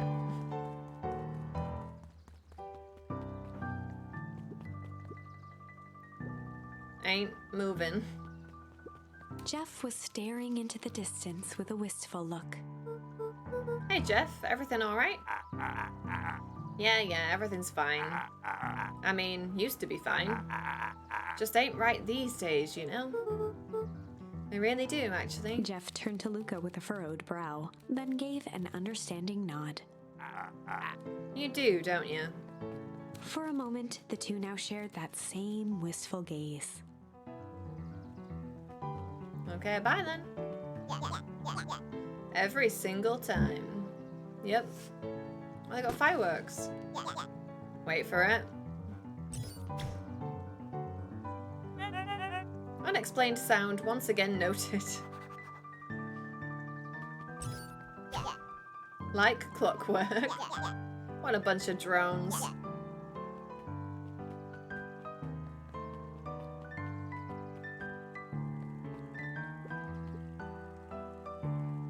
Would you like to share your thoughts? We always strive to improve.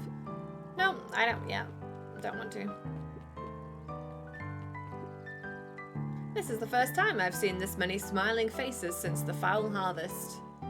I had my doubts about Perennial Harvest, but I must admit they do put on a nice party.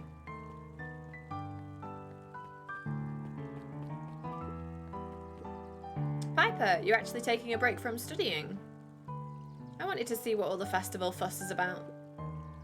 But I can't help but notice you still brought your backpack full of books. Luca, backpacks can carry a lot more than just books. True. So what you got in there? Books.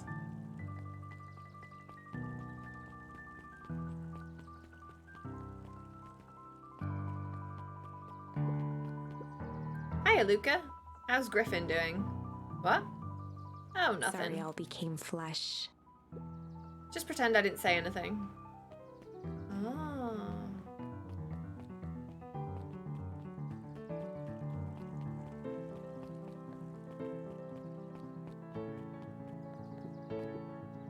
Luca, did you know that Beacon Pines is actually unincorporated? A lot of people don't know that. Yeah, I didn't know. What's that mean? It means most public works are handled internally. We do all the pipelines, the water treatment, building regulations. That's great. Census taking, emergency services. Hey, Luca. So you did in the library? Huh? Oh, nothing. Griffin looked away suspiciously. Nothing at all. Touch the melon.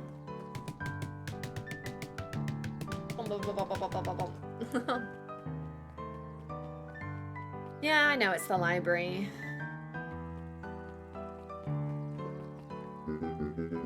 I was able to return the Perennial Harvest safety suit you borrowed. I don't think anyone noticed. Good.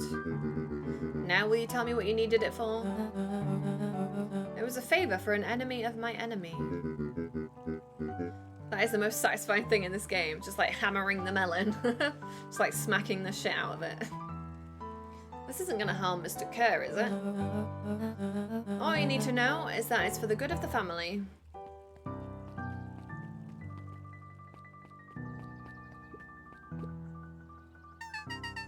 I've got a question for you. What do you think this whole festival is for? The way I figure it, Perennial Harvest is trying to win over the town. Like a bribe, but with balloons. Cynical. I like where your head's at. That's what I assumed at first too, until I eavesdropped on a couple of gossipy clipboards. What if I told you that this whole thing is really a special shindig for a super secret guest of honor? Who? I haven't dug that deep yet, but whoever it is, PH thinks they're a big deal. Melon Hammer Simulator. Have you played any more of that trombone simulator? Or trombone... No, what's it called? Trombone Champ.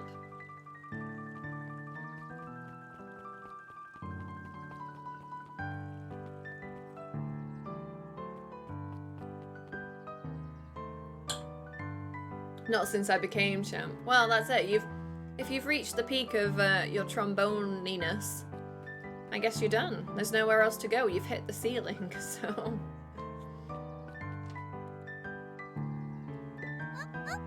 Hey, Luca. Kato's eyes lit with excitement. S20... Ugh. And I prefer Sanity. Yeah, that does sound pretty hard. Oh, well, you got quite a lot of gameplay fun out of it, so... I've been expecting you. Bravo on deciphering the first riddle. Oh, the first riddle. The first. Oh, you didn't think that was all, did you? Rolo does go all out, doesn't he? Kato straightened up and cleared his throat as if preparing to sing. Ahem. On planet Farpool, you may take issue. When the fifth king dies, you'll need a tissue. Kato stared at Luca eagerly. Get it? Want me to tell you? No, it's okay. Let me figure it out. When you find it, bring it here to be verified. If you just... Okay. On planet Farpool, you may take issue. When the fifth king dies, you'll need a tissue.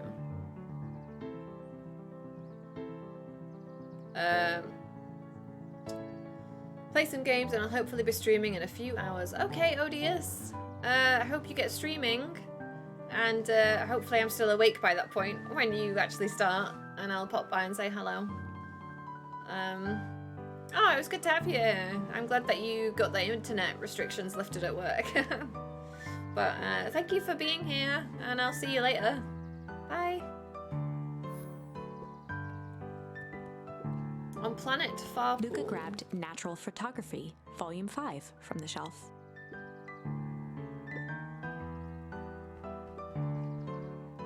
Luca grabbed The Modern Science of Atomic Radiation from the shelf.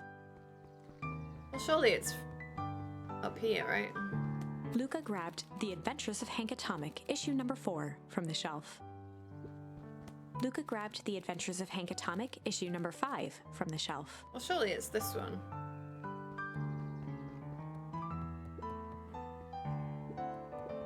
Luca grabbed The 5 Pillars of Success. Like, he loves Hank Atomic.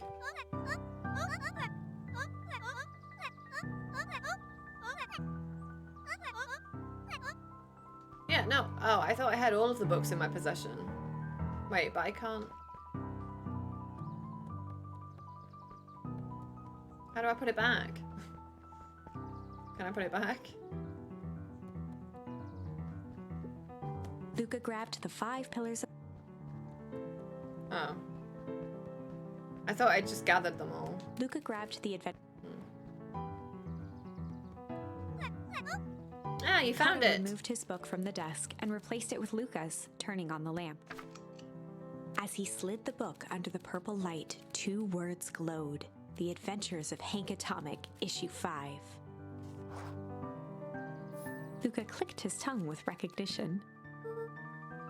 Rolo's cipher pen. He used to write secret messages everywhere with that. And only I had the special flashlight needed to reveal it. But I lost it. Well, apparently he traded Jeff for this purple light bulb. Parted with his entire Halloween candy stash. Oh, Rolo. Now let's see here. Kato began flipping through the pages, stopping when he hit a glowing word.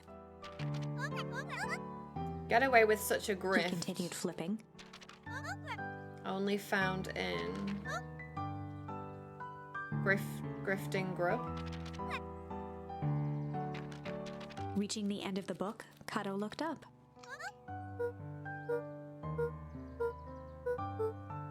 Griffin. Griffin's grub cart.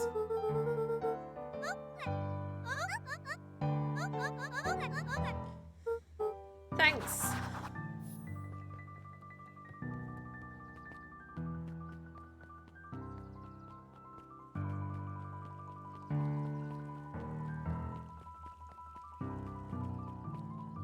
Snacks for me. Hey, Griffin. Did Rolo come? Before Luca could finish his sentence, Griffin handed him a corn dog. Oh, that's it? Bought and paid for. Enjoy. I thought there was supposed to be a riddle or something. Luca shrugged, taking a sizable bite out of the corn dog. It's cold. Oh yeah, that's been sitting here for a while. Rolo wanted me to be sure to give you that one specifically. Luca tongued at his cheeks, feeling something rough between his teeth. He reached into his mouth and pulled out a slip of paper. He's put the riddle inside the corn dog. Come on. He shook off the bits of corn dog to read the slip. A pickup when you need some pep. Near the fountain up the step. Luca finished off the remainder of the corn dog. Okay, I mean, we've been there already, haven't we? It's the coffee.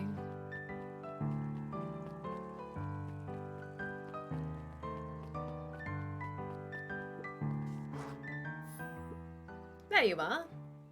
There's no way I'm actually doing this. It's way below my pay grade. Oh, come on, you big stiff. Let the kids have some fun. Lumi waved his hands around sarcastically as he began. What takes flight but has no wings? Your final task a friendship brings. See, that wasn't so hard. I feel cheapened somehow. I think it's sweet. What takes flight but has no wings? Your final task a friendship brings. What takes flight but has no wings? I don't know.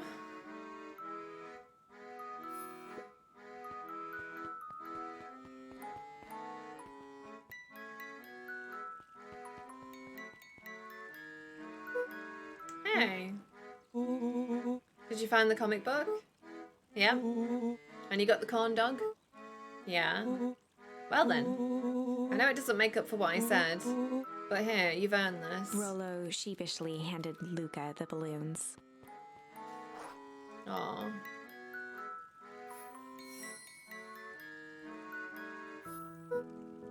Thanks. You didn't have to go to all this trouble. A flying fish. How behind are you?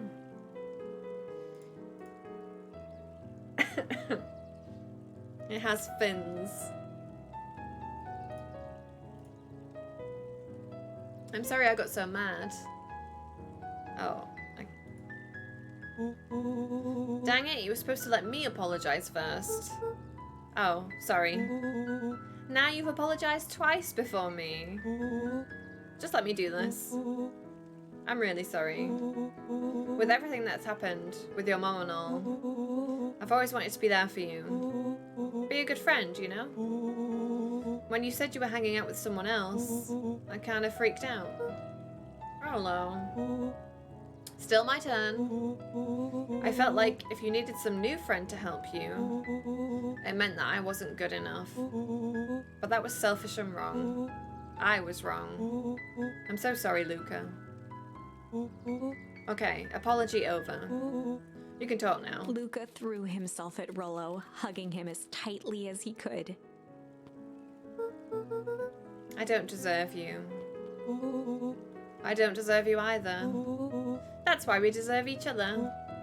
So, what else do you want to do today? We could snoop around and try to find some info about your mom. Snoop where?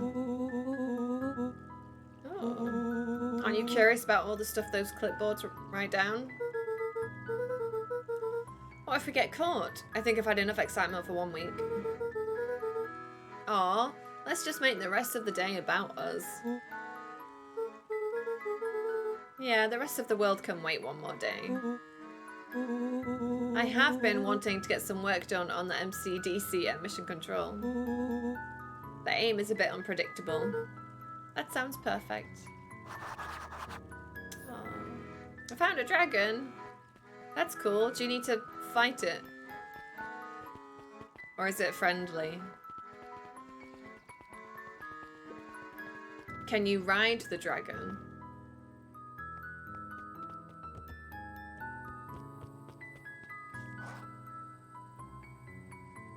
Oh, you will have to fight it. That's sad.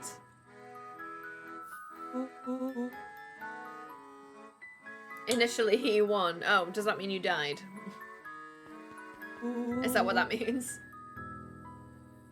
I ran into your gran this morning. She asked me to give you this. Rollo handed Luca an unopened letter. I'll wait for you inside if you want to read it now. Yes, I want to read it now. I had to switch my summon in a menu. Oh, what? And he got you. He killed you. Luca, some things are going to happen that might be difficult for you to understand. Is Grandma actually a terrorist? If I am honest, I hardly understand them myself. But whatever happens, I need you to know that I love you. Oh dear. None of this is fair to you. It sounds you bad. have already lost so much. We both have. I wish there was a simpler way forward. But if there is, I haven't thought of it. God knows I've tried. Everything I've done, I did for you. I hope someday you can accept that. Love, Gran. Sounds like Gran's going on a bit of a final mission. Luca folded the paper into his pocket and headed up the ladder. We're gonna hear like a loud explosion or something. Cause we did find all Gran's explosives in another branch, right? So, but we haven't found those explosives in this branch. Maybe later. Sure, whenever you want. Oh no. You know, you really didn't have to go to all that trouble just to apologize. I know, but we'd been looking forward to the festival for weeks. After I ruined everything with my big mouth. This was the best way to make sure you still had a good time without me. Luca was at a loss for words, but that was fine. Words aren't always necessary.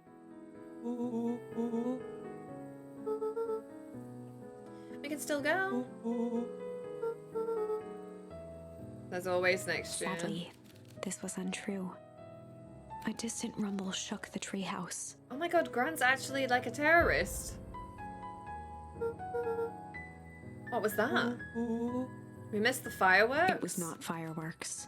It was something the boys couldn't possibly comprehend. Something as old and cruel as time itself.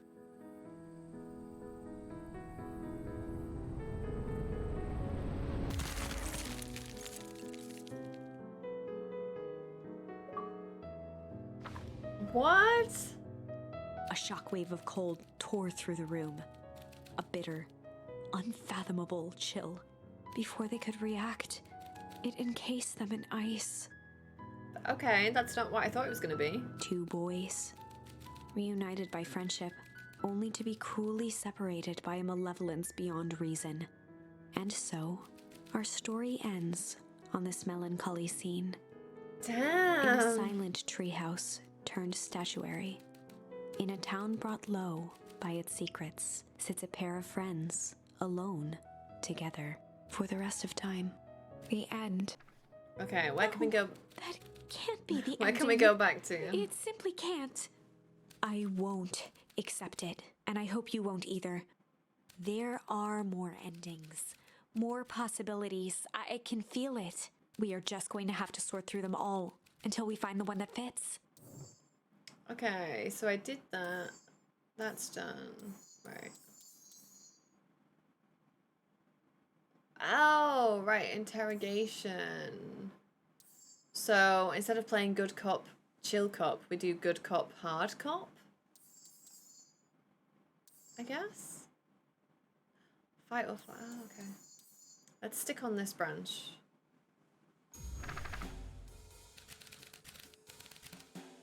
Classic good cop, hard cop.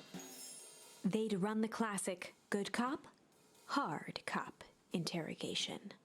Rollo brandished a steely gaze. I've got this. Read about it 100 times. Rollo swaggered past the chair which propped up the slumping Hiram Tolliver. Without even looking at his captive, he began with a long, blustery drawl. Well, well, well, Mr. Tolliver. Mr. Tolliver remained motionless. Rollo spun around to face him. He'd clearly expected to rouse Mr. Tolliver with his booming voice. You play good cop, I'll play hard cop. Mr. Tolliver? Beck and Luca gave each other an unsure glance. Rollo slammed his fist on the table. I said, Mr. Tolliver. He grabbed the table lamp and beamed it onto the unconscious face. Mr. Tolliver groaned and slowly lifted his head. He recoiled with a muddled, weary squint. What in the The world? chair wobbled as he attempted to straighten up. Who's that? Mr. Tolliver could only make out rough shapes through the glaring light. Oh, right, of course, because he's not actually seen who it is. With a gruff tone, Rollo hoped to both conceal his voice and intimidate. I'll be asking the questions here, punk. Now hold on, let's just calm down. Oh, I am calm. Calm as a carrot in dirt. As for you, looks like you're sweating. The doubtful expression on Beck and Luca's faces transformed into awe. We can do this my way, or... Well, let's just say I've never needed another way. Rollo, hitting his stride, was now channeling every detective trope his memory could recall. He slammed the table again. Now dance. What? I don't even... Mr. Tolliver's voice became desperate. He was nearly in tears. You've tied me down. How on earth could I dance? Dance with your mouth, bunk. Spill the beans. What are you doing poking around this house? I'm here to help Juniper. To make sure everything's ready. Oh, so you're in cahoots with Gran. Gran? Mr. Tolliver was in a daze, now more confused than ever. Gonna help her blow up the festival, eh? Blow up the festival? Good He shook lord. his head, feeling more and more dizzy. No, you've got it all wrong. Where is she now? She's headed to the source. Source? What's the source? It's His where voice faded to a whisper. the town began. Where it all began. What is Operation Sparkplug? With that, Mr. Tolliver passed out cold. Rollo swung around with a repentant grimace. Damn, Rollo. Think you went a little too hard on him. What did he say about the source? It's where the town began? We need more information. Yeah, but we'd better not push Mr. Tolliver any farther. Is there anyone else who might know more? What about the History Museum? It just got set up for the festival. Nah, that tent was put up by the Valentines. Everything they do is just a bunch of fluff to glorify themselves. Is there anything more reliable? The library? If there's any information about this source thing, Kado can help us find it. Let's go get some answers.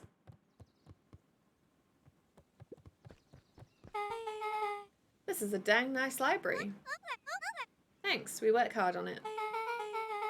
Aren't you a little young to be a librarian? Kado hung out here so much, eventually they gave him a set of keys. I just keep an eye on the place for Miss Novak sometimes. They got you working for free?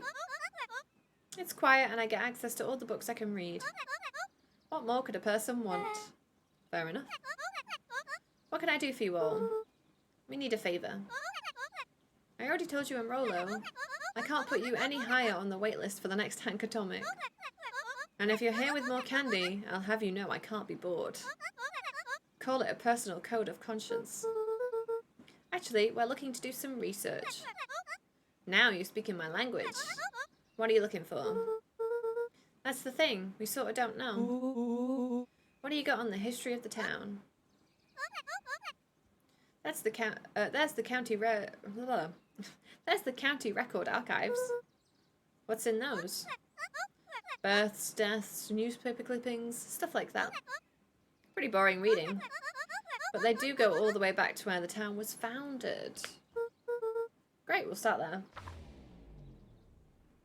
Chapter 8. 6 feet under, 3 towns over. The kids spent the rest of the afternoon combing through dusty piles of old county records, desperately searching for anything that could help them make sense of Mr. Tolliver's cryptic utterance. Luca tried to shake the thought of Gran's basement, but his focus wavered. Explosives, messages hidden in jam, dossiers on various town figures, and a corkboard threaded with photos. Gran was the only family he had left. He still couldn't bring himself to believe the worst. But the old map with the symbol of explosives in town square made that difficult. As the sun began to set, the kids were no closer to the truth. If I have to read any more records, my eyeballs are going to pop. We have to keep digging. If I dig another word, I'm going to end up in one of these asinine death records. Rollo Cotter lived a full and wonderful life till he read so much boring crud that his brain oozed out of his ears. Rollo shut his book with an assertive nod. If you've got a better idea, spit it out. You sound like my sister. Keep pushing your luck, pal. And it won't be boring county records that'll kill you. I'll put you in the obituaries myself. Rollo muttered under his breath. You're a county record. Really? That's the best you've got? When I'm done with you, you'll be the footnote in history. Just like... Beck slammed her finger down on the open page before glancing down to read. J. Hartford here. Love to see you try. We're all a little tired here. Let's just take a minute and... Something tickled the back of Luca's mind. Wait, what was that name, Beck? J. Hartford. From the Brookfield Tribune 8 years ago. That can't be right. That's my grand's name, Juniper Hartford. Oh my god, it's not our grandmother. Maybe there were 2 J. Hartfords? Mrs. Hartford is survived by her young daughter E. Hartford. My mum's name is Eleanor. If your gran is 6 feet under, 3 towns over, who am I living with? What if it's not our grandmother? What if it is our mother? And she fell into that, like, goopy, toxic sludge that ages things really rapidly. And she's just like an old lady now. The question hung in the air.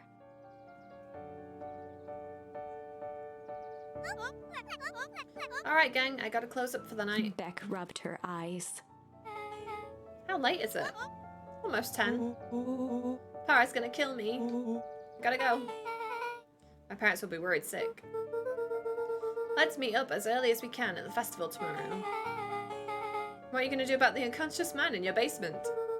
I'll think of something.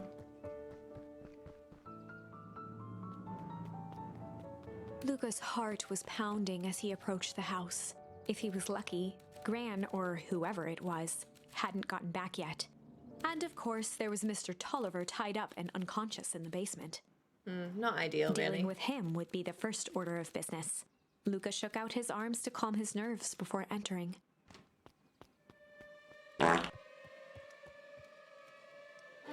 He held perfectly still, tempering his breath, and listened closely. She was asleep. His only hope was that she hadn't found Mr. Tolliver before dozing off.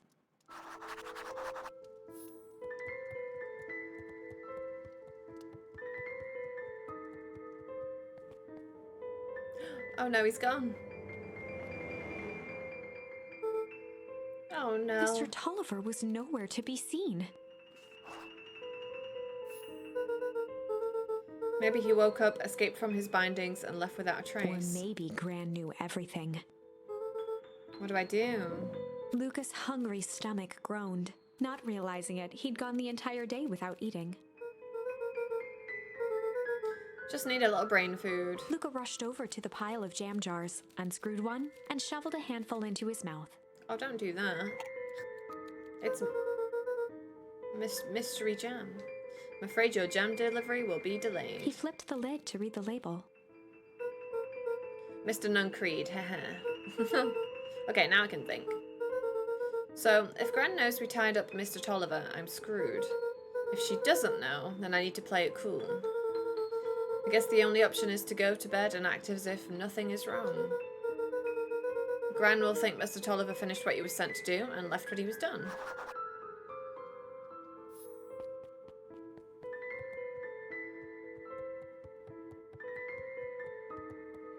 Uh-oh. Stick to the plan. Go to bed, play it cool. As Luca climbed the final stair, the emotion of the day dragged heavily on him. With each consecutive step, his legs weakened. His stride began to falter. The jam's drugged. He tried to grab for the railing to steady himself. Something was wrong. He shouldn't have eaten that jam. Luca groaned and tried to move. His limbs might as well have been bolted to the ground. Through numb lips, he mumbled just before falling asleep. You can't just be eating random gems, no. The jam? Well, yeah, mission accomplished. We did go to sleep, that is true. We just did it on the stairs. Sweet boy. What did you get yourself into?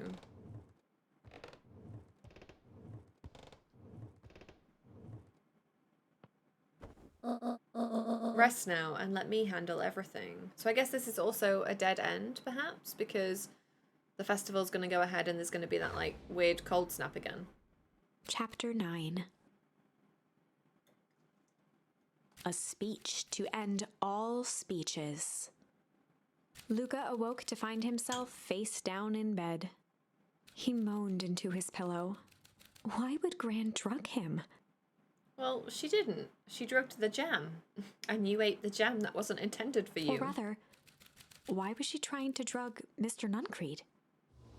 He has been super thirsty. Shaking the questions from his woozy head, Luca snapped back to the matter at hand. The festival. I've been collecting, like, so many words, but I don't really use... I haven't used a lot of them. Never eat grandma's brownies.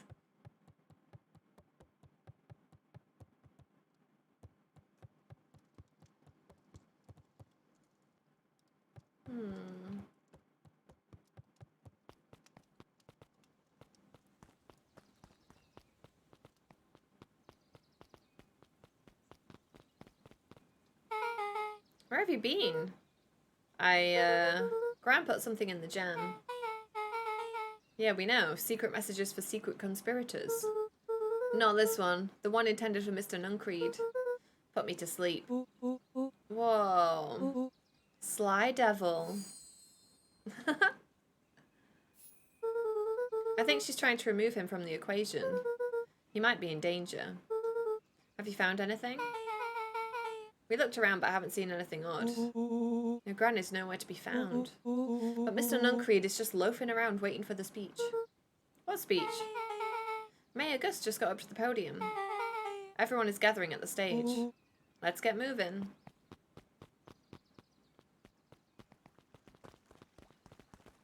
Augustus Valentine nervously wiped his brow.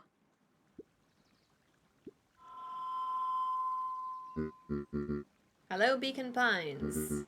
I'm Augustus Valentine, your mayor, and I suppose you already know that. Oh yes, before we get started, I just wanted to take a moment to recognize someone who couldn't be here today. This town wouldn't be where it is today without my father, Sharper Valentine. So I thought we could begin with a round of applause befitting such a great man. That's the saddest applause. Even that's more than the old codger deserved. Gus cleared his throat and awkwardly loosened his tie. Right, where was I? William Kerr bounded on the stage with the energy of a preacher at a big tent revival. Gus Valentine, everyone. He gave Gus a hearty slap on the back and motioned him off the stage. Let's hear it for our mayor. What a great turnout. Oh, heck, I didn't prepare anything. but I suppose I could say a few words. It would be a shame to waste such a beautiful podium. Mr. Kerr pulled a thick stack of note cards out from his vest. Community, conviction, commitment. These are the things we celebrate at Perennial Harvest. For us, these are the pillars of the bridge to a better tomorrow. But I think it's time to add a new pillar. Change. Change is a powerful thing. It's inexorable, unavoidable, and undeniable. And I am dadgum thankful for it. Change is the reason we're all together today. It's hard for me to believe that it was only 4 years ago when fate brought me here. A simple business trip, which brought me to a small town, which would change my life forever. Mr. Kerr took a moment to survey the crowd. You know He what? wiped away a single tear. From the second I set foot in Beacon Pines, something about this place has held me captive. You see, change represents opportunity. It represents potential. It was change that helped me recognize the potential of this place. To see that the people of this town, despite suffering great loss, still held on to the things that made them special. He thumped the podium to emphasize each word. Community, conviction, commitment, change. Mr. Kerr nodded confidently, biting his lip. The crowd was silent, in rapt attention. Fate made a perfect match that day. Nothing is more important to you all than community. And Perennial Harvest is a community first and foremost. Mr. Kerr methodically made eye contact with each section of the crowd. The only way you made it through the foul harvest was an unshakable conviction. A conviction that a better tomorrow is just over the horizon. Perennial Harvest was founded on the conviction that we are the horizon. This festival is a symbol of our commitment to each other. His voice began to build to a crescendo. We now walk hand in hand into a future we will shape together. And that is what change is all about. Grabbing the future by the scruff of the neck and making things happen. Change is a choice. I am tickled pink that we will all be making that choice together. How great is that? Just imagine what we can accomplish. What was that? The crowd began to look around nervously. So we're gonna get frozen again. Don't worry, a little thunder isn't gonna ruin this day. Everyone remain calm. Mr. Kerr quickly flicked through his note cards. Where was I? Through all of my travels, I have learned one true thing. One always reaps what they sow. We have all planted a lot of good in this town. And so, it was with a happy heart that I can proclaim... He raised his hands up to the heavens. We're not gonna... A harvest awaits! We're not gonna see what the sign says. The end. At that moment, a merciless wall of impossibly cold air ripped through the crowd, instantly freezing everyone and everything it touched. For a man like William Kerr, this was a fitting way for things to end. On a stage, with an entire town frozen in rapt attention for the rest of time. The end. There's that ice again! Whenever I think we're getting close, it comes along and ruins everything! Maybe we should just quit? Maybe you should just close the book, walk away, and never think of me again! No, I don't mean that. We got a little closer this time. We just need to try again. Please. Oh, Sly. Sly cop. Not hard cop. But, okay, I feel like we're getting close with that branch, but what happens if we do that thing and then tickle?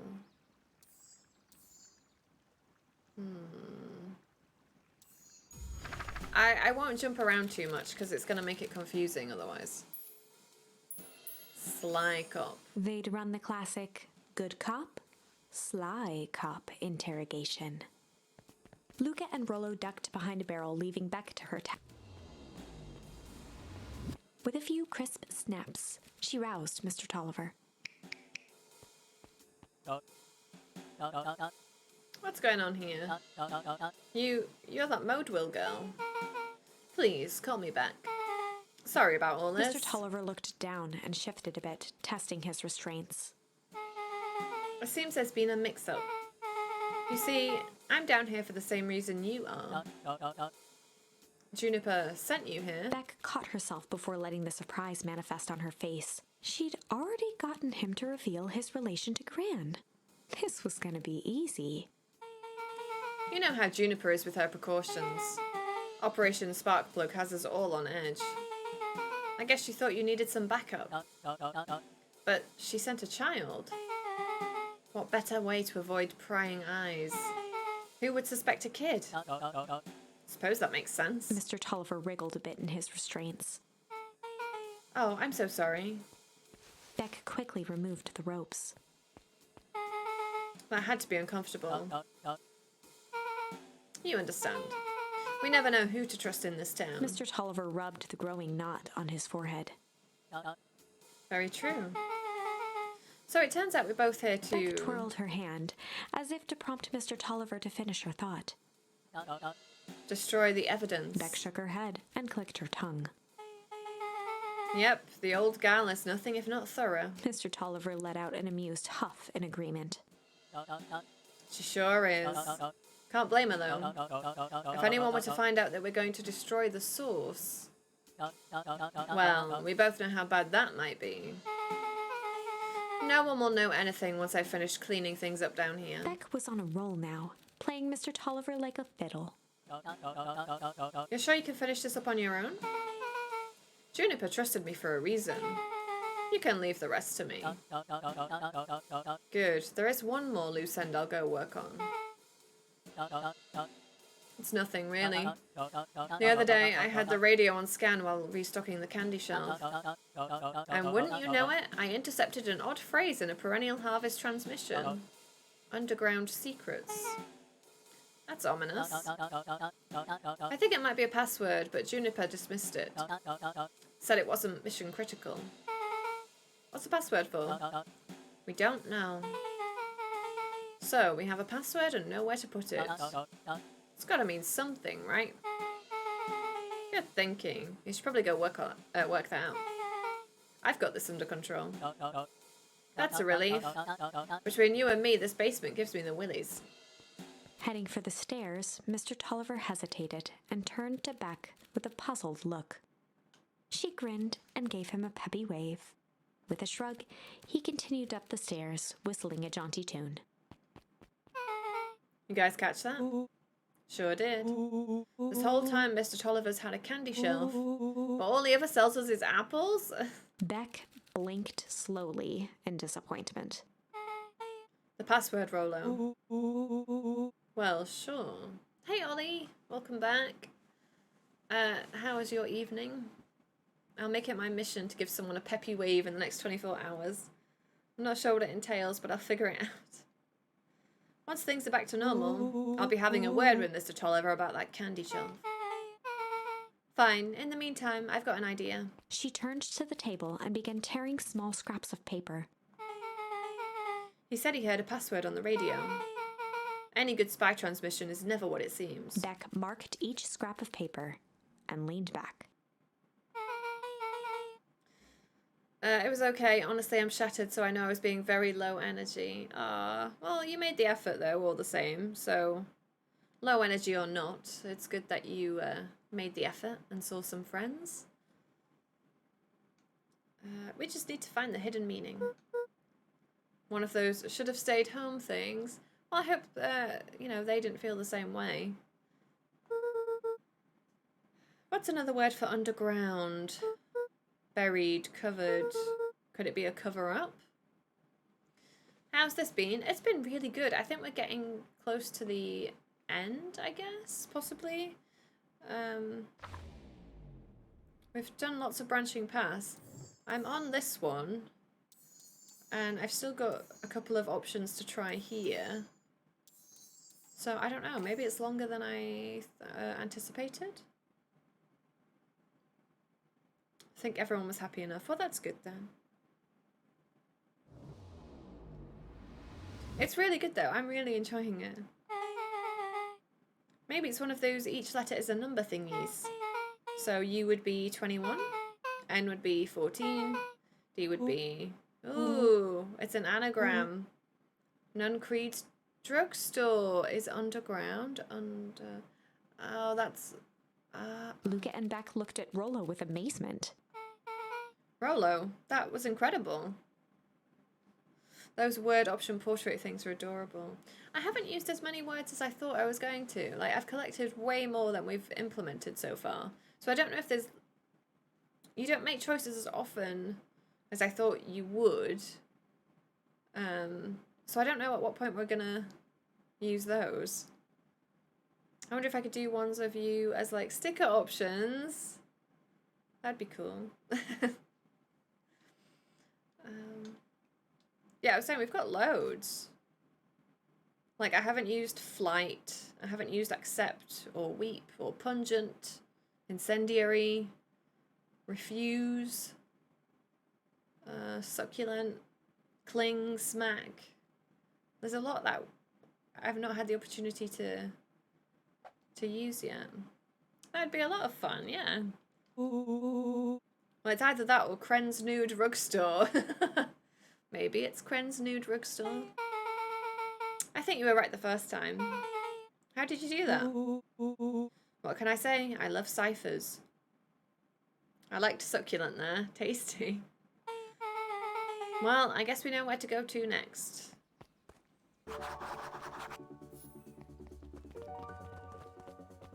But, like, definitely, the more and more that I play this, the more it has to be inspired by Night in the Woods. It just has to be. You scared me half to death. Sorry. You kids haven't seen Mr. Tolliver around, have you? No? He's got me waiting around like the last slice of pie. I swear, that man would be late to his own funeral.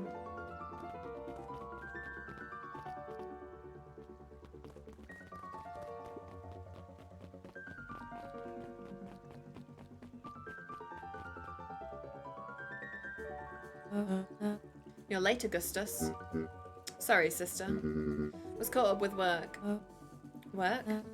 You?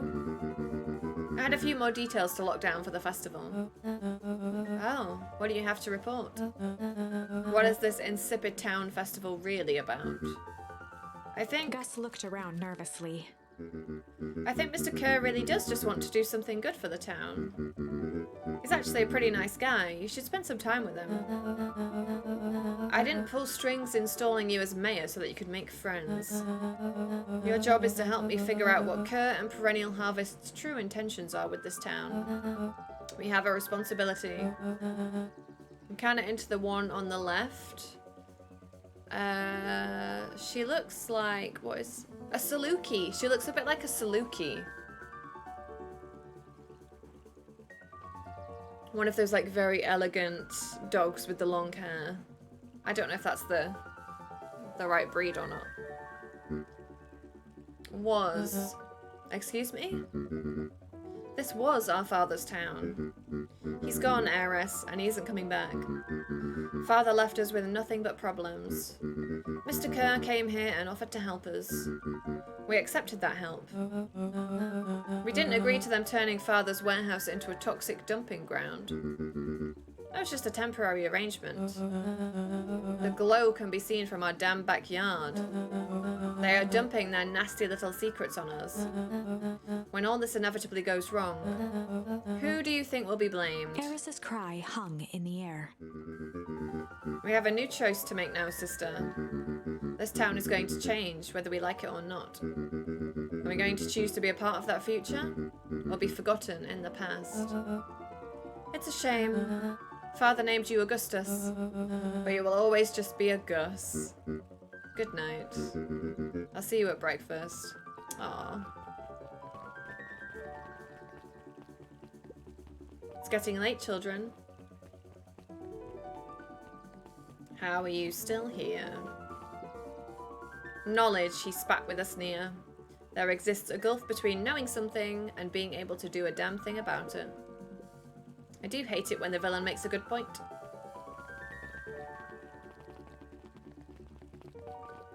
Nothing wrong with being a Gus.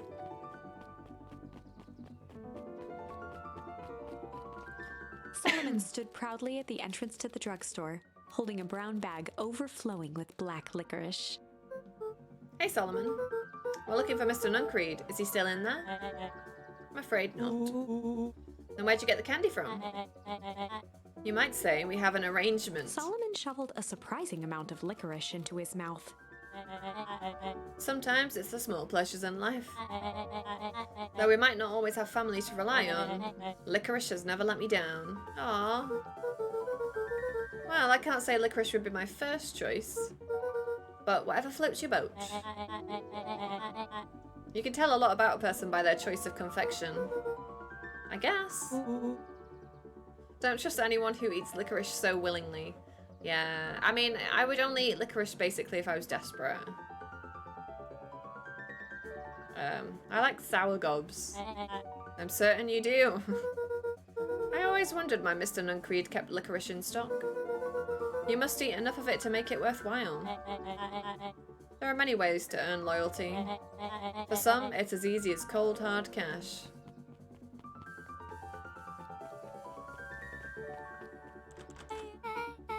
Well, he's right, it's locked.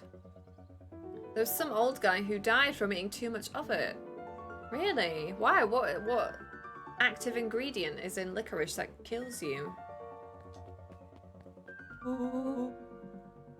2 massive bags a day. Well, I mean, who really wants licorice that much? Okay, let's see.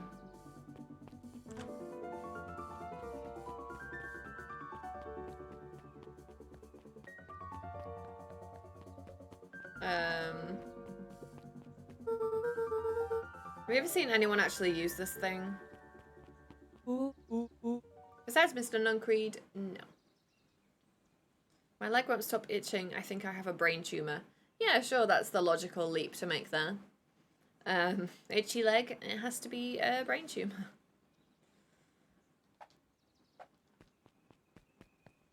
Beck cupped her hands on the glass to peek inside. That is not a normal phone booth.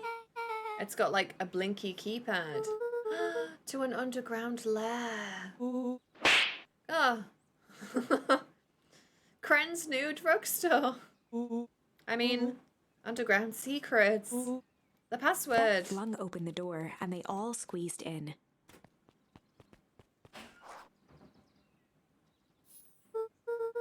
All right, let's see here. Luca cracked his knuckles and entered the letters into the keypad.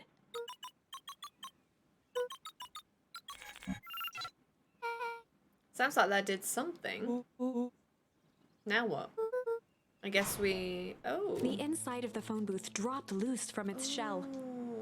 Without even the space to panic, they closed their eyes, held their breath, and accepted their fate. Suddenly, the chaotic descent slowed to an effortless landing. Wasn't too old. 54. Ultimately, the man's providers concluded that the drop in his potassium levels that led to his cardiac arrest was caused by consuming a large amount of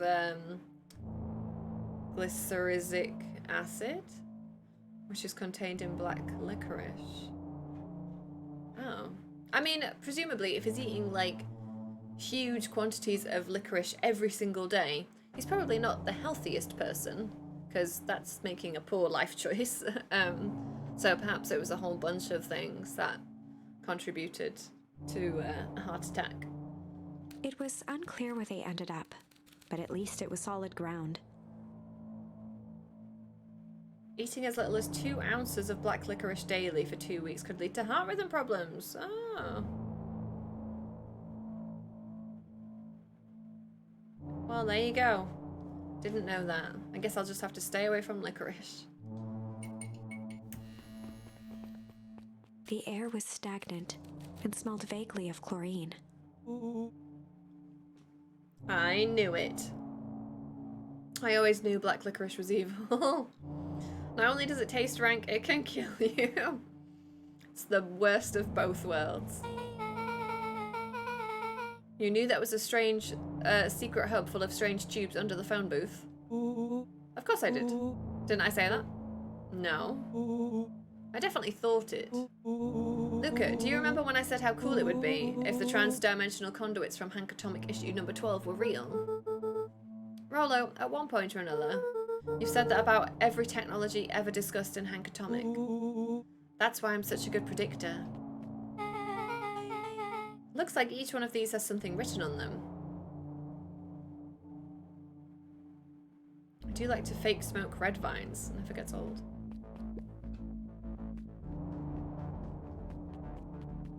Hazmat suit. This suit has a broken mask. It was the person who attacked me. So, have we found our mystery warehouse creeper? We've at least found their hazmat suit. If it walks like a Nuncreed and talks like a Nuncreed, let's not jump to conclusions. Just saying. Mining Operations Alpha. You guys have mines here? Not that I know of. This town is all farms and fertilizer. And a series of tubes. Pa always says you can only trust a miner up to the point when they hit gold. Not sure how that wisdom applies in this exact situation. That's the thing about Pa, you don't always realize what he means until it's too late. Okay, so Beta?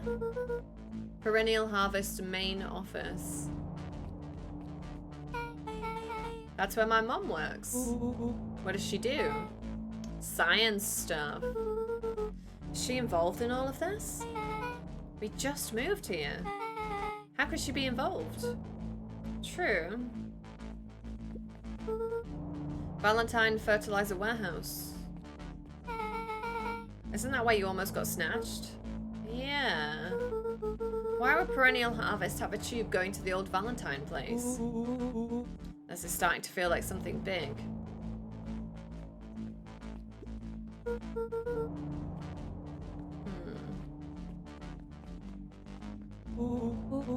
Stand aside, Earthlings. I've read enough Hankatomic to know my way around sci-fi tech. Rollo's hands hovered over the field of blinking buttons.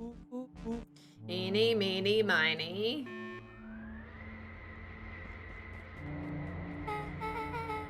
Yeah, what I really like about the walk animations as well is that the characters have different gaits.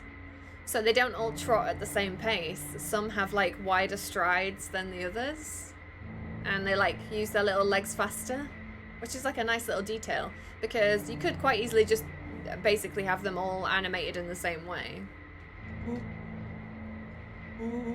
I didn't even mow yet. Oh no, something's coming. Hide. What? Yeah, where? There's nothing but weird tubes down here. Just get back. It is Mr. Nuncreed. Shit. Shit. Shit. Awesome. You all need to come with me, now. We aren't going anywhere with you. Not until we get some answers. Mr. Underground Secrets. I told them it was an absurd password. But they love anything that makes them feel clever. They who? That's no matter. If I can keep you hidden until after the festival, I might be able to save your skins. I don't care about our skins. Hold on now, I like my skin. This all stops now, Nuncreed. Joseph waited for a moment in silence. You sound just like him. Walt. You don't get to talk about my dad. You know, your father and I were friends back before. He gestured toward the strange tubes. All of this. That's a lie. It's true. I used to bounce you on my knee. What happened? Same thing that always happens. Reality, complications, life. We were a team, Walt and I. An idealistic doctor and a bright-eyed pharmacist. Both hell-bent on helping folks. So you were his sidekick? No. We were partners. He helped the patients and I helped him. Yep, total sidekick. Nuncreed let out a growl of a sigh. I need you to know this. I need someone to know this. One day, Sharper Valentine comes to us. Says he's got an opportunity. He'd found something he didn't quite understand. And he was willing to pay us both handsomely. And he was willing to pay us both handsomely to help him. Oh, to pay us. To help pay us both handsomely to help him understand it. And my dad said no. Your father and I both believed in helping people. But the thing I could never get him to understand was, it's a lot easier to help others if you help yourself now and then. Classic sidekick into villain plotline. Walt loved being righteous, almost more than he loved his family. He was wrong about one thing, though. When he begged me not to take Valentine's offer, he said, Joseph, if a person says yes one time to Sharper Valentine, he'll make sure they keep on saying yes to him until the day he's dead and gone. He shook his head wistfully. Sharper's long gone, but he's still got me saying yes. Is there a point to this sub-story? Not really, no. Just an old man trying to delay what he needs doing. Nuncreed took a menacing step towards the children. I tried to keep you safe. I tried to keep you and Juniper out of this. But you forced my hand. Luca began to laugh. What? You really don't know? My Gran isn't out of this. She's been scheming right under your nose. Juniper? Seems like she's planning on crashing the town's party. She's going to disrupt the festival. Why would she? The color drained from Nuncreed's face. How does she know? Know what? What's going on? Apparently she knows a lot of things. What? Let's just say this isn't the only underground lair we've busted into today. And honestly, hers is way cooler. She's got maps and explosives and bad intentions, big man. Nuncreed grabbed Luca by the shoulders. His eyes were frantic. You need to tell me what she's going to do right now. She doesn't understand what it is she's messing with. Tell me now. She's in danger, boy. I don't know. She had a map with a mark on the fountain in town square. The fountain? But why would... A jolt of realization struck Mr. Nuncreed. She knows about the source? What the heck is the source? If she tries to destroy the source, it could catalyze and... Dear God, she's going to freeze us all. Oh, so it is Gran.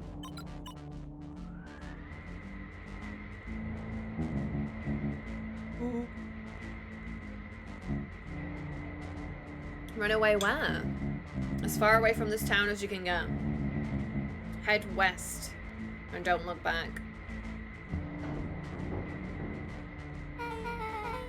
That did not go how I expected. So, we were totally following him, right? Totally. You good? Yep. I love this town. This isn't gonna end well. This is gonna be another dead end where we have to Chapter 8. restart. The cold, hard truth. Beck leapt up, allowing the suction to yank her into the dark. Dimness eclipsed around her like the shutter of a camera as she seemed to cover great distance in mere moments. Still a big fan of the Animal Crossing voiceover work. You mean the ba ba ba ba ba ba ba? Her only points of reference were glints of upcoming turns, which approached with frightening speed, only to carom her gracefully along. She heard the tinny, distant echoes of Rollo's glee. Once she stopped fighting against it, the ride was impossibly smooth. Then, all of a sudden, as if minutes had passed in an instant, light blazed into view. A burst of wintry air snuffed across her face, and she was flung out into the cold.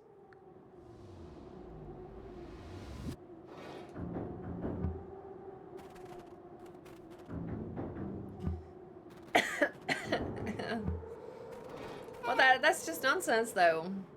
Maybe I already told like nonsense, though. So.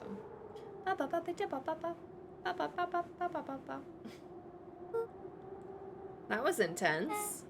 Yeah. I think I might have parted with some fluids in there. Oh no, but you went first.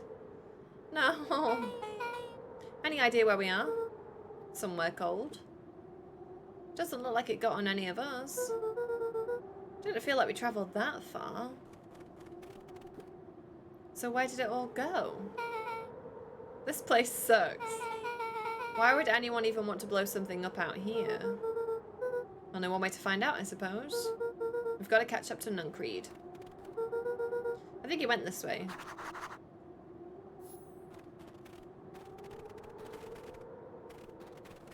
Wait, this is Beacon Pines. But like an alternate dimension? Our house is supposed to be there.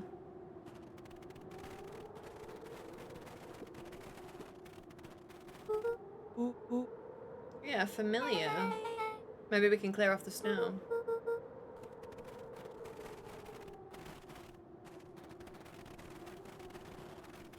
What? Why are we like This is starting to feel really familiar. Have you broken the time-space continuum? I might have done. This does look like some sort of frozen replica of town. Ah, I got it. It's so obvious now. Mr. Nuncreed is an alien. Rollo, stick with me here. His species can only live in sub-zero temperatures. Oh boy, here we go. The source is their base camp dimension, so naturally they keep it cold.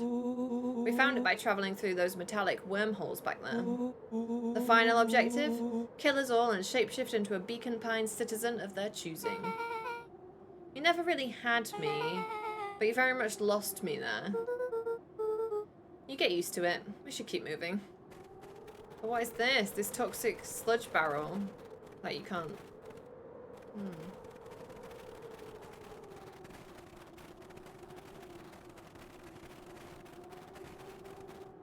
As they rounded the corner to the frozen town square, they spotted Mr. Nuncreed inching cautiously toward a pit at its center.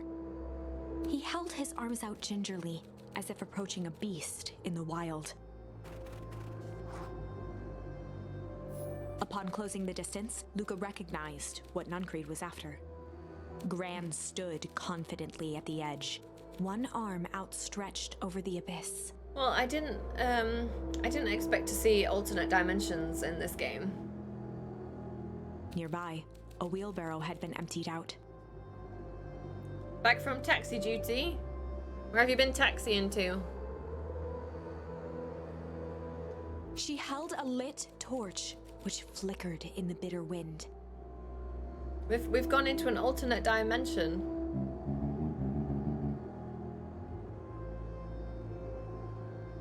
Juniper, I don't know what you think you're doing, but I assure you this is not going to solve anything. If you drop that, you've doomed this whole town.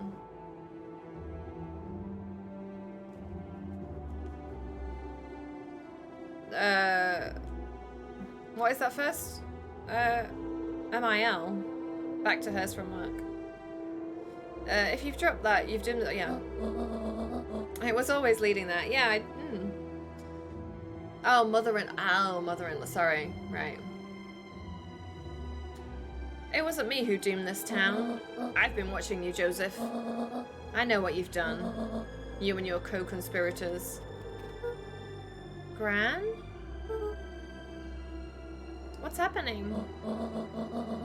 Luca, you and your friends need to leave right this moment. Mr. Nuncreed turned back toward the kids, desperation in his eyes. Listen to your grandma, Luca. This is between me and Juniper. Rollo and Beck held steadfast in awe. Luca approached closer. Mr. Nuncreed spun back toward Gran, his voice growing louder. You've got it all wrong, Juniper. Just hand over that torch. You don't understand what you're doing. How could I possibly trust you to do the right thing? Walt told me everything. He trusted you, and you betrayed that trust. Luca, did you know that this man's entire life is a lie? If it weren't for him, your father might still be alive. Mr. Nuncreed winced with anguish. His voice hardened. That's not true. They both now yelled, not to each other, but at fate itself, making their peace with long-held burdens. The wind howled with encouragement. Walt was like a brother to me. We just had different ideas about how to effect change. Very convenient that your way just happened to line your pockets. Now that's not fair. They menaced at each other, both catching their breath. The moment balanced on a knife's edge. Amid a blur of emotions and memories, Luca's mind flooded with questions. The wind calmed, as if to give him the stage. Ooh, what are we gonna say? He began to weep. Oh, I guess he's got to weep. I can't use any other words. And in the stillness, he began to weep. It was all just too much. Falling to his knees, Luca whimpered softly. The tears crystallized as they hit the snow. Pity you couldn't Gran have stared used at Luca that for a shit. moment with warm sympathy, remembering why this was all necessary. That might have shocked people so much that, you know, we did affect change because Gran's suddenly like, Luca, why are you shitting yourself? So I'm gonna throw an idea out there. This'll all make sense soon, Luca. Then everything can go back to normal. Affecting a change of underwear, at least. I promise. She stiffened up and brandished the torch at Mr. Nuncreed. You can't hide behind those people any longer, Joseph. Once their precious source is destroyed, we'll see where their loyalties fall.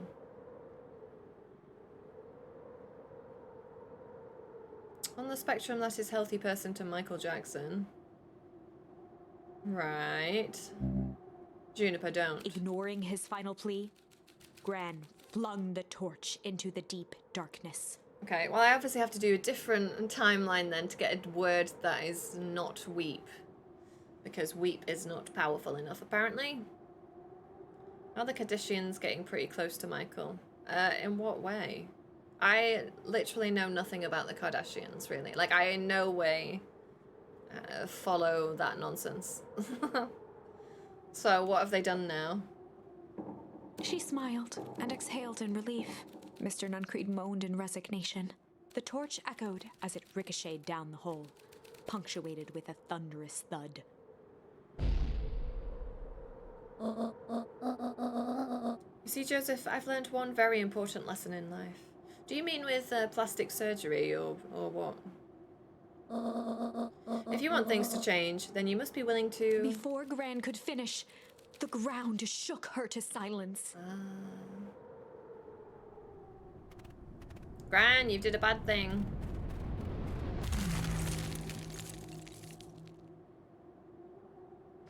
Whoopsie.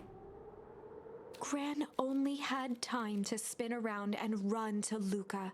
Her attempt to shield him, an honorable but trifling act. Unflinching love, pitted against an unthinking horror. You silly There man. was no contest. Her warm embrace froze in an instant.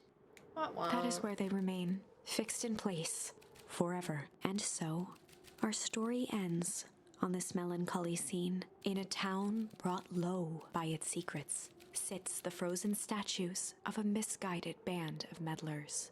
The end. Well, that was dire. On the bright side, we finally figured out where all the ice is coming from. Now, we just need to find a way to deal with a mystic, unfathomable force of nature. So... I think I've done this whole side, actually. So I could tickle... Right. Ooh, it's going back a while. How long is this going to take me? Butter, it's your night. Master Pancake is doing Beauty and the Beast. Is it the original Disney animation? Or is it that nonsense remake? Instead of the black goat, it's the ice goat this time. I looked at this game earlier on how long to beat, and it was like 5 hours. But like I've been playing for 5.5 hours already. Main story 5.5 hours. Okay. Main and sides 6.5 hours.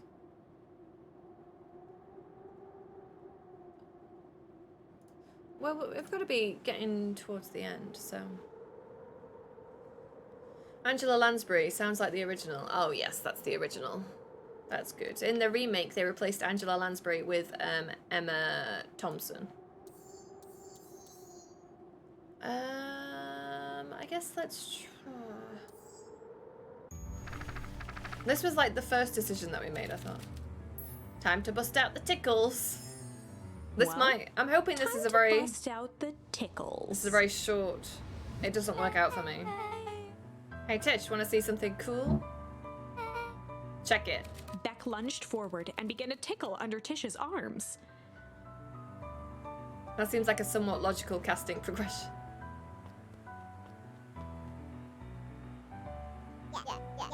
What the? Tish, is she tickling you? Yep. Tears began to form in Tish's eyes as she gasped for breath between gales of laughter. That is pretty weird. Beck redoubled her efforts until Tish finally had had enough. She seems nice. Sorry for the interruption. I think you were just threatening us. Iggy's eyes darted around, a realization dawning on his face that he was now outnumbered. I just remembered. I have somewhere to be. See you around, new kid. Iggy kicked at the puddle before making his escape. Oh no! Don't do that! No! Beck, I think you got a little ooze in your hair. No, Beck! Beck shook the ooze out of her hair as best as she could. She's gonna become... It's made your hair grey. It does age you. Right, so Gran is definitely our mother. Surely. It depends. What are your feelings about having a more mature, refined look? Oh god. Chapter 4. See, The best policy. Luca paused for a moment, catching his breath. He'd only just met Beck, and somehow he already managed to drag her into this mess. Hopefully he could make it up to her, but finding Rollo was his primary concern. right, see, so.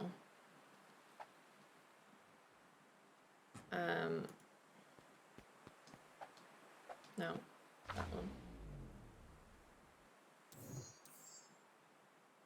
So we're on the tickle path, but this was the path where I did,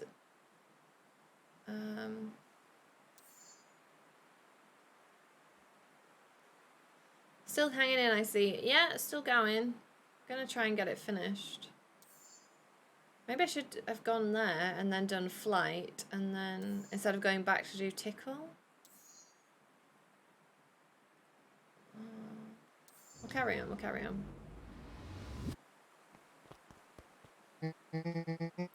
Luca, what the hell are you doing out here? And why did a kid with grey hair just run past us in a panic? Roxy and Fitz looked drained. It was clear they'd spent all day searching. That's Beck. I don't care who she is. What happened? We were just helping look for Rollo. Right, because Rollo is missing. Luca, I need you to start telling me the truth. Roxy's temper could often be dismissed as the impatience of an older sibling, but this was the most intense Luca had ever seen her. Her eyes were wild and unfocused, looking straight through Luca. We're running out of time. In a torrent of rambled words and tears, Luca broke down. Rollo and I weren't just playing in Weepwood yesterday. We were investigating lights at the old Valentine warehouse. But someone was there in a strange suit. And we hid in the dumpster and had a heavy bag dropped on us. And I think it was a body. And so we ran, but we got split up. And I ran home. And it's all my fault. And now my best friend may never come back. Wow. Just wow. Roxy, still exhausted and angry, softened briefly as her eyes hunted the ground in thought. With a determined sigh, she looked up at Luca. It's not your fault, Luca. Rollo's gonna be okay, I promise. Roxy drew herself up. I'm gonna fix this. Luca, go home. But I want to help. This is too dangerous for a kid. You killed the dragon? Congrats, I guess. That seems sad, though. Would have been better to ride the dragon. I just can't sit around. I have to do something. Roxy tried to think of the safest place to send Luca. You go back to that little treehouse you two like to play in. Wait there in case Rollo shows up. Sound like a plan? Luca wiped his cheeks and gave a quick nod. You did the right thing telling me the truth. Leaving behind a dragon family. tragic. It definitely was not chilling. You really believe his story? What other option do we have? Things have been strange around here leading up to the festival. My dad has been acting weird lately. Weirder than normal. Looking into the puddle, Roxy rubbed her arms to warm up. Why is it so cold here? This place gives me the willies.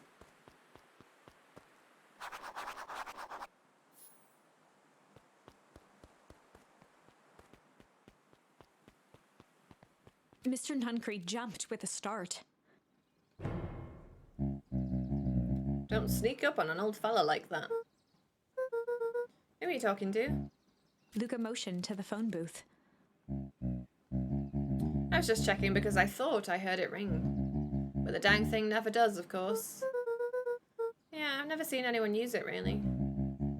The whole thing's a waste of money, if you ask me. Any word from Rollo yet? Okay, it's interesting going back down the timeline and then knowing that he's involved in something. Long time for a boy to lose his way. Rollo knows these woods too well to get lost. Suppose you're right. Silly boy's antics have had this whole town worried sick. Antics? We all know Rollo likes to play his little pranks. You think this is a prank? What other possible explanation could there be? He's not playing a prank and he didn't get lost. Someone took him, I know it. How would you know that? Unless... Luca, is there something else that you know? Or maybe this is going to be a very abrupt storyline.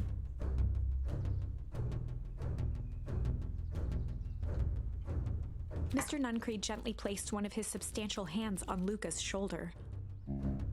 Dang it, boy, if there's something you know, something that could help your friend, you need to tell folks.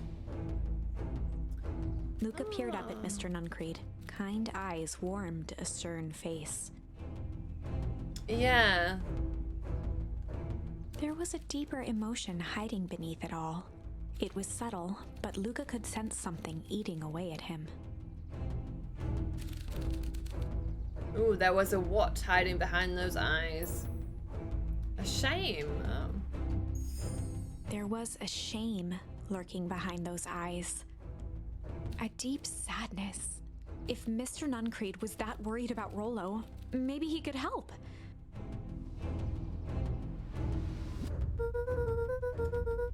Yesterday, Rollo and I were messing around at the old Valentine warehouse. Mr. Nuncreed raised an eyebrow. Both of you? You were with Rollo when he went missing? Oh, so he knows that we're in on it now. Uh-oh. This is gonna be a very short story. On this path.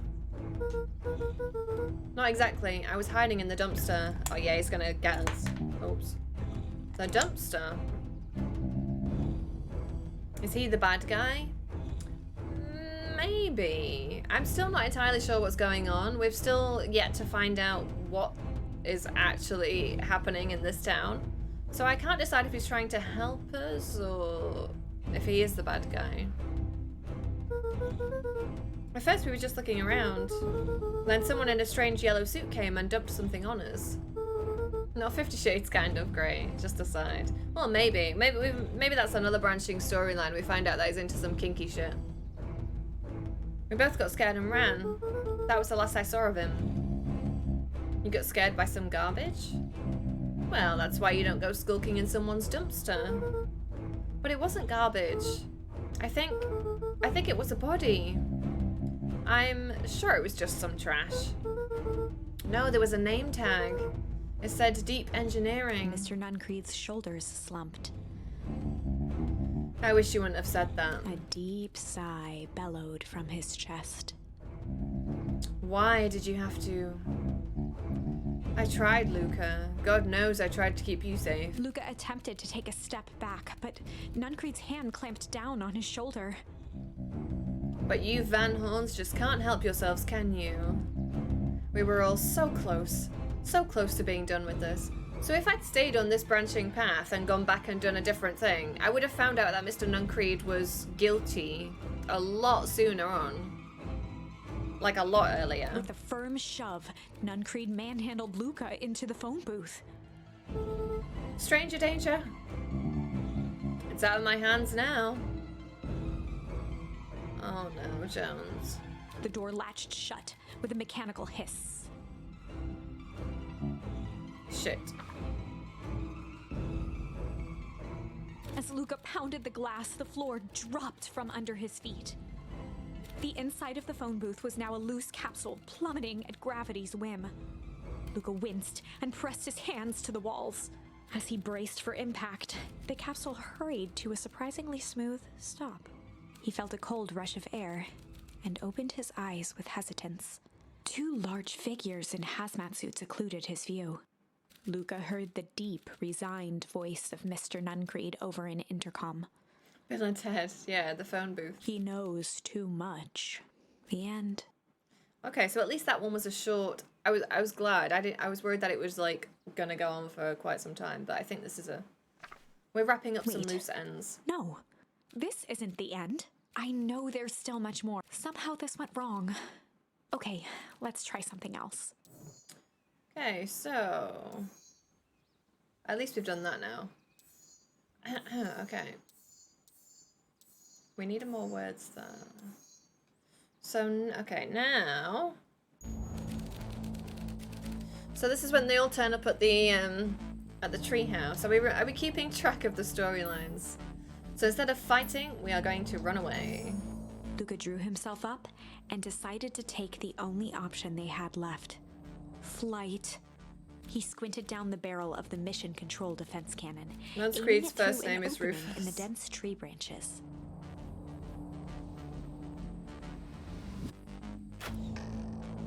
He looked up with surprise as it struck true and taut.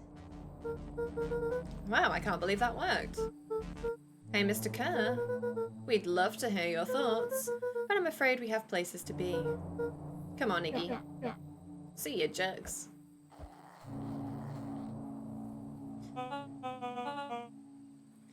We know where that leads them. I do like this, because this game's basically like sliding doors as well, which I actually really like that movie. I like that principle where it's like, if you make one different decision, how all the other branching paths change. It's an interesting concept. This way, we'll take the tunnels. Luca and Iggy winced as they sprinted through the thicket. The branches clawed at them, reluctant to give passage. Yeah, chaos theory, butterfly theory. I do believe in that. I mean, like, it has to be true. You can't just change one thing and it not impact everything else. After what felt like a marathon, Luca stopped in his tracks as they reached the clearing. What the? That was all he was able to say before Iggy slammed into his back. The boys tumbled down a steep decline and crashed with a wheezing thud on a surface as hard as ice. In fact, it was ice. Ooh. Chapter 5. Okay, we're getting somewhere different now. Signs. They stood silently, catching their breath. The sky was like sapphire. With each breath, a plume of steam escaped from Luca's lungs. I tie my shoelaces in Milton Keynes, a volcano erupts in Ireland. It's dangerous stuff if you could predict it. Not quite like that. I don't believe in stuff like that, but in just in the way that, you know, it could be something stupid like what sandwich you eat sort of has a knock-on effect, because maybe if you picked a different sandwich, that one would have given you food poisoning or something, and then that means that you stayed in that day, and it's you know, instead of, well, I mean, it's the sliding doors. If you've seen the movie, it's like literally just the difference of missing your train or not, and that can like have a huge impact, because yeah. Anyway, Let's keep moving. Luca pulled Iggy to his feet as they gazed across a snowy terrain. oh, so we oh, okay, that was actually pretty badass. I think we lost them. Are we up in the mountains? So many what ifs. Yeah, it's just You don't know how the decisions you make each day are gonna have a knock-on effect to the rest of your life. No, obviously not everything does, but a lot of stuff will. If anything, we went downhill. I often wonder if I'm going to be in the timeline that doesn't make it home that day. I hope I'm not lying to my dog today. Oh, Jones. That's why I just stay home. But that's true though, yeah. I mean, that's a very dark way of looking at the theory. But yeah, deciding like what time you leave the house in the morning could affect what part of the traffic you drive in and could be quite fatal potentially. Like, it's just little things. What's up with the Winter Wonderland? All I know is there's no going back the way we came. Let's see if we can get our bearings. Follow me. Well, this should be our home though, right? The home should be there. A disc of smooth metal was lightly covered in snow. 2 faint seams were visible along the surface. A manhole cover? If it is, I've never seen one like it. Okay, well I guess we can't go that way. Ooh. Traffic, totally. For the first time today, I got on the freeway in a void between traffic flow. It was crazy. Ah.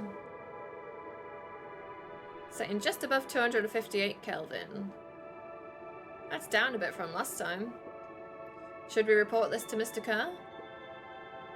Meh, still within safe ranges. It may be spreading, but it's under control for now. Even a small nudge in the equilibrium could cause a cascade. Dude, relax. Just a few more sites to hit before we can punch out. Let's get this over with.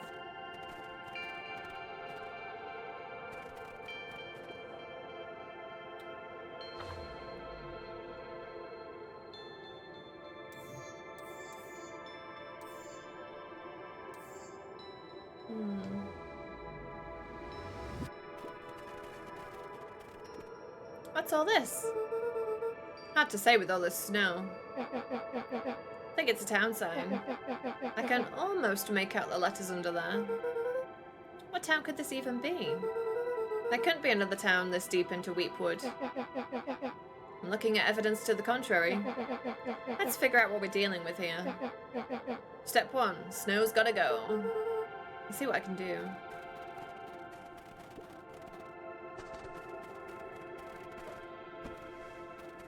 Beacon Pines! The boys stared in disbelief at the sign that now clearly read, "Welcome to Beacon Pines." This doesn't make any sense. We're in Beacon Pines? How's that possible? We ran away from town. How did we get back here?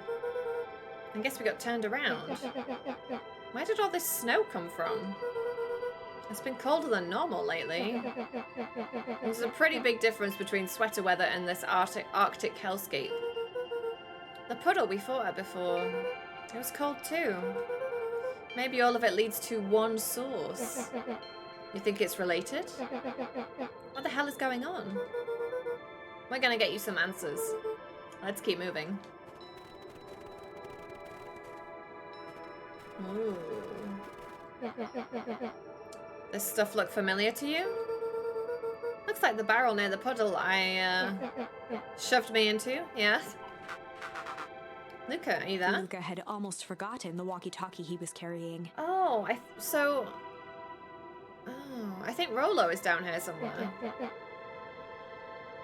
It's that bozo Kerr. Oh, right, okay. I hope nothing bad has happened to you out in those woods. Luca looked at Iggy with hesitation. No need to be rude. With a resigned sigh, Luca responded. It seems like the only dangerous thing in the woods is you. He speaks, the young man of the hour. Now, how in tarnation did you end up with one of our radios? Just lucky, I guess. I should tell the story of a math class girl again, one of my failed soulmates. Oh, do I have... Oh, yeah, this looks cool. Yeah, it does look a bit like... My chair has antlers. It's pretty cool. Boy, howdy. You Van Horns are full of surprises, aren't you? You knew my parents? I never had the honor of meeting your father, but your mom sure was a handful. Luca winced, shoving the walkie-talkie back into his pocket. We gotta keep moving. Oh, I love the sound of that crunchy snow. It's all frozen. Looking down at the frozen stream, Luca could faintly see a school of minnows encased in the ice. Whatever happened here, it happened fast. The fish didn't even have time to run. Or, you know, swim run. The crunching of footsteps trailing Luca went hush. He looked back to see Iggy's face twisted with confusion. Everyone's gone. What? There's nothing here but more snow. There must be an explanation for all of this. We have to keep looking. You can look all you want. I quit. Iggy, we have to keep going. You don't get it, do you? This isn't one of your pathetic Hank Atomic stories. We aren't going to save the day. We aren't even going to save ourselves. My face is mangled. The town is destroyed. And everyone we've ever known is gone. We don't know that. You can't just quit. Do whatever you want. I'm done. Iggy, it's gonna be okay.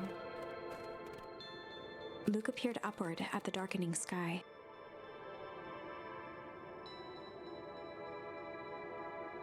All my timelines are just different girls. Wow. He let out a long, foggy breath. I think that's the most noticeable the way of looking at chaos theory, I guess, is partners. Faintly, Iggy began to cry. Seeing Iggy in such a pathetic state gave Luca a sense of compassion, and more than a little guilt. It is getting pretty late, I think. Probably not a great idea to stumble around in the dark anyway. Luca allowed himself to collapse next to Iggy. Oh no. What if we... Oh no, let's just rest for a bit. No, this is how you freeze to death in the snow. The boys huddled together for warmth and comfort. If not for exhaustion, their minds would be racing, trying to make sense of the events of the day. As it was, all they had energy for was to sit in silence, numb. Oh, they're gonna die. But I don't have any other... I can't do anything differently. The way the snow covered everything over, it's kind of calming. Yeah. I haven't had time to say it, but thanks. For getting us away from those creeps. I sort of froze up back there. Iggy, I should be the one apologizing. This all happened because I lost my temper. Nah, that's bull hockey. First of all, you didn't know what the gunk would do. You didn't, right? Of course not. And second, stop with this baloney about losing your temper. But I did lose my temper. Iggy motioned sarcastically to his half-deformed face. Obviously. But that's exactly what you should have done. I was being a horse's ass. You were supposed to be a horse's ass in response. That's how it works. Iggy, I'm having a hard time following. You wanted me to fight you? Of course. Geez, you goody-goody types take forever to understand this very basic point.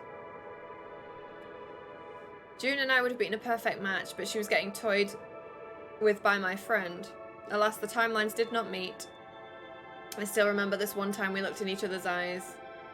Just an instant, full intuitive connection. Oh, that's sad. Why would you go around saying cruel things trying to get into fights? Iggy shrugged. It's something to do. You're an asshole because you're bored? Sometimes I just feel empty. You wouldn't understand. You and Rolo are always having a blast together. Laughing and calling that dinky little treehouse mission control. Iggy now wept openly. Perfect little Luca Van Horn.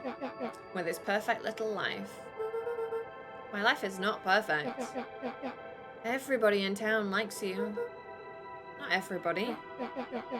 Hell, that new girl hasn't even unpacked yet, and even she already likes you. You have He Tish. wiped his nose with a sleeve. I love Tish. Tish is great. But she ain't exactly the world's greatest conversationalist, you know? Luca gave a warm chuckle.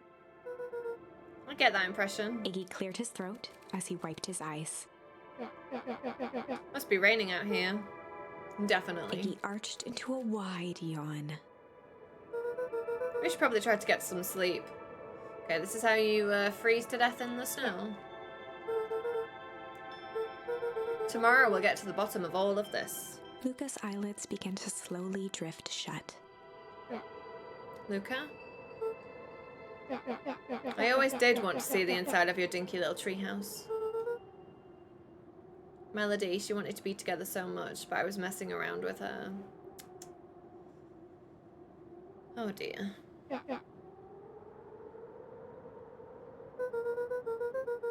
I'll give you the full tour when we get back.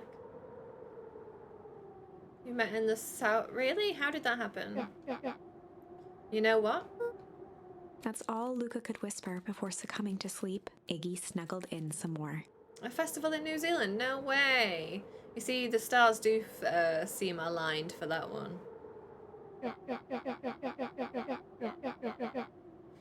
When it comes to worst days of my entire life, this one wasn't half bad. The house smelled of warm bread. Luca was playing with toy blocks on the living room rug. He looked up to see his parents on the couch. His mother held his father's head in her lap. She idly stroked his hair while humming a song. Oh, I see. Oh, I see. Never mind then. A voice behind Luca spoke. "This is how you remember them, huh?" Luca turned to see his own face. The doppelganger from his dreams, still clad in a yellow hazmat suit, still carrying a look of disdain behind empty eyes. Aww, look at this perfectly cozy scene. You know it wasn't really like this. The figure picked up a toy block and inspected it.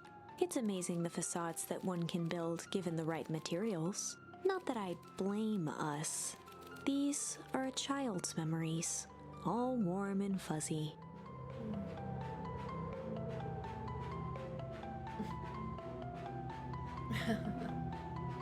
Home is just following you around the world. You don't remember, do you? Lucas snatched the block from the figure's yellow-gloved hand. Remember what?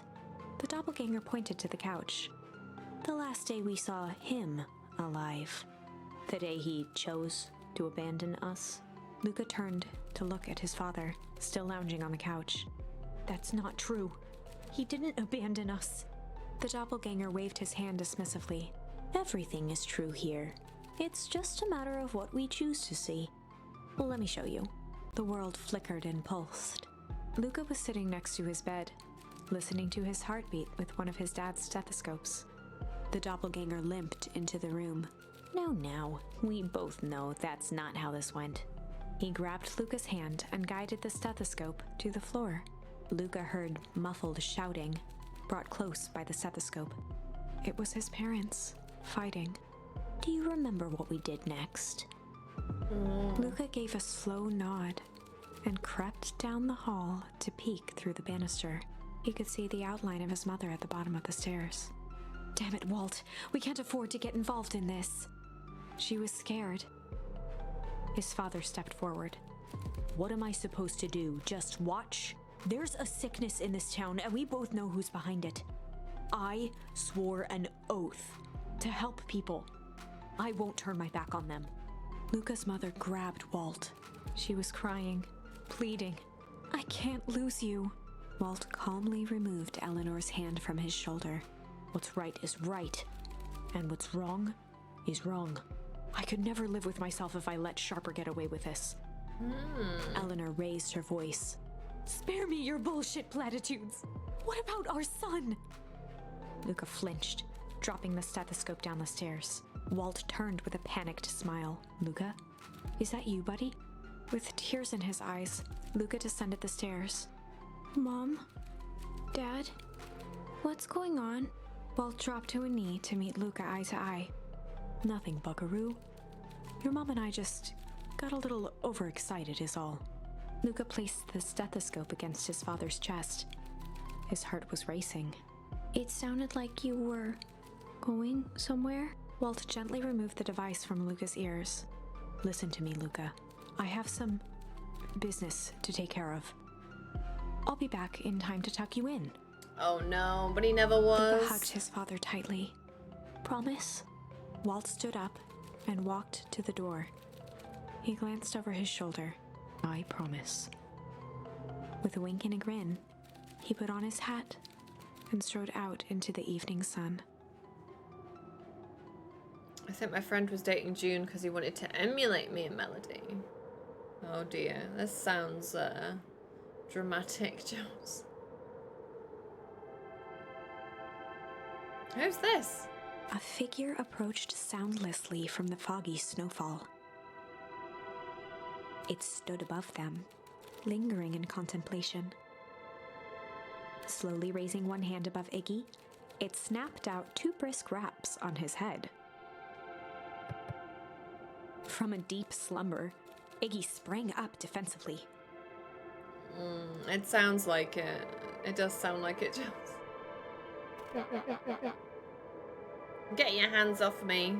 Whether it was the calming presence or the recognition that he was not in danger, Iggy felt his clenched fists lower.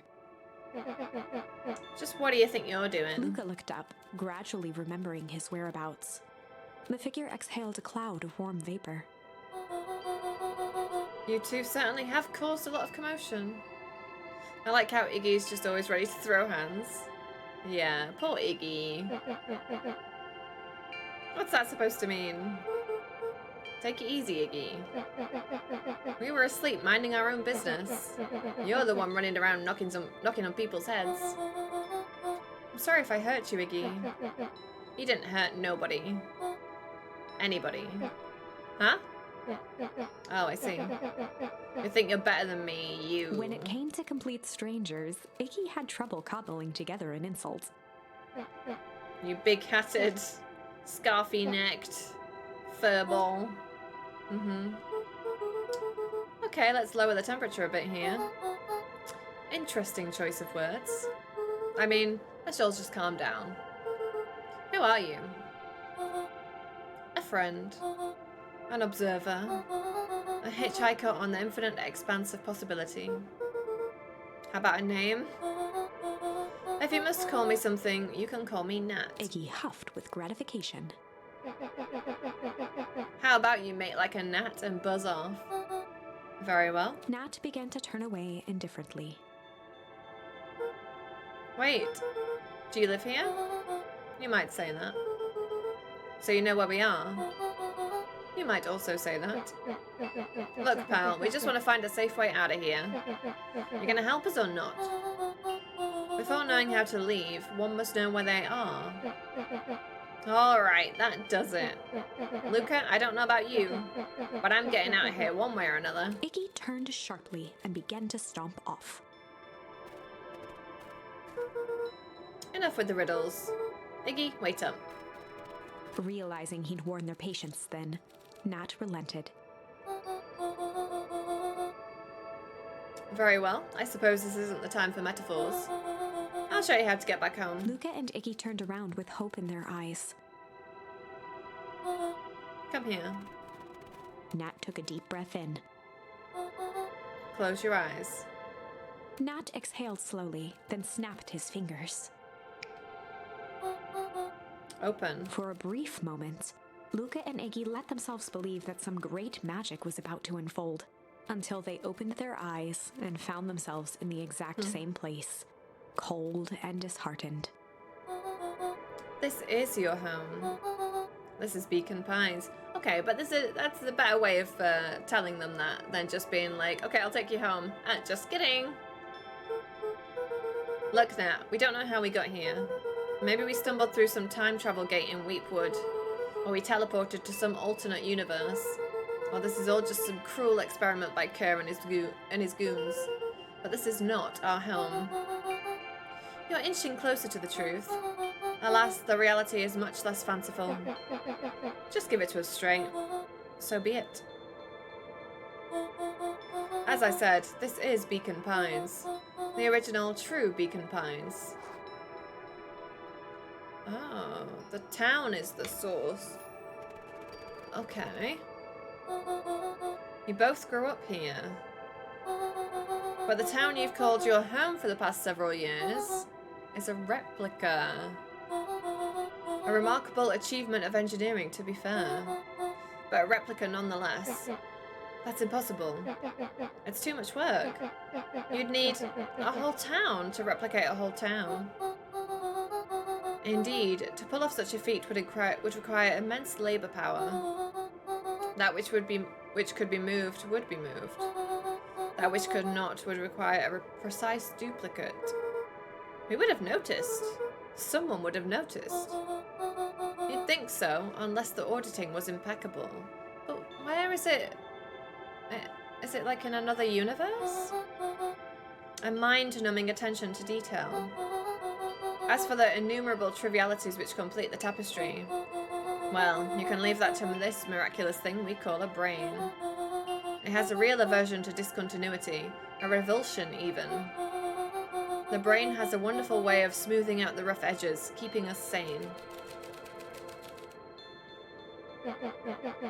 So you're saying that someone made an entire new town and moved us all and no one noticed? Precisely. Well, I'll be damned if it's going to turn out to actually be aliens. And Rolo was right all along. Why is the one question that can never be answered with certainty. The best one can do is uncover. Nat narrowed his eyes, furrowed his brow, and uttered. I saw it. I saw it. Why'd you say the source like that? Why indeed? Luca began to laugh uncomfortably. It's all ridiculous. There's no way they could. He looked down at his feet. His eyes darted back and forth in contemplation. With a sudden pain, a thought struck him. If this is really home... He sprinted off into the pale distance. As Iggy turned to follow, Nat called out. Iggy, it's not too late to turn back. That'll teach me. It did teach me, yes. Simply head west through Weepwood. Weird. Chapter 6. The Source. You have me on 3 different devices right now. What device? Mobile, PlayStation, tablet? Why? Nat expressed his sympathy with a shrug and sauntered off as unassumingly as he'd arrived. He'd given Luca and Iggy what they needed, and nothing more. As Luca sprinted across the snow, the events of the past few days became clearer, pieces to a larger puzzle. There's 9 chapters in this. Oh, jeez. Got a way to go yet. Oh my god, we do. Jeez, how long is that going to take us? I feel like we've come so far, though.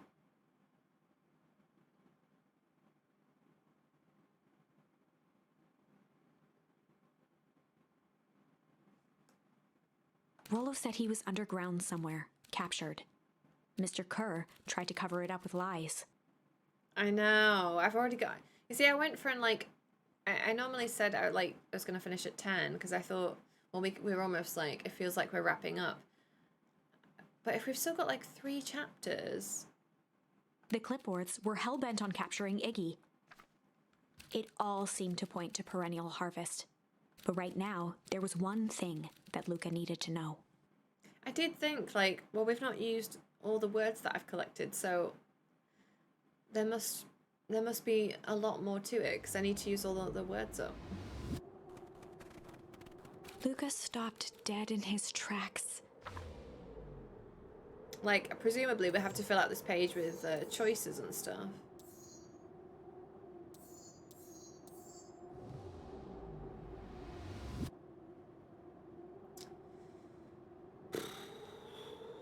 Three more chapters.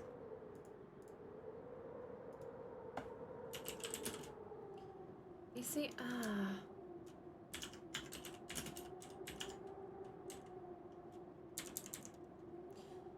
like, I'm wondering if it's gonna pick up because we're near the end and like we're actually gonna whiz through the last 3 chapters, but also maybe not. I guess the 5-hour playtime estimate is if you know exactly what words to pick first time round or something.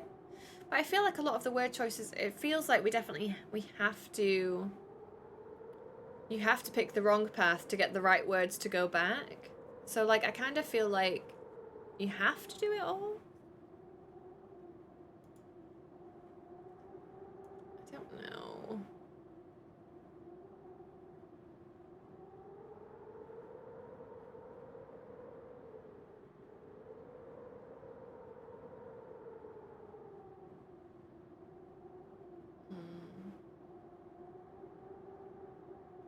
Actually, okay, it looks like maybe...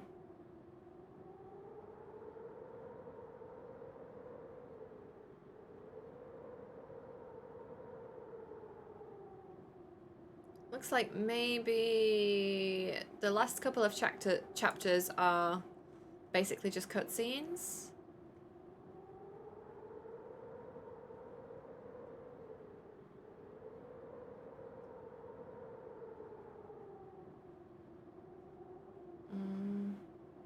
I don't know. I guess we'll carry on for a bit and hope that we can wrap up. The tree was gone, uprooted and moved, leaving a raw gash in the earth. He dropped to his knees and dug wildly at the cold snow. His numb hands hit something hard, a headstone. A dry whisper escaped Luca's lips. You're here. So he's been talking to his dad's gravestone in the other town and he's not been there. All this time I thought I was visiting you, but you've been here alone in the snow. I'm so sorry. They ruined your favourite spot in the world. Our favourite spot in the world. What do I do? There was no reply, just snow-covered silence. Because I don't think I need to do chapters 6, 7, 8, 9, because we've done some of them already, I think. So maybe it's like I get the word from this chapter and then it jumps somewhere else. I don't know.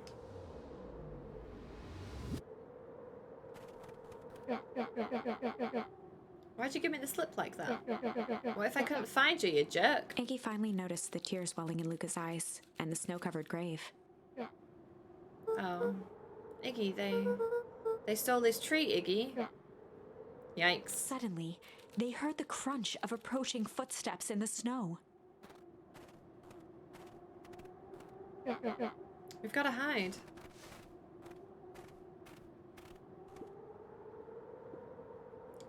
Fall off distance still good.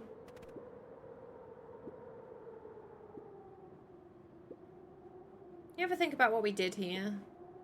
We saved a whole town of people. Doesn't feel like it sometimes. What about everything we left behind? That's the grave of someone with a family. The people who love them will never know the truth. The truth is overrated. He bent down to scoop up a snowball and lobbed it playfully. Hey, don't be such a downer, dude. We took this job to change the world. Yeah, come on. It's almost lunchtime. Weirdo.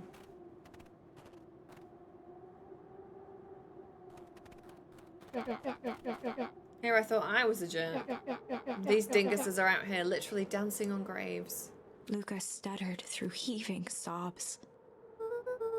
I thought I was visiting him. I thought he was with me. Not gonna lie, that's a bad break. Here's some Iggy advice. gave Luca a solid smack on the back of his head. Hey! Who's any of this helping? What? Sitting here in the snow, crying like some pushover. Who are you helping? Iggy, look what they did. They lied to everyone. Blah, blah, blah. Luca Van Horn, you're a lot of things, but you ain't no pushover. What did I tell you before? When some jerk chunk comes at you, acting like a horse's ass, I should stand up for myself. Hell yeah. Kerr and his merry little band of clipboards pulled off the switcheroo for a reason, right? Nat mentioned something about a source. Luca wiped his eyes with a sleeve. Whatever's at the source must be awfully valuable to Perennial Harvest. Sure would be a shame if something unfortunate were to happen to their precious source, wouldn't it? What do you have in mind? If it's small enough Small enough to steal, we snatch it. If it's too big to snatch, we smash it. What if it's too big to smash? Iggy flashed a mischievous smile and cracked his knuckles. I'm always up for a challenge. I'm gonna make this right, Dad. I promise. Let's do this.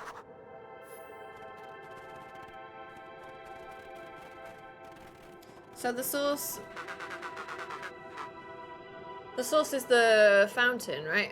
It can get awful cold out there in these woods, Luca. Probably best you to stay put and conserve your energy. Help's on the way. Where's Rolo? Where's my mom?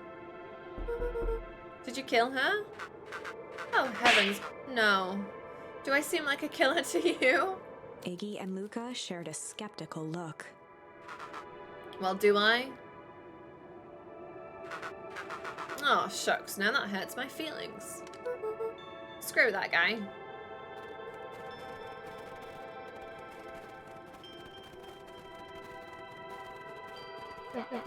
Wait a minute.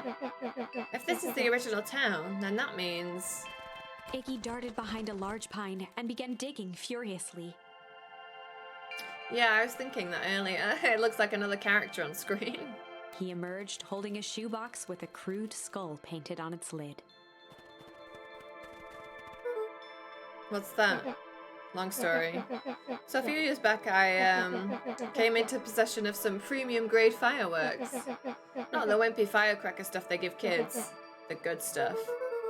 So why did you bury it under a tree? That's the long part of the story. You and Rolo were doing chores at Rolo's chicken coop. And you guys pissed me off for some reason or another. Luca rolled his eyes with realization. No, you didn't. Iggy stifled a chuckle. Yep. I just wanted to give you guys a little scare. But like I said, these were some primo fireworks. So I might have underestimated things. You blew up the chicken coop? I prefer to think of it as an incendiary redecoration. Sorry, but you should have seen the looks on your faces. Rolo got grounded for months. Which is why I needed to stash the evidence and lay low. So I buried them under that tree. But when I came back from later, they were gone. I figured some grown-up found them and tossed them. Iggy triumphantly raised the shoebox. Turns out it wasn't the fireworks that got moved. It was us. Unbelievable.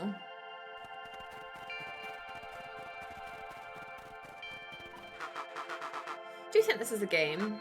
Newsflash, boyo. You're not a hero. You're a little brat who is in way over his head. A hero is just someone who refuses to give up.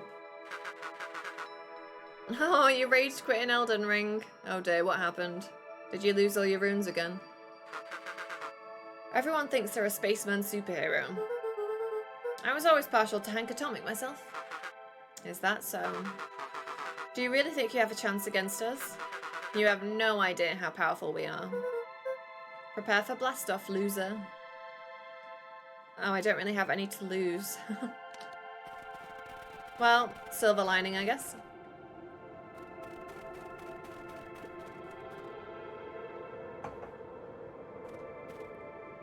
Luca and Iggy inched up to the edge of the hole with bewilderment in their eyes.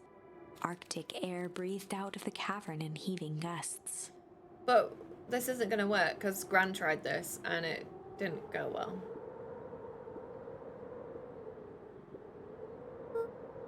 Whoa.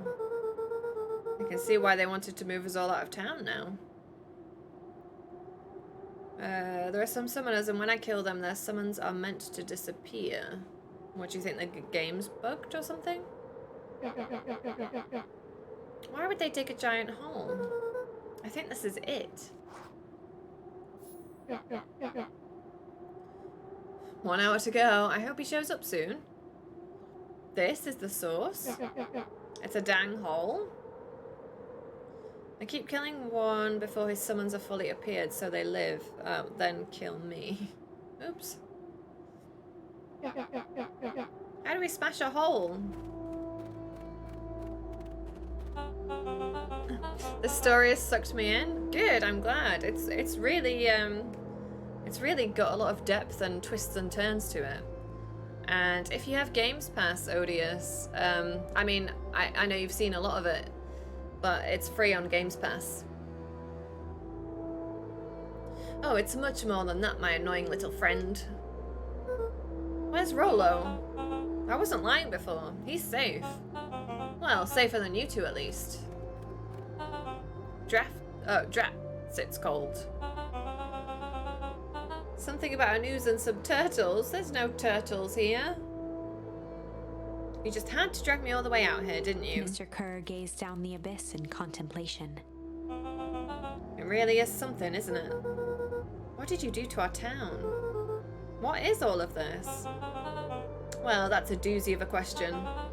This is the source, where they collect the unrefined, Kerr scratched the back of his head. Honestly, boys, I don't understand any of this well enough to explain it. Fact of the matter is, I'm not paid to know. What do you mean you don't know? Ain't you in charge? Oh, heavens no. My role is merely to flash a winning smile and manage various complications. Like us? You are a smart His boy. face contorted into a saccharine grin. It really is nothing personal. Some people are destined to strive for greatness, and others are simply obstacles along the way. We could push them in the giant hole. That might be fun. Seems like you were destined to be a creepy lackey. The point is that we all play our part in life. Mine just happened to be a lead in the role of a lifetime. And you happen to be extras, ready for your curtain call. We aren't giving up without a fight. Your smile's not going to be so winning after we're done with you. Now, boys, there's no need for melodrama. It makes even a professional such as myself embarrassed for you. Let's change the mood a bit. Kerr snapped his fingers. Turfing him into the hole brings some good fortune to Beacon Pines. Yeah, isn't it though? There's so many like parallels, but and yet it feels like quite a separate game. It doesn't feel that derivative. It just feels inspired by.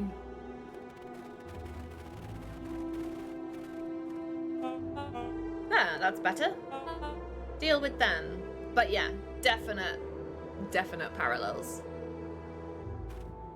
I feel like Turned to Ollie. Luca with a sly glance. You say you're excited to give it a try, but I feel like you've seen a great big chunk of it. Especially if you stay for the end. You're gonna have it ruined. Why are you smirking? Because I have a box full of fireworks and you don't. Iggy waved the box into the air, threatening to drop it down the hole. But fireworks won't just explode on their own, will they? Will they? Like, don't you need to still ignite the fireworks? Stop. Let's not do something regrettable. Joke's on you. Regret is one of my specialties. Out of curiosity, what would happen if I threw these in your precious hole? Given I've played Night in the Woods numerous times over and over and still enjoy it, I'm sure this will still be enjoyable if I do a full playthrough. I hope so. Nothing. Nothing at all. You're a terrible liar. I'll have you know, I'm an exceptional liar. That's far enough. Oh, that's far enough. Iggy plucked a single bottle rocket from the box and held it up with reverence. Stop, you fool. Call off your goons. After a long pause, Mr. Kerr flung up his hand with frustration. Very well. You all can head back for the night. It's been a long day. I'll handle these two from here. Mr. Kerr sighed into the frigid air. It's just us now, Iggy. You can put that down. What, like this? With a nonchalant flick, Iggy tossed the firework into the hole. Whoops.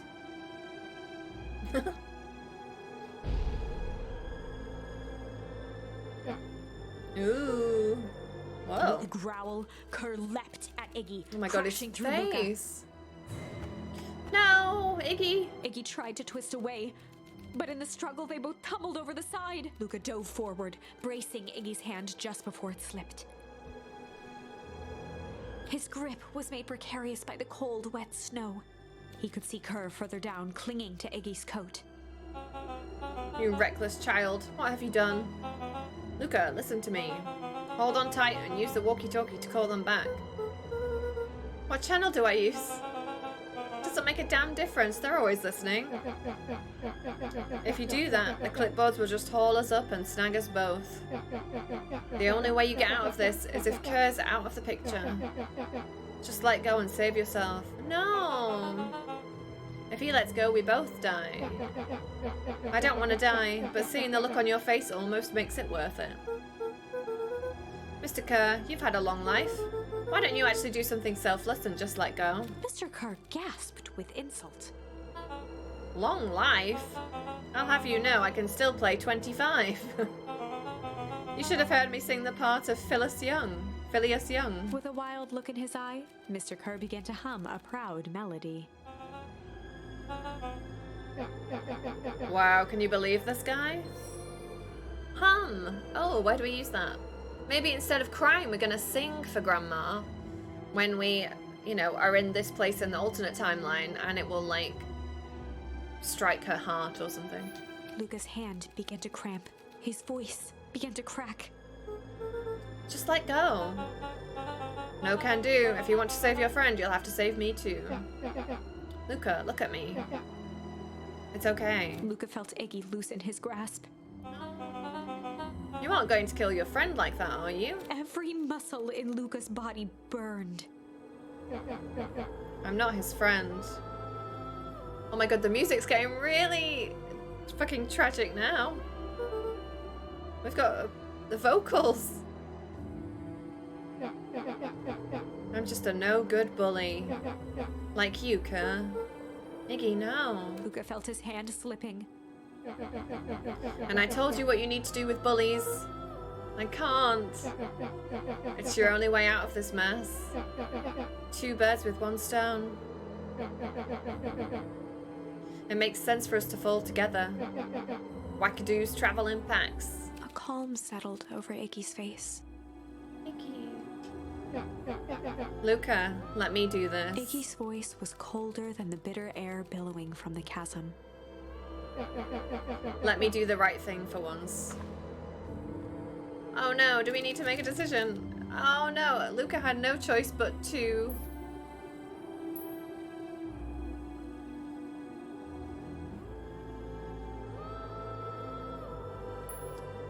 refuse? Luca had no choice but to refuse Iggy's request. He tightened his grip and reached for the walkie-talkie in his pocket. A wild delight crept onto Mr. Kerr's face. That's a good lad.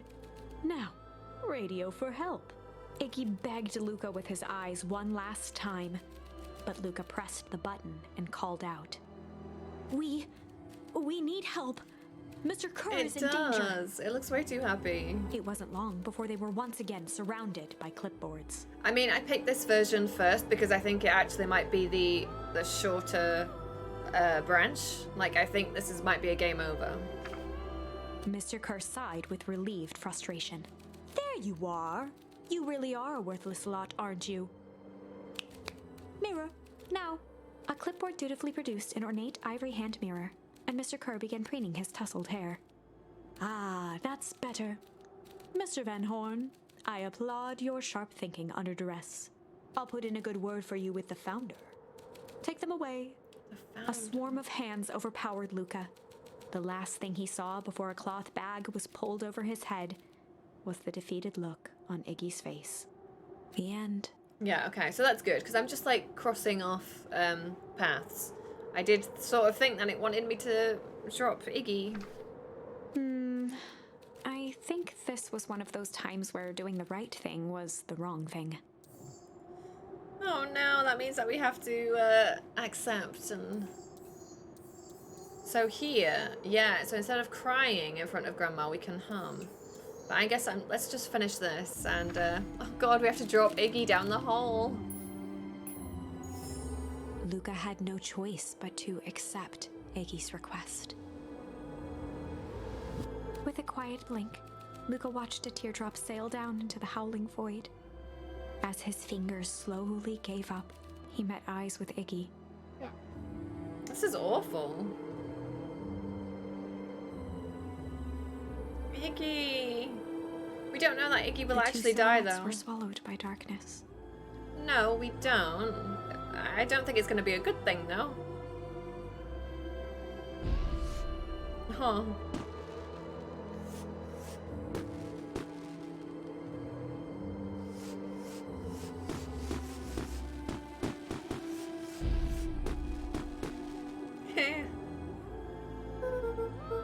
Hell of a goodbye, Iggy.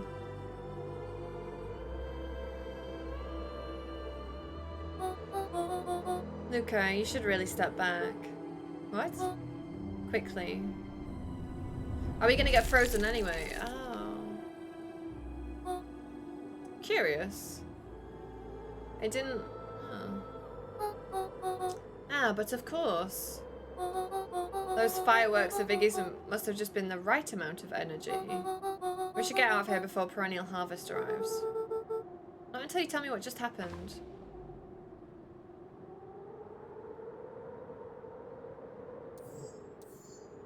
So...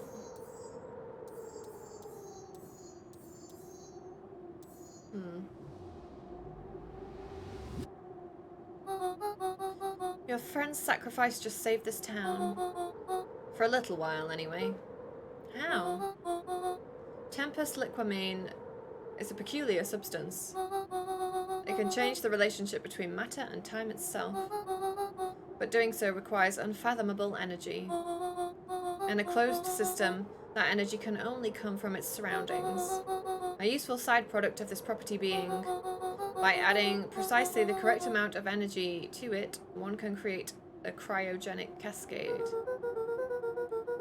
So the gunk makes things cold and the fireworks made the whole freeze over? It's one way of putting it, yes. As dumb luck would have it, the fireworks weren't strong enough to generate a runaway reaction. I shudder to think what would have happened in that case. We have some idea what that would look like. It will take them a good while to safely break through and access the source again. If you know all this stuff, why haven't you been helping? I have been, in my way. Each one of us has our role to play. Iggy's role, it turns out, was to buy us precious time. Mine has been to observe and wait. Wait for what? You. What's my role? A fierce twinkle flashed in Nat's eyes. Luca Van Horn, you are going to save the world. With a chuckle, Nat turned and walked west. Dumbfounded, Luca followed behind him, trudging through the snow. Every step taking him further away from everyone and everything he knew, and closer to destiny. To be continued in Beacon Pines, Pines Harder. Revenge served cold. Second time's a charm? Wait, that's it? This ends with a crummy cliffhanger just when it was getting... I was even starting to like Iggy. No way. I refuse to be associated with some never-ending parade of sequels. Let's go back and find something more definitive. Right, so that's done. So now, I think the only thing to do is sing instead of weep. Right? Yeah. Okay, I think we're getting closer all the time. He began to hum. I hope so. In the stillness, he began to hum. After the death of his father, Luca had trouble sleeping. Each night, his mother would sit at the foot of his bed and hum a gentle melody. I hope we haven't missed a word. I think it's impossible to miss critical words anyway. So I guess this is the only path we could possibly be on right now. It was the only thing that could calm his mind. The only thing that, however briefly, could make it all seem okay. That melody pervaded every memory Luca had of his mother. Shivering in the raw snow, he began to hum it out loud.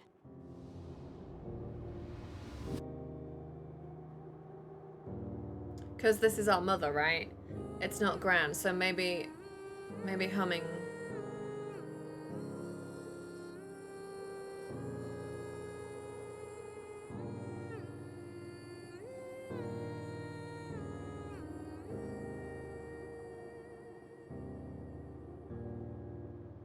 Gran lowered the torch, listening closely. Just don't drop it down the hole again. As recognition slowly set in, her heart sank. Those countless nights of consolation. The incomparable loss they shared together. She let the torch fall to the snow and sizzle out. A few steps toward Luca was all she could bear before dropping to the snow herself. Through a flood of tears, she began to hum along, note for note. Aw.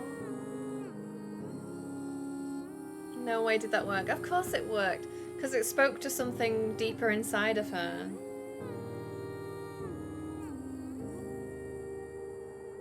I know, it's so sweet. I'm definitely adding this soundtrack to Spotify. It's got really good music.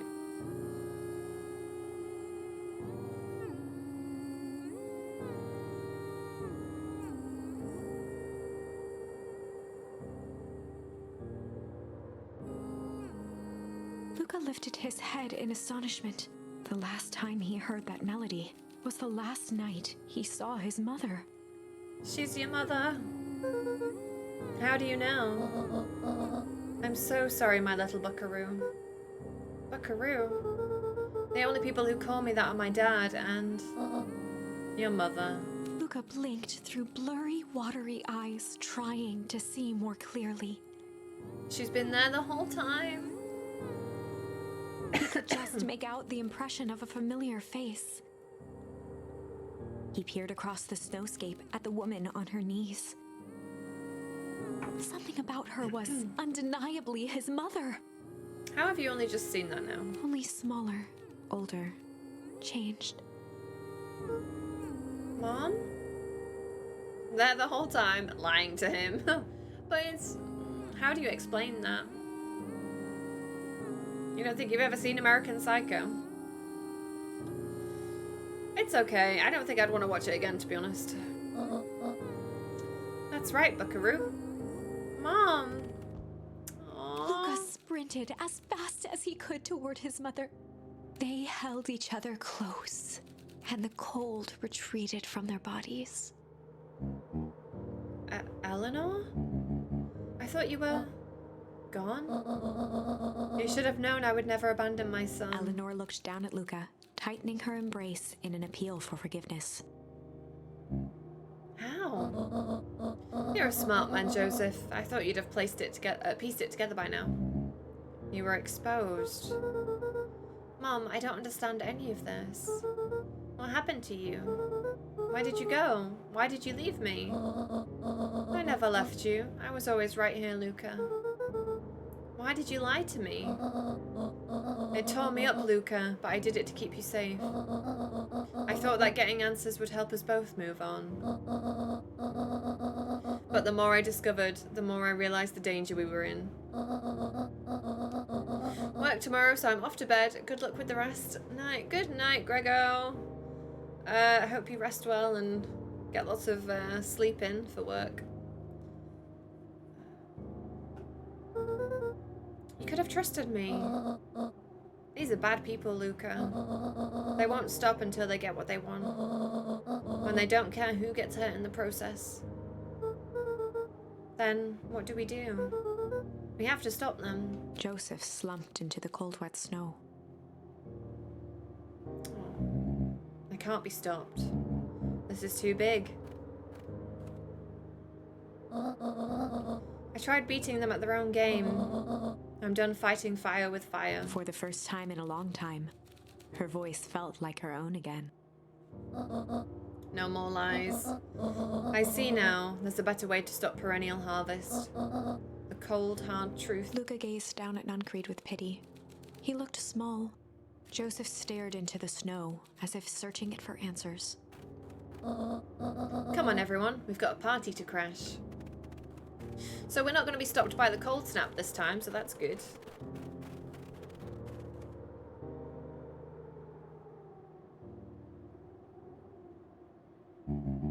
You don't understand. He always wins. Chapter 9. This is it. We're on the final chapter, so we are actually almost done. The Devil You Know. 7 months ago, Eleanor Van Horn crept down the maze of sterile hallways under Perennial Harvest. She stopped in front of the large steel door marked Deep Engineering. No turning back now. She raised a trembling hand. The stolen keycard worked as promised, and the door buzzed open with mechanical efficiency. She was immediately hit with the smell of disinfectant. It was some sort of laboratory. In one corner was a desk covered in papers. Across the room stood a tall metal pod with hoses protruding from its base. She rushed to the desk and began shifting through the piles of papers. They were experiment reports on something called Tempus Liquamen. There were dozens of them. Every one stamped failed. Eleanor heard the sharp echo of footsteps approaching. She was out of time. Her eyes scanned the room, eventually landing on the strange pod. Muttering a curse under her breath, she dashed over and dove inside. Oh no, that was a mistake.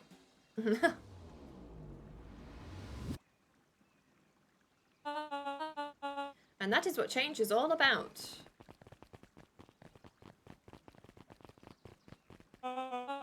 Grabbing the future by the scruff of the neck and making things happen.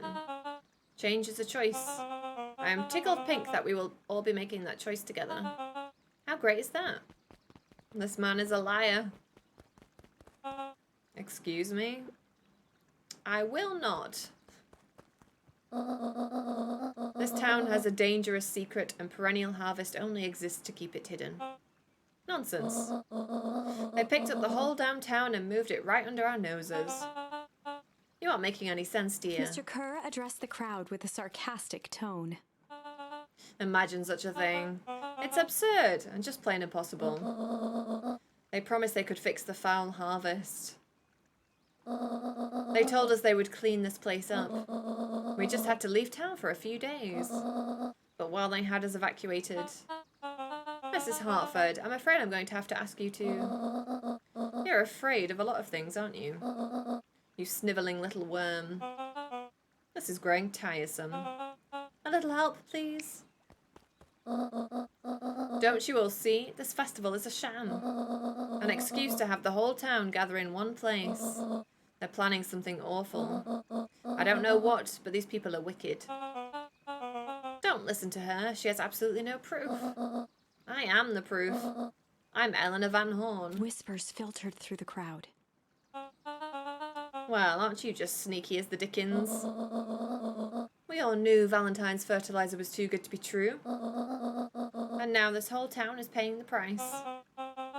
Ladies and gentlemen, I am so sorry about this disruption. My associates will take this woman, this obviously disturbed woman, somewhere comfortable, so that she can get the help she needs. She's not the one who's disturbed. You two-timing clown. You all know there's something wrong with this town. It was just easier to look the other way. The truth is...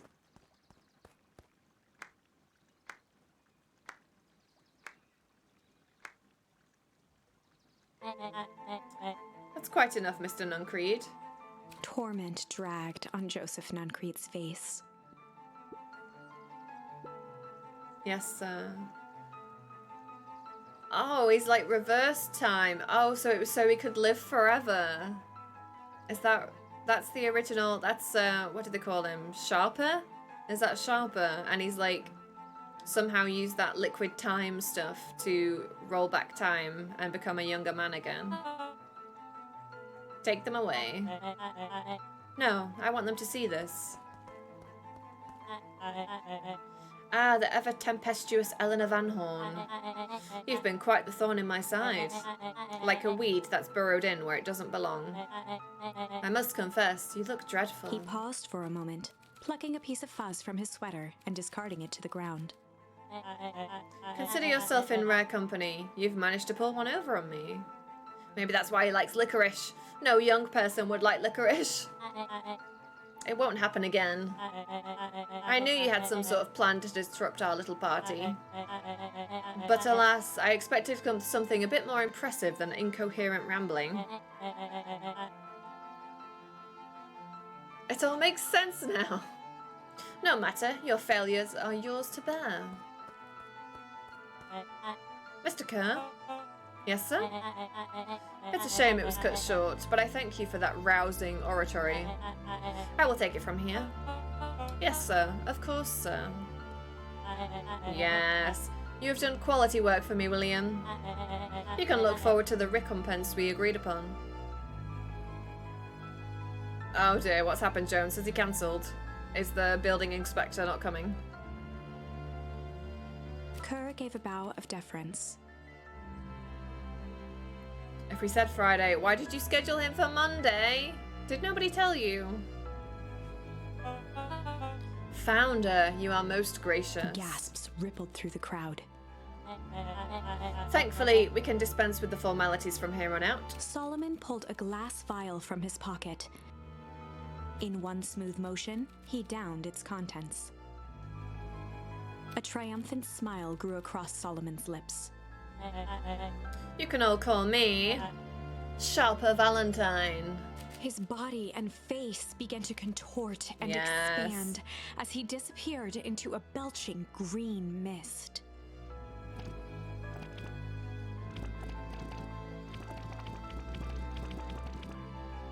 A hushed horror gripped the crowd. This is a story about change. We did say it, yeah. What? No. Ah, so you didn't see that coming. Okay, I'm driving home. Alright, drive safe, Jones. Good drive. Sharper examined his new hands. Bye. This is quite the improvement. Everything looks so much smaller now. Eleanor was right about one thing. This festival was a ruse. I wanted you all to witness my glorious return with your own eyes. Why does everyone look so downtrodden? This is a celebration, people. Maybe it would help if we set the mood. Mr. Kerr, be a dear and reveal the sign. The Sharper Valentine Festival. Wonderful. Sharper choked out a crude squawk of a laugh. Frustrated grumbles sprinkled through the crowd. Sharper, you malicious bastard. Malice, where are we going to use that? I'm glad you're back so I can tell you to your face. You destroyed this town. We ain't going to let you get away with it again. Sorry, this is not the time for audience participation. Some assistance, Mr. Kerr? William Kerr gave a subtle nod to the clipboards. You coward. No. Does anyone else have something to contribute? A helpless quiet settled over the crowd. I thought so. Did you all truly believe you could be free of me? A town of complete and utter fools. You people should be celebrating my return. You're clearly lost without me. And that leads me nicely to my children. Daddy? I gave you both the greatest gift a parent can give. The opportunity to prove yourselves in my absence. Squandered. To say I am disappointed would be an understatement. But Silence, Augustus. An adult is speaking. Aw, poor Gus. I don't know which is worse, a son who is completely hopeless, or a daughter with such potential who inevitably lets me down. Heiress, you fail me with admirable consistency. Thankfully, I was counting on it this time. Father, I have been wasting time, my dear. What have you accomplished? I was focused on cementing our legacy. Legacy? Who needs a legacy when you can just live forever? But what about... It's alright, kiddo. I'm afraid you suffer from a complete lack of imagination. There's just no helping it. Now then, where's Joseph? You didn't take the opportunity to slip off, did you? There he is. Everyone should give him a hand. None of this would have been possible without Joseph. I think you've said enough. Nonsense. The people deserve to know how helpful and loyal you've been. I only did what I did because you left me no choice. You always had a choice, Joseph. You were simply too weak to take it. No matter. Cheer up. You're about to be rich beyond your wildest dreams. You should follow Mr. Kerr's example. When I found him, he was in a sorrier state than any of you. An aging actor, desperate to recapture his youth. He played his part, and soon he'll be able to play the leading man again. Forever, in fact, if he remains loyal. That goes for all of you. Well, those who haven't already frittered away my goodwill. Beacon Pines is mine again, and I am willing to share its spoils in exchange for absolute loyalty. Are you saying William Kerr was never in charge of Perennial Harvest? You think that puffed up blatherskite could have accomplished all of this? Don, I suppose it's time for your big exclusive. Sharper addressed the crowd with indignant pride. He'd planned this moment for so long that now, at the deed's fruition, it almost felt frivolous. You see, I needed a figurehead to hold things down while I orchestrated my return. Someone to misdirect, lie, and bilk this town for a spell. So I invented William Kerr. Take your bow, you've earned it. Mr. Kerr flourished a preposterously elaborate bow.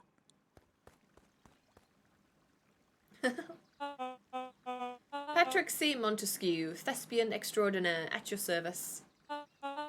Founder, I just want to thank you again for this opportunity. It truly was the role of a lifetime. Wait. So this Bill Kerr was a patsy the whole time? A patsy. He was a patsy! My God. The puns.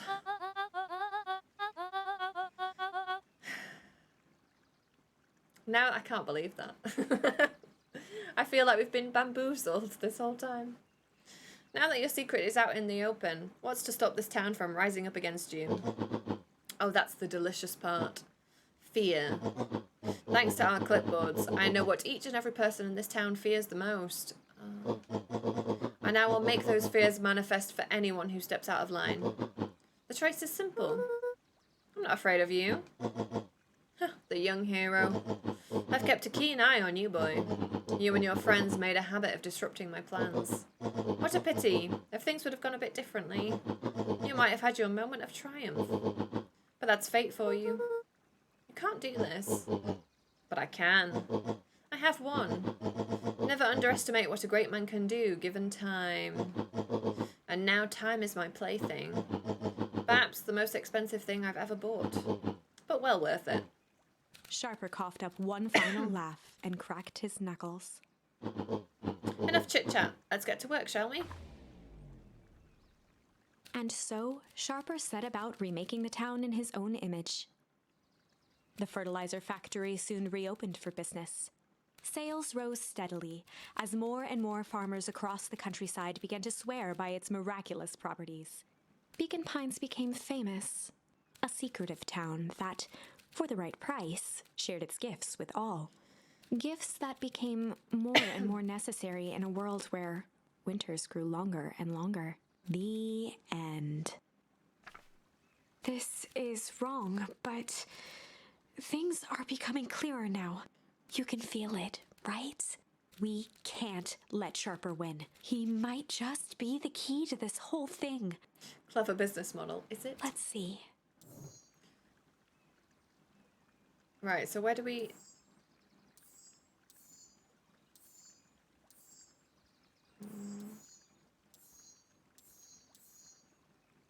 Oh, instead of shaming him, we are wicked to him. Oh my God, we're so close to the end.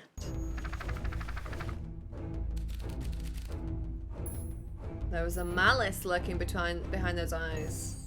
There was a malice lurking behind those eyes. We're so close. We're so close to the end Like now. a trap ready to spring.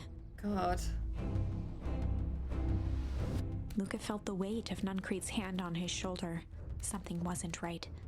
He didn't know why, but something was telling Luca to get out of there. I've got my eyes propped open. Oh, Ollie. Get to bed. I just want this to all be over. Of course, I'm sure it will all work out soon enough. I can't do it. I need the end. Well, you can watch the VOD. told Roxy I'd check for Rolo at the treehouse. Luca twisted free of Nuncreed's grasp. Luca, you know your dad and I were good friends back in the day. You could come to me with anything. Anything at all. Right, so go back to the tree. Oh, God, I hope this is also brief. I don't think it's going to make us go through too much more.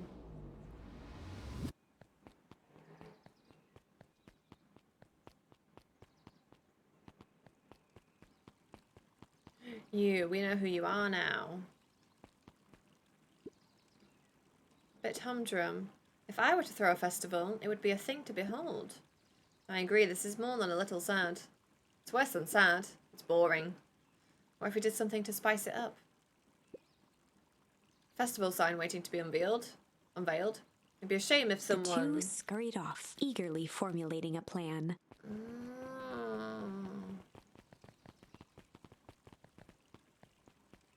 We did see them earlier talking about sabotaging the sign, but we didn't know what it was. I'm unable to locate you on our staff roll. So that's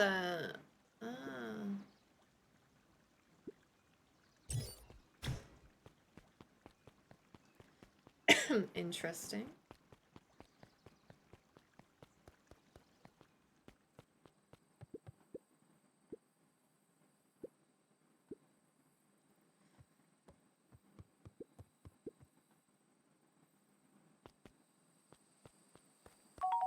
So, let me check. Thank you, ODS. Oh, we've got more words. These are what we've used the words for. It's fishing. Okay. Luca tied a small magnet to the line. I see. Fishing with the law of attraction.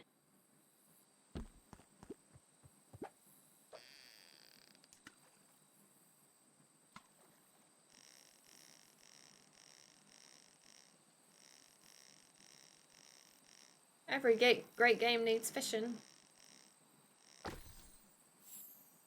I don't know what we're doing with all this. Where do you think the lock is for this key? Now, why would we want to find that? The second we know what it unlocks, it just becomes a boring old key. Right now, this key could unlock anything. Cool.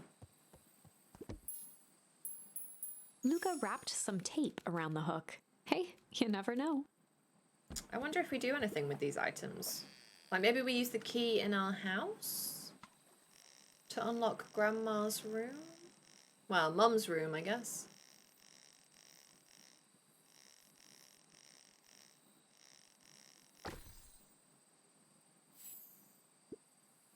It's got a bunch of big words written on it. Let's see that.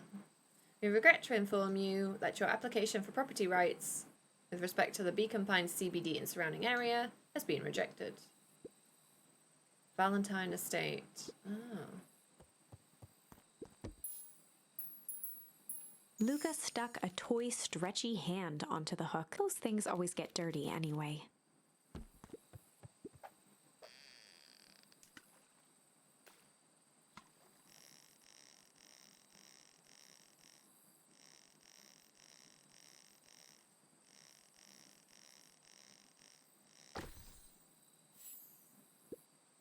Should we give it to Mum?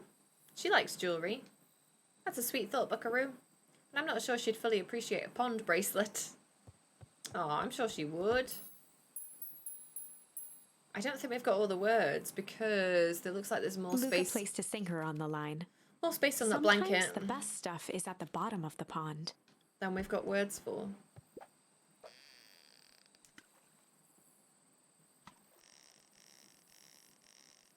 Pond bracelet sounds lovely. Oh dear.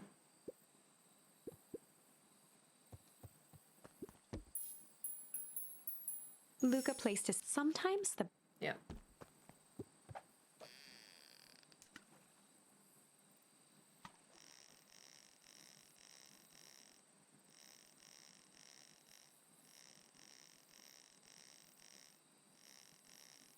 Come on. Oh, a message in a bottle. Malice 80 proof whiskey. A hard liquor for a hard man. Takes a real piece of work to leave something like that lying around. Yeah, I feel Luca like wrapped a twig of thyme around the hook. Some fish have refined taste. I think we missed quite a lot of words then over the course of the game. But that would have taken us so much longer. Because if we were going to fill that blanket, we're missing, what? 3 words? 4 words? Maybe. Property of Sharper Valentine. Figures. If he had his way, property of Sharper Valentine would be written on everything in this town. He may not even want it back. The man's got a contentious relationship with time. We'll keep it here if he, in case he ever wants to pick it up. And that's it, right? Yeah, okay. Never Luca mind. gently then. baited No, out for no, escape. no. I'm just leaving. I'm leaving.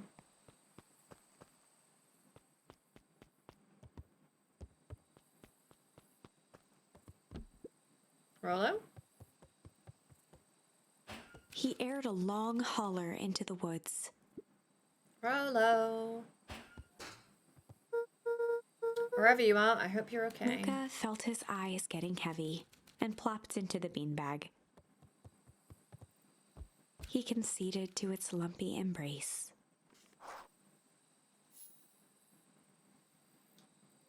Come on, we're almost Once there. again, Luca found himself in a vast black expanse.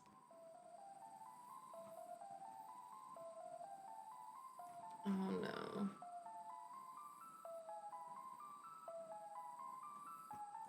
This time, he knew exactly where to go. He took a single confident step forward. The world flickered and pulsed.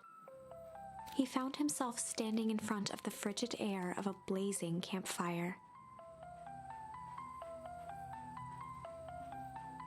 The source. He plopped down cross-legged and gazed into the cold flame, waiting. Soon enough, the fire began to die out, popping sporadically, until all that was left was a single ember. Luca stood up and dusted himself off. He plucked the glowing ember from the cold ash, examined it, and slid it into his pocket, a keepsake. The voice of his father spoke behind him. "You made me proud, Buckaroo." Luca turned to face him. "Dad, what is this place?"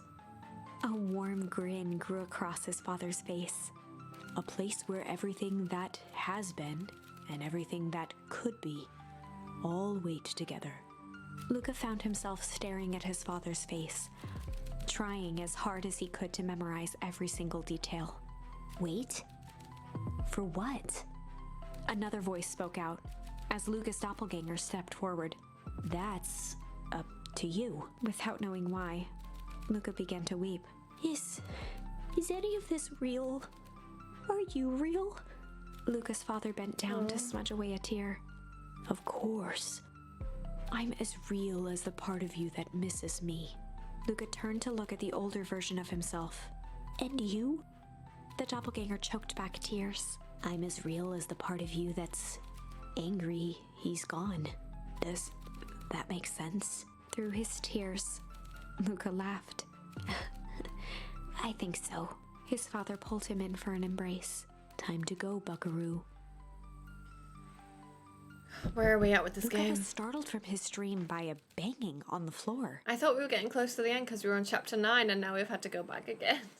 A commanding voice rumbled from below. Just as Luca sprang to lock the entry hatch, the door knocked open. Chapter 5. Oh, we're on chapter 5. Dangers big and small. Yeah, there's just one more thing. Yeah. Luca stumbled back. He heard the rope ladder creak under significant weight. Keeping his eyes fixed on the hatch, he inched backward to the balcony. As his hand grasped the door handle, Luca froze. A large figure clumsily wriggled up through the hole.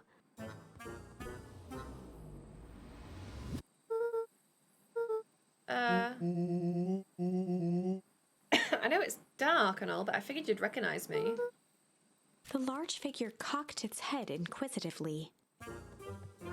Rollo! Stop now or I'll clobber you with a baseball bat. Take it easy. Luca, you need to get your eyes checked. It's me, Rolo. Nice try, but I know you aren't Rolo. You're like one of his random uncles or something. Where is he? Quit messing around. It's me. If it really is you, prove it. Flaming chicken coop, Luca. Luca's jaw dropped. He peered more closely at the man standing in front of him. Something about him was undeniably Rolo, only bigger, older, changed. How? What happened to you? When I was running away, I ran into more people in those yellow suits. They grabbed me and dragged me away.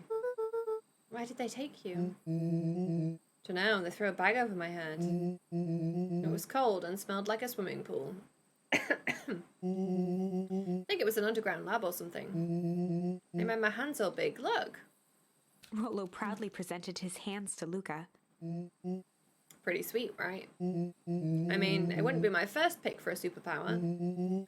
But beggars can't be choosers. Rolo, it wasn't just your hands. Oh, God. Imagine the mental trauma, weirdness of aging from a kid to an adult and skipping puberty. What else did they make big? Well...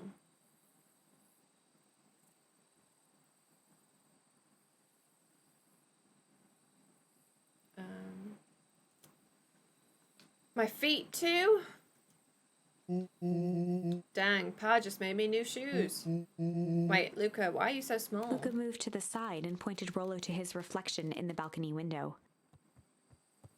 What the? His hands shot up to his face. Holy Toledo. Toledo. Rolo, what did they do to you? They made me drink some sort of green crud. Ew. Actually, it wasn't too bad. It kind of tasted like licorice. Of course it did. I passed out and woke up like this. And then I sort of smashed open my cage and escaped. You smashed open a cage? Kinda. At least I think I did. It's all a bit of a blur. They had you in a cage. Who are these people? I don't know who did this to you, but we're gonna fix it. This is awesome. I'm just glad you're safe now. You don't need to worry about me. Sure, I got snatched, but look at it this way. I got snatched. I know where snatched people go. We may finally have a lead on what happened to your family. Maybe you're right, but this all seems dangerous. Danger, ha. Rolo shadowboxed a few jabs. I'll take them all on. Hey fellas, what's up? With a yelp, Rolo dove behind Luca.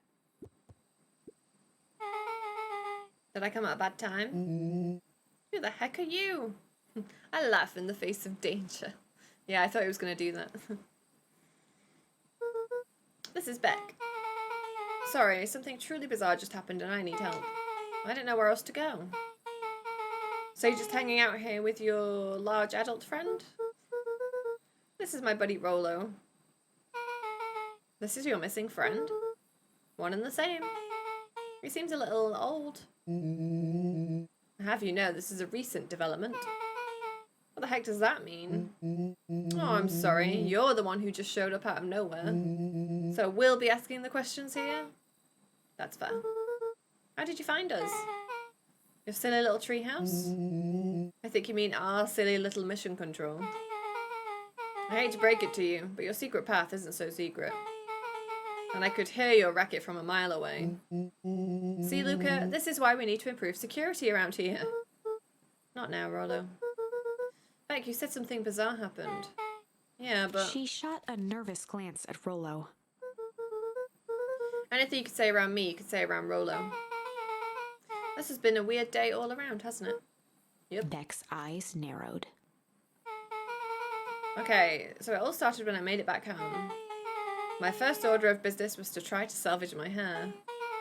So I dyed it with some stuff from the chemistry set my mum gave me. Oh my god, we don't need the flashback.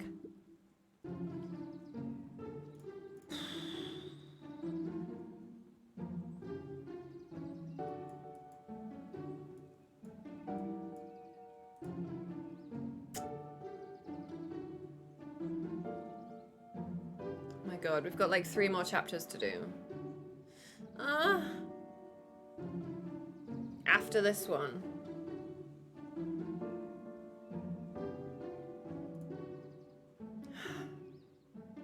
But it's like, oh.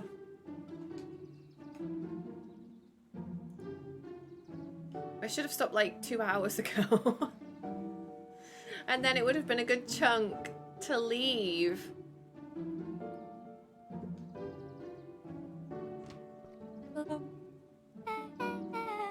Nothing, I was just... Come over here and let me have a look.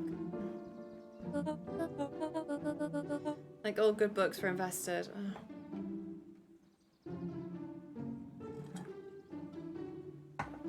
The problem is, I sort of feel myself rushing now because I like want to get to the end because it's late. I just kind of felt like a change. This is going to take forever to grow out.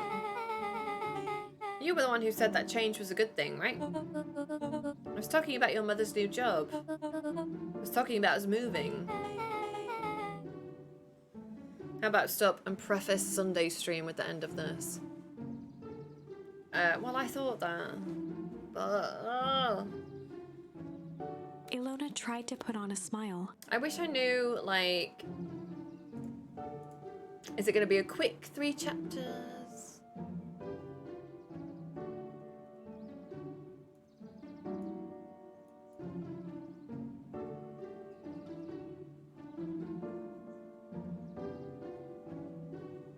Because we could be here for like another hour. And I don't want to rush it. Segue into Monkey Island. If you want it to be quick, they will be the longest chapters of your life. Well, yeah, probably. Because that's the way it goes, isn't it?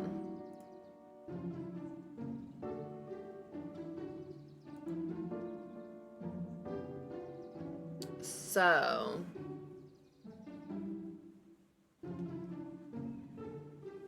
Oh dear. Should we... I think I'm gonna have to leave it. It's already midnight. And I don't want to rush through it. And yeah, I do think there might be a lot longer left than I think there is. So maybe we'll stop. If you quit, it will take 7 seconds on Sunday. Exactly. It's gonna be like 10 minutes.